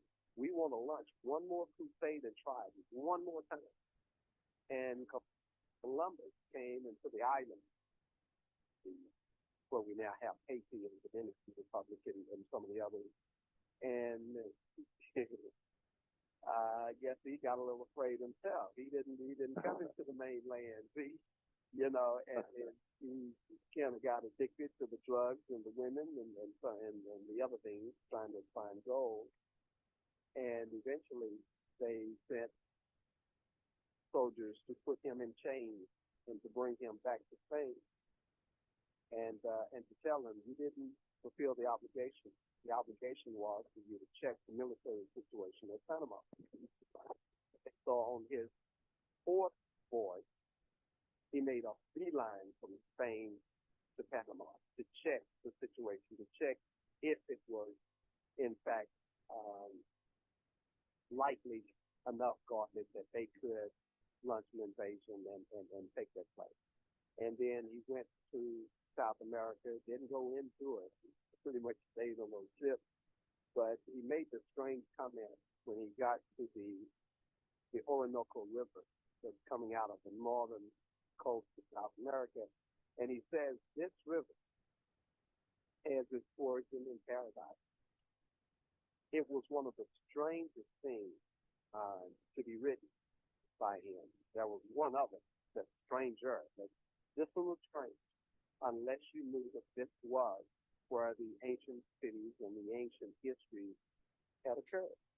And he was right. The Orinoco River does originate in the mountains of South America, where Jerusalem and some of the other holy places were, and where Adam had lived. Adam, I want to say this. Let's hold this one. Adam. No, this is a cult science radio. There's no whole bar here. We'll bring him out later. Adam is in the Egyptian records. He is named in the Egyptian records very clearly. You will see him under the name Atum, and Adam becomes Adam. He is Amen. He is the founder of Egypt. That's your Adam of the Genesis account, of the biblical account. It's Atom, A-T-U-M, becomes A-D-A-M. He's the same guy. And it's Amen, under his several names of Amen and Amun and Amun and all of those. So when you get into the biblical records, you're going to get to Revelations 3 and 14. You're going to see a strange verse that talks about this man called Amen, A-M-E-N, who lived at the first of creation. Well, for you to understand that, you have to understand that Genesis is not talking about the creation of the world. That's a mistake that we thought Genesis is talking about. Genesis is a record of Egypt, of the African nation, the empire that became known as Egypt. These are the Egyptian priests writing the history of their nation. And that part was adopted and put into the biblical writings along with later accounts of what was happening in Egypt. And so they're beginning it at the formation of Egypt when Amen made it. That's why when Cain killed his brother, he's concerned that people in the world will kill him for the murder that he's committed. And it says that when he left this place, he went into a city and took himself a wife. Well, if you've got Adam and Eve and Cain and Abel, and now Cain has slain his brother, you don't have a city you can go to. You don't have a city of people. You're at the beginning, if this is the beginning of the world. But that's not what that's about. That's an African record about the history of the African civilization that became known as Egypt. Columbus and the churches knew that in his day. He talked about this river Orinoco coming down out of the mountains and saying it originated in paradise. The other strange thing that Columbus mentioned and wrote about, and Washington Irving put it into his biography of Columbus as well, is that Columbus would go around talking about how he was going to capture Jerusalem when he made it into the Americas. Now, some scholars would argue, no, he did not say that he was going to capture Jerusalem in the Americas. Well, we don't have any record of him going to the Middle East to try to capture it over there. He knew that it was over here, and he really did have these high dreams that he would lead the crusade that would recapture ancient Jerusalem. So, when we talk about slave ships and that era, we have to understand that after Columbus, then they sent the armies back in. He had done some of the surveillance work to see where the armies were, some of it. And then they came in. Now, here's the strange thing. When you see Spain come in and capture Mexico, and when they write this history, when Prescott and others wrote this history of the invasion of the Americas, they titled it The Invasion and Capture of Mexico and the Invasion and Capture of Peru. Well, if you look on anybody's map, you'll see how far those two lands are apart. And to find Peru, you really have to know something about the Americas because it's hidden in a mountain on the back side of South America. Well, wow, in a mountain and the other one. But when you talk about an invasion, and you're talking about capturing two places that are as distantly related as Mexico and Peru, that should signal you that something is going on. But that's exactly what was happening.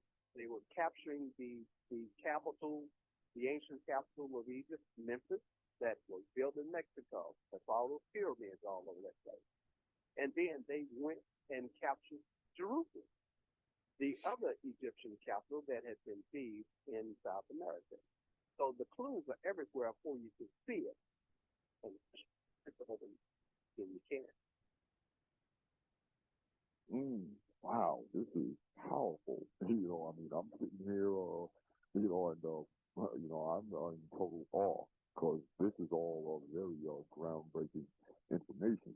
But I wanted to touch on something, brother, that you and I had been discussing just the other day, and just the information that you revealed then, just blew me away. You were talking about Delphi, and please, brother, that's what I am just wanting to lead up to because the little bit of information you dropped off on me then That's why I was so anxious for this evening to come, because I really wanted you to expound on that. Yes, please, share your views and your knowledge on Delphi. Okay. Before we get to Delphi, let's put in one thing because if your listeners are like others who have heard this, they are sitting there thinking, wait a minute, there's a problem in all this. We've got pyramids on the Nile in Northeast Africa. We have Egypt there. Why would you say that Egypt is in the Americas when we can clearly see that Egypt is right here where these pyramids and the Sphinx are? To clear that up, you have to understand that there was an African civil war in the Americas. The biblical writings refer to it in their writings under the book called Exodus and some of those nearby. When these blacks revolted and had this civil war against the other blacks that were Egypt in the Americas, that tore Egypt apart. When you read what was happening in those wars and the killings, the outright slaughters, they will shame what's happening at Rwanda and some of these other places now. Or they will show you that those same kinds of horrendous things were going on in ancient times. And that's what was happening. And they had the upper hand. They were stronger under Moses and Joshua and some of these other African leaders. And they were winning against the African cities that were in Egypt. And when you read that they were going to destroy them to their very roots, was the understanding. Then those that were able got out of the Americas. They fled that were running Egypt. And they went, they couldn't go to West Africa because that was one of the bases for the blacks that were known as Hebrews. They had made it to West Africa out of the Americas before they launched their attack on the Americas. So they couldn't go to West Africa. That was the strength. That was walking into the mouth of the lion. So they went around to the eastern side of Africa and formed a second civilization there, an offshoot of the one that had come here. Now, to be clear, the Africans who had formed the Egypt in the Americas had come from Africa to begin with. So the ideas that they brought to the Americans were already flowering in Africa. And when you look at Chep's temple on the Nile, the ancient temple there, you know, it's clearly written when they talk about the expedition's front that Egypt's understanding is that they had come from a civilization that was on the eastern side of Africa where this expedition went to. And you can look at the animals that are being loaded on the ship in those drawings, and you can get an idea about where that place was and about where at least the Egyptians during the time of Hatshepsut were saying that they thought they had originally come from. So if the Africans from Eastern Africa had made their way into the Americas and that became the beginning of the Eastern Americas, so be it. But now they had come back to the eastern side of Africa and started building that Egypt. So archaeologists will tell you we see all these monumental buildings going on from the 12th dynasty coming forward. And that's exactly where I found the autobiography of Moses. It was in the 12th dynasty of Egypt. So it's all right there in the records for you to see what was going on and to be able to piece this thing together. Once they got to the eastern side of Africa, now you've got two Egypts.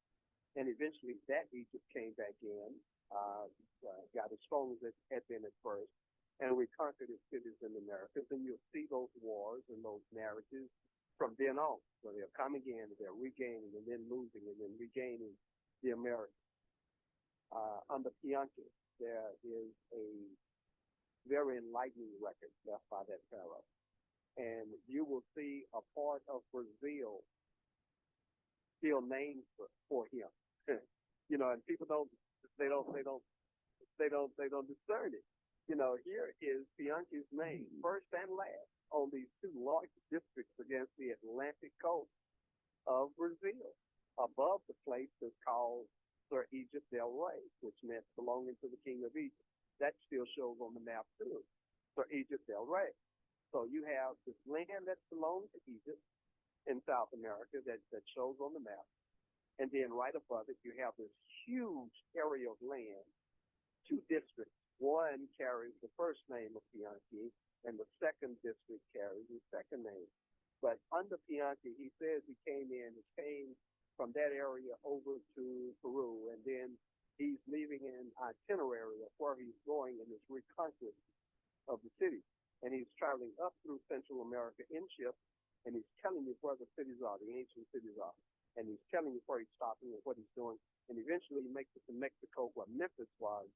And he left this record that tells you that when he got to Memphis, he just started cursing, because it was out on an island and they could find no way to attack this city that was out on this island.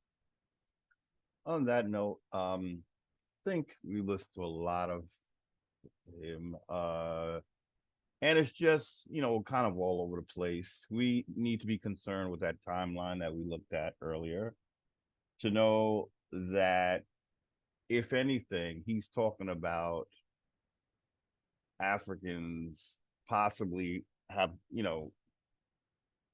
that have, come here after we are already established as a kingdom. So that's all we are concerned about. All the little other things he's talking about is really neither here nor there. We just need him to admit that the first establishing of Egypt was not done by Africans, but by those who he are calling African Americans. And we weren't called that again till 1988, when Jesse Jackson coined it before Congress and all of that. Then it's like all of a sudden now we are African American.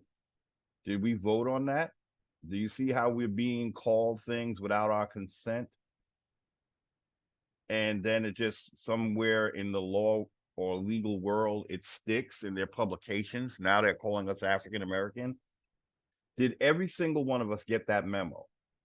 No, right? So that's exactly what's happening with Horace Butler here. He's using a misnomer as if it was actually us, and it's not. We're American Indians. And people like him should really, tell the truth. You tell him half truth, but why don't you just go ahead and tell the full truth? Okay. Same thing with this guy here. So the first Americans were Africans, he says. But then look how he parlays that information. We're just doing a synopsis. This is David Imhotep's book. And he wants even more money for this, where he's regurgitating basically, this is a synopsis of his book. The claim of an African presence in a new world centuries before Christopher Columbus arrived. Several other historical accounts support this claim. For example, the launching of the great ships of Mali in 1310. So Dr. David Imhotep's, the first Americans were, they trying to fancy it up here. That's not what his book says. He says the first Americans were Africans. He didn't say, let's look at it again. The first Americans were Africans. He didn't say nothing about Indians, but this writer is trying, we have to rewrite what our authors are saying to make it a little more accurate than they are admitting, So the first Americans were, and he's talking about this book, Dr. David Imhotep, that is this book, and that's the title. And here, where does it say Dr. David Imhotep? Where does it say? There it is, Dr. David Imhotep, right? So this doesn't say anything about Indians, right? But this writer had to get a little fancy. The first Americans were Black Indians of African descent. We were not of African descent. Because again, he's talking about his first example of Africans coming here. He's saying there's several. No, we only found two. One was Ramses III, and the other one was this one you're talking about, the ships all these 2,500 ships from Mali. What the hell was that fleet week about? Why so many ships coming to America? To create an illusion that what? It brought a bunch of Africans here? No, it was us, American Indians. The expedition of the Mandingo King in 1311 and many others. Well, you better start talking about them others because this one is very faulty. The unmistakable face and handprint of Black Africans in pre-Columbian America. No, they were American Indians. This is why we're being called African American, folks, because Africa has a interest in owning our legacy, but then she's saying that she's first, and that we weren't here already. She brought us here, or how we got here is from Africa. No, we didn't. No, we didn't. Okay, so I just wanted to quickly show how they break down David Imhotep's book. And that's the example they give us. This is the star example of Mali. And that's only in 1310. It's too late in the game. This is not 1310. He's talking about Common Era, not BC. So I just want to show you that. From there, I think we're going to close now because this was our main objective today, was going through here's 3 ancient civilizations you've never heard of. It doesn't matter because we heard of Kush. But Converse of Egypt, Kush and the Romans, the Nox civilization. Okay, but you see, this is not, the vast majority of terracotta figures have been found in Nigeria date back to 500 BCE. Okay, so that's still not old enough. 1500 BCE is not old enough. 500 BC and 200 CE is not old enough. So the Axum, we did Axum, so no. What is the date you're giving?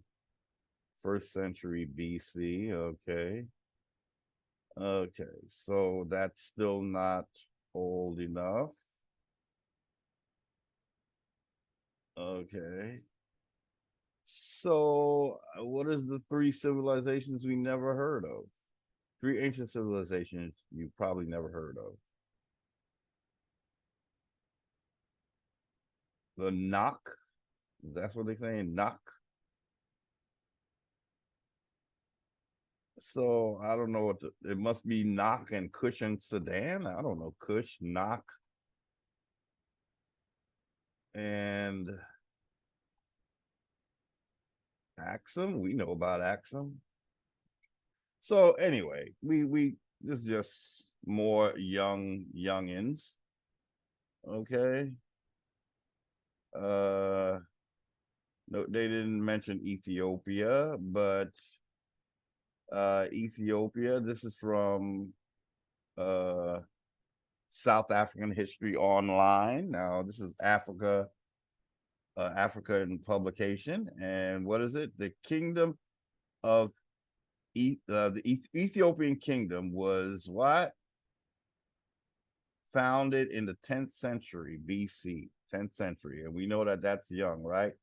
10th century is somewhere here. Wait, no, would that be 1000 BC? 10th century? 10th century, okay, let's look. 10th century BC. When was the 10th century? The 10th century. We just making sure. 10th century.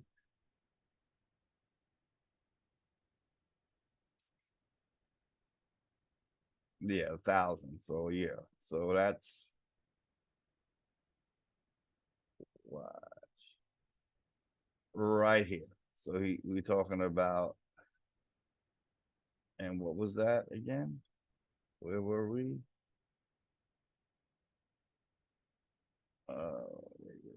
Was it here? No, where were we at just now?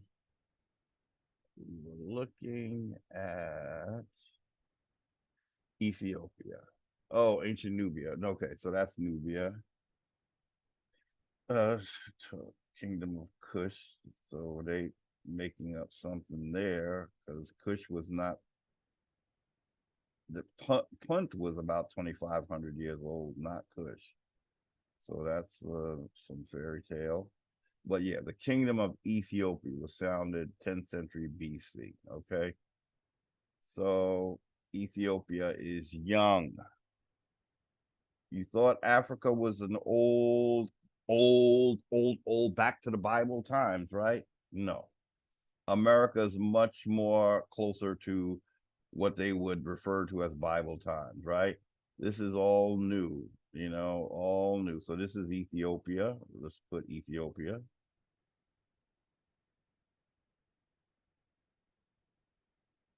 Young compared to America. Ethiopia. Now this is what they're saying the Greeks called these people Ethiopians. So they are 10th century BC, 10th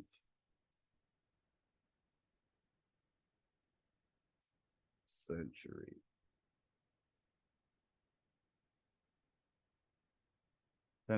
Let's listen.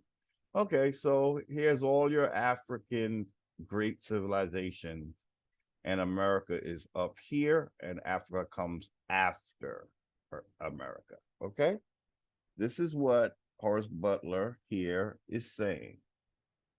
But we have to, clarify what he's saying, okay? Because he's not trying to really be forthcoming. So I think that's what we'll leave off for now. Thank you for staying tuned as long as you did. I just really needed to get Africa up close and personal in terms of this timeline to see, is Africa older than America? No, she is not. None of her civilizations are, in fact, older than ancient Tameri. We might leave off on one other. Now, this is a shorter video from Horace Butler. Remember, we can't really trust Mr. Butler, but let's end on this last video with him, okay? Fair use. Let me share the screen one more time.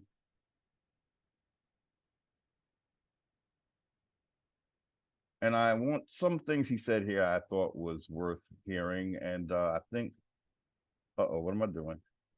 Okay, is this it? Pyramid on the Nile and Northeast Africa doesn't have stair steps going up it. It doesn't have triples on top of its summit. They could not go and break through the boat on the temples atop those great pyramids. There are none there. Fair use. And that was the clue that Egypt was writing about the Americans. And the deeper I got into the records, the clearer it got. They started actually saying, and because Amen loved that land so much, Amen. This is the love land. He means Ra, the beloved. Mary, M-E-R-I, Mary. And the land, of course, as before, is Ta. So you have the land, the beloved land, Mary. And they kept that name and just put the Ta on the end of it. So Mary became a Mary Ta. We simply say America. Now, if you'll recall, I don't know if in my last video, I talked about how the priesthood likes to switch up the names by they take off the beginning of the word, the person, place, or thing, and they'll either replace it or they'll put it at the end of the word. So what he just said is that's what they did with Ta Mary.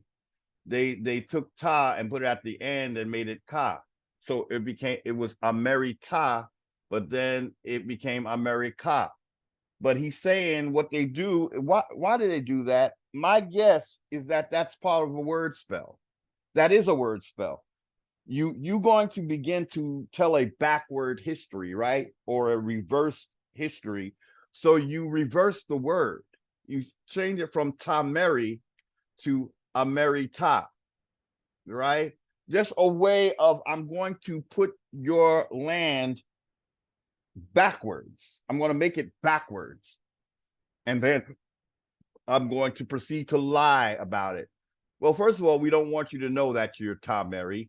So that's part of the reason why we're changing the word, but it's also a word spell. But so I just want to show, I'm glad I showed that because I want to show that this is what we're talking about. When you take a prefix and you make it a suffix, you know, and that's what he just said. Let's play it again. So you have the land, the beloved land, Tameri. And they kept that name and just put the ta on the end of it. So Tameri became a America. We simply say America. We kept the name that Jesus gave to the Americans. So that was the big mystery behind that $10 million map that Martin Waldmuller made and then put the name America on it in 1507. And then those who knew and those who were trying to hide things said, wait a minute, you can't put that name on here. And the next time you reprinted that map, it was off. It was gone. So basically he's saying the first Wolsey Muller, that $10 million map, he had Tameri on the map. In the first version of the Wolsey Muller $10 million map. But then when the Moors, the high priest of the Moors and the Amen priesthood decided to lie on America, they had to redo that map and they changed Tameri into America. Okay? That is the secret, he said, of the Wolsey Muller map. Well, you can't see that anymore because they've done away with it. But the Wolsey Muller map is the one that had America as Tameri. Oh, that's the name that Egypt had given the land, Tameri. That's what we called ourselves. Fair use. So now I have Egypt writing about the Americans, but they go further. They don't just talk about we named the Americans. They say it where it was. They said our founders, Amenemhat, Osiris, Isis, all of these. Of course, they use those other names, you know, the Assad and the Aset. Asa, Aset. So he's saying, he first says the Greek versions of their names, Osar, Isis, and Horus. But then he says the original versions of their names was Osar, Aset, and Heru. Okay, so needless to say, these are the oldest deities. If you go with where Egypt began in the Americas, and now we looked at basically all the great civilizations of Africa, so now we know what deities came first before any other of those deities, either in the Yoruba, no Yoruba deities, right? Because they don't go back as far as 3,400 BC, right? So who are the first gods? That would be Ra, what they call Isis or Aset, Osiris or Osar, Horus or Heru. Again, those are the Greek versions. Osiris is the Greek version of Osar. Isis is the Greek version of Aset or Aset. Horus is the Greek version of Heru. These are the oldest deities known to mankind. This is what the Moors don't talk about. Now, again, we have the Moors, they want to talk about how old they are. Right? You know, they're lying, but they want to claim that they're this old ancient Africans, right? Well, why aren't you going to the first known deities? How come you're stopping or beginning with Allah? Okay, so the fact that you don't mention the original deities shows us that you're hiding a lot of information from us, right? You just need us to say that we're you. So once and for all, you never have to deal with those ancient deities known as Osar. Remember, Osar is said to have been murdered by his jealous brother. So in real life, who would be murdering our ancestors by not wanting to talk about them, but always want to talk about Allah, who comes what? In the Common Era? 7th century? That's how far back y'all going? So what about them ancestors that existed in ancient Tamari? Oh, you don't want to talk about them.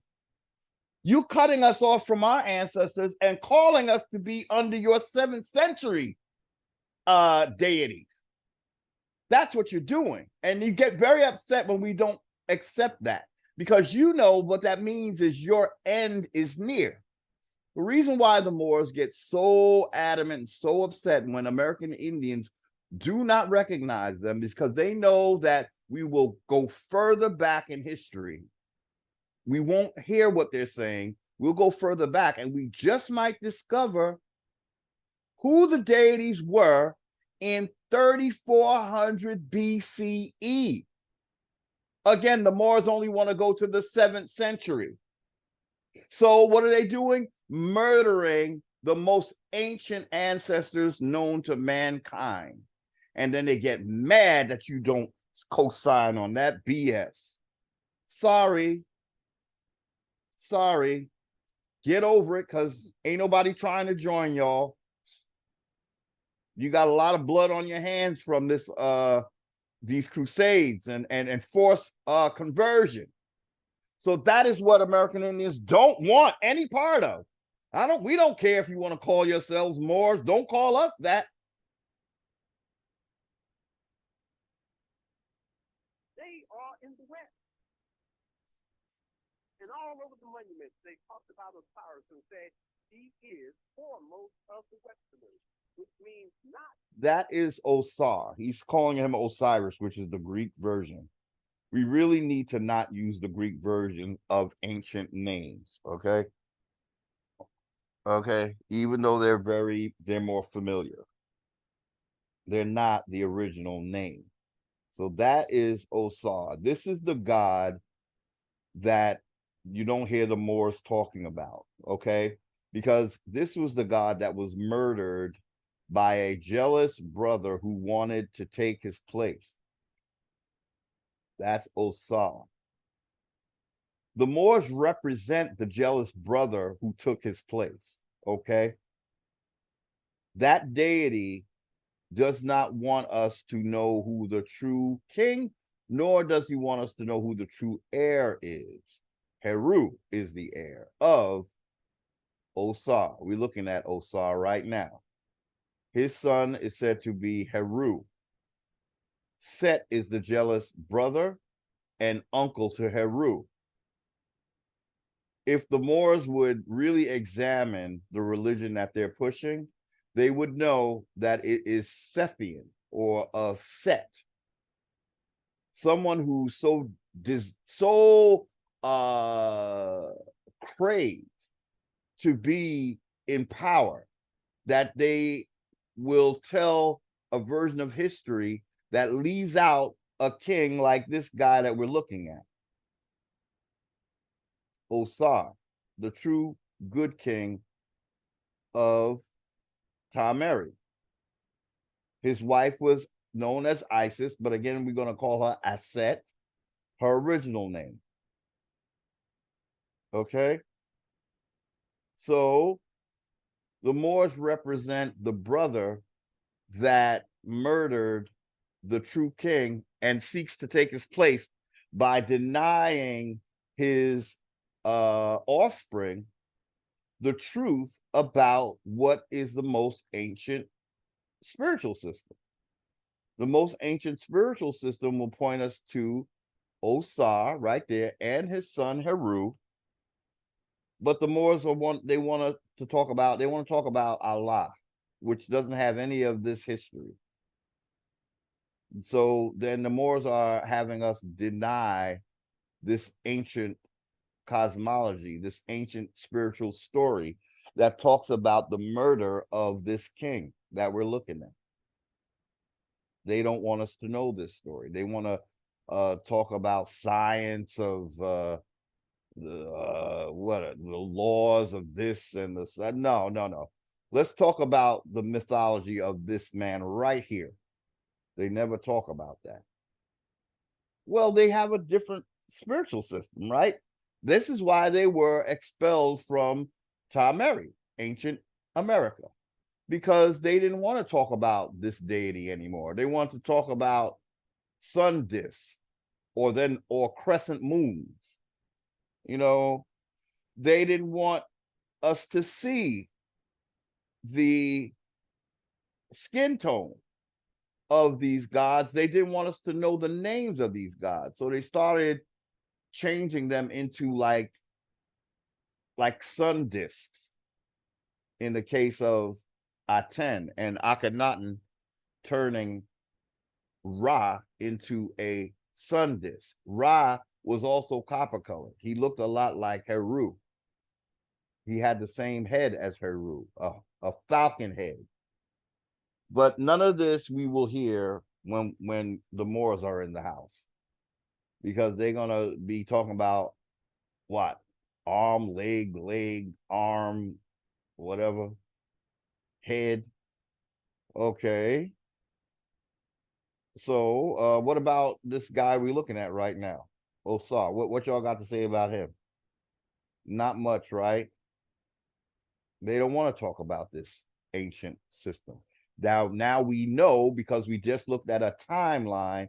Now we know how old that ancient system is that talks about this deity, Osar.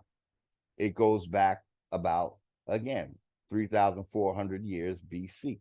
And there's nothing in Africa older than this. Okay. In the front of, Fair use. he was the most worshipped throughout in the West. And not just his dead spirit, they were talking about the man himself being in the West. So now I have those right. There's Osar seated on his throne. Okay.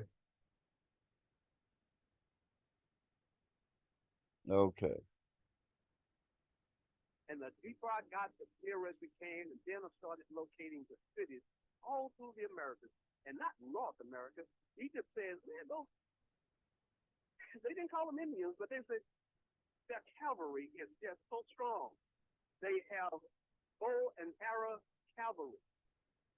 They are on horseback, and they are so strong, it's just devastating to us to try to take that land. So I tell you what, we're going to cut it right off at that river, and that's why all these pyramids are showing up from Mexico going down south, because those Apaches and Comanches and whatever other tribes were there, black tribes and others were. I just want to look at this map for a minute. Chiapas? Is that Chops? You know, they talk about the pyramid of Chops or Cheops, but is that the original here in Chiapas? Okay. This is where ancient Tameri Egypt was. This was called, I believe, Lower Egypt in Mexico. Okay. But they have all these Spanish names. See, that's because the Moors had an interest in renaming these so it would look like they had no connection to the American Indian after you get all these Spanish speaking coming with Columbus, right? And you Latinizing our most sacred land sites, right? Well, whooping Egypt's own fears. They did leave the record, though, that Osiris got as far as Washington, D.C. He said, I got to this land, and in this land in the north, I got to the place of the river with the largest, widest mouth. And I immediately ran to the Mississippi. I started looking around trying to see, well, where is he? I'm trying to see where Osiris is. I see that city called Baton Rouge. I know that's talking about, it's got Aton's name in it, Aton, Baton Rouge. you know, Atan, red. Aten. And I'm looking at it. Kind of sounds like it might be an Egypt connection. I'm looking for it, but that was wrong. They said, no, when you get to that place, that's Tatooine. That's an island. That's a large island. Look at that island here called no Tatooine. And then understanding comes in. Just wait a minute. Let's look at the map again. See where the Mississippi River split, and one goes over toward New Orleans, and the other one goes down toward Alexandria. Well, yeah. So, well, you know, when you have a Mississippi River that splits in two, then the land between those two rivers is an island, because on the south side of it is the Gulf of Mexico. All that land is an island. I was like, oh man, here is Tatooine. But he says, but that's not where I went to. He said, that's not the river I'm talking about. He said, this one has a huge mouth. And then I looked further up, and there it was. There's the Potomac and all of those waterways coming together, the Chesapeake, and making this huge mouth to this river before it empties into the Atlantic. And they say, when you get to that place, there's going to be a city designed, laid out in the shape of a parallelogram, which is like a rectangle, square. And that's coming. If they didn't lay out Washington, D.C. in the exact same configuration that ancient Egypt said, that city was Egypt. And then they stuck an obelisk there. He just wrote about that. The obelisk. The obelisk is representative of that king that we just saw, Osar. It's representative of his penis. And that's only for adults who are not children and who are trying to understand what our ancients was telling us. Okay? It has nothing to do with being gay or anything of that nature. Okay? But a simple mind and an immature mind will make it that. But he's saying that basically the culture went as far as DC. So let's play that again. Waterways coming together, the Chesapeake, and making this huge mouth to this river before it empties into the Atlantic. And they say, when you get to that place, there's going to be a city designed, laid out in the shape of a parallelogram, which is like a rectangle, square. And that's coming. If they didn't lay out Washington, D.C. in the exact same configuration that ancient Egypt said, that city was Egypt. And then they stuck an obelisk there. He just wrote about that. They just said it was too hard to keep control of that land with that very strong horseback army of bow and arrow shooting warriors. So then we go down toward the south. Okay, we have the northern extent. Let's go south. And we went through Central America, and our father cities there. And it will surprise you to know that Egypt actually built this city that we call Troy. Troy is in Central America. If you don't know the history of it before they start calling it Troy, you will never find it probably. But when Egypt wrote about it, they actually called it with those same letters. One word was T-R-W, Troy. But they said, well, we have another name for that city. We call it Kuban. K-U-B-B-A-N. It means the hidden city, because Troy is way up from the water at a time where major cities were being placed on the waterway, because that's how commerce was being conducted by ship. Troy was not. Troy was up in the rainforest, way up in the mountains, hidden. And so Egypt called it Kuban, hidden city. And I'm going to give you something I've never told anybody other than close to so. You want to find Troy? You go find the city that Egypt says its name is Kuban. And you'll find this Maya city called C-O-P-A-N, Copan. And there you will have ancient Troy. That's the African city, Troy. So you go further south, go through Central America. Then you go into South America. I'm looking for Thebes now. Got Memphis, but they said Thebes is Thebes of the West. That's how they wrote it. Thebes of the West. I want to know where it is. And I found it. And the great thing about it is Thebes of the West is the city that David built. That's Jerusalem. It was built to honor the ancient Egyptian ruler, co-founder, the one that most of your listeners will probably recognize as Eru, that others call Horus. The city was built to honor him, and it was laid out in the shape of the hieroglyphic symbol that is his name. When you look in the ancient hieroglyphs that these Africans that we now call Egyptians, That's Heru they wrote the word, the on name the screen. Eru. It's the hawk in profile. Falcon. Our fighter with the wing on the side. That gives you the word H-R-U, or Eru. And they laid out the city in that design. It's still there right now today. When you fly above and look down, there is that hawk. There on the is ground, the wall, Jerusalem. the street, the temples, everything that they had laid that they have knocked down, but the foundations are still there. It shows you the outline of the name of the city. It was ancient Egypt or ancient Africa's Heru. Now, they built a temple there to honor Heru.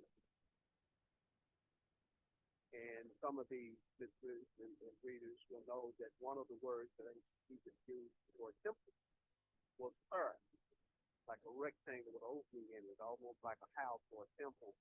And it was P-R, or P-E-R. And so when they have that temple there and they're talking about that place where the famous temple of Heru is, they would say the temple of Heru or Heru. And so now we don't say Heru, we simply say Heru. It's that simple. It's that clear. It's been standing in front of our eyes this entire time. But as long as you let others educate you and tell you what a thing means, and you don't test it, you keep teaching the same error. And that's what was going on. They were getting some knowledge, but they were teaching the errors with the knowledge that they were getting. The Egyptologists knew, but they knew that they were going to hide those Africans. They were going to hide that this was an African civilization because they were trying to justify blacks as being inhuman so that they could make wealth off of them as slaves. And you couldn't say that they were inhuman and uncultivated if you show them with these civilizations. So they distanced them, they divorced the Africans from the Egyptian history, or they attempted to.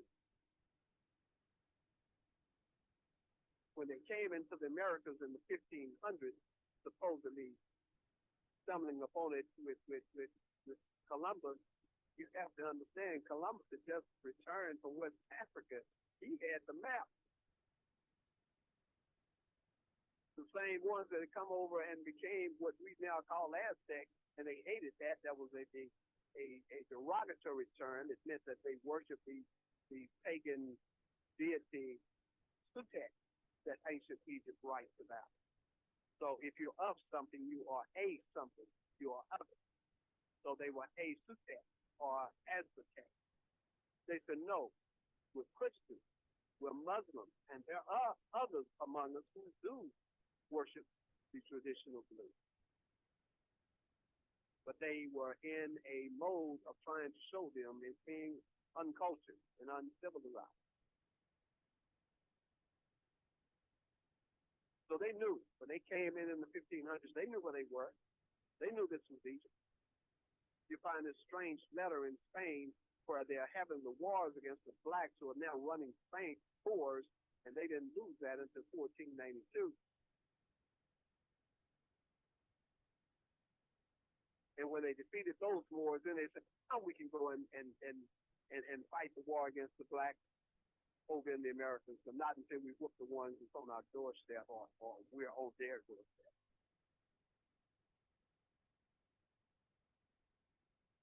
So that's the history that's unfolding. They knew that the Holy Lands were over here, the Vatican with them. And they sent it over to destroy these churches and these people so that the Vatican could be the head of the churches by destroying the other 11 that was in the Americas. And Spain had the right to come in and start trying to get commerce to become rich off of the gold and the other things that the African cities and with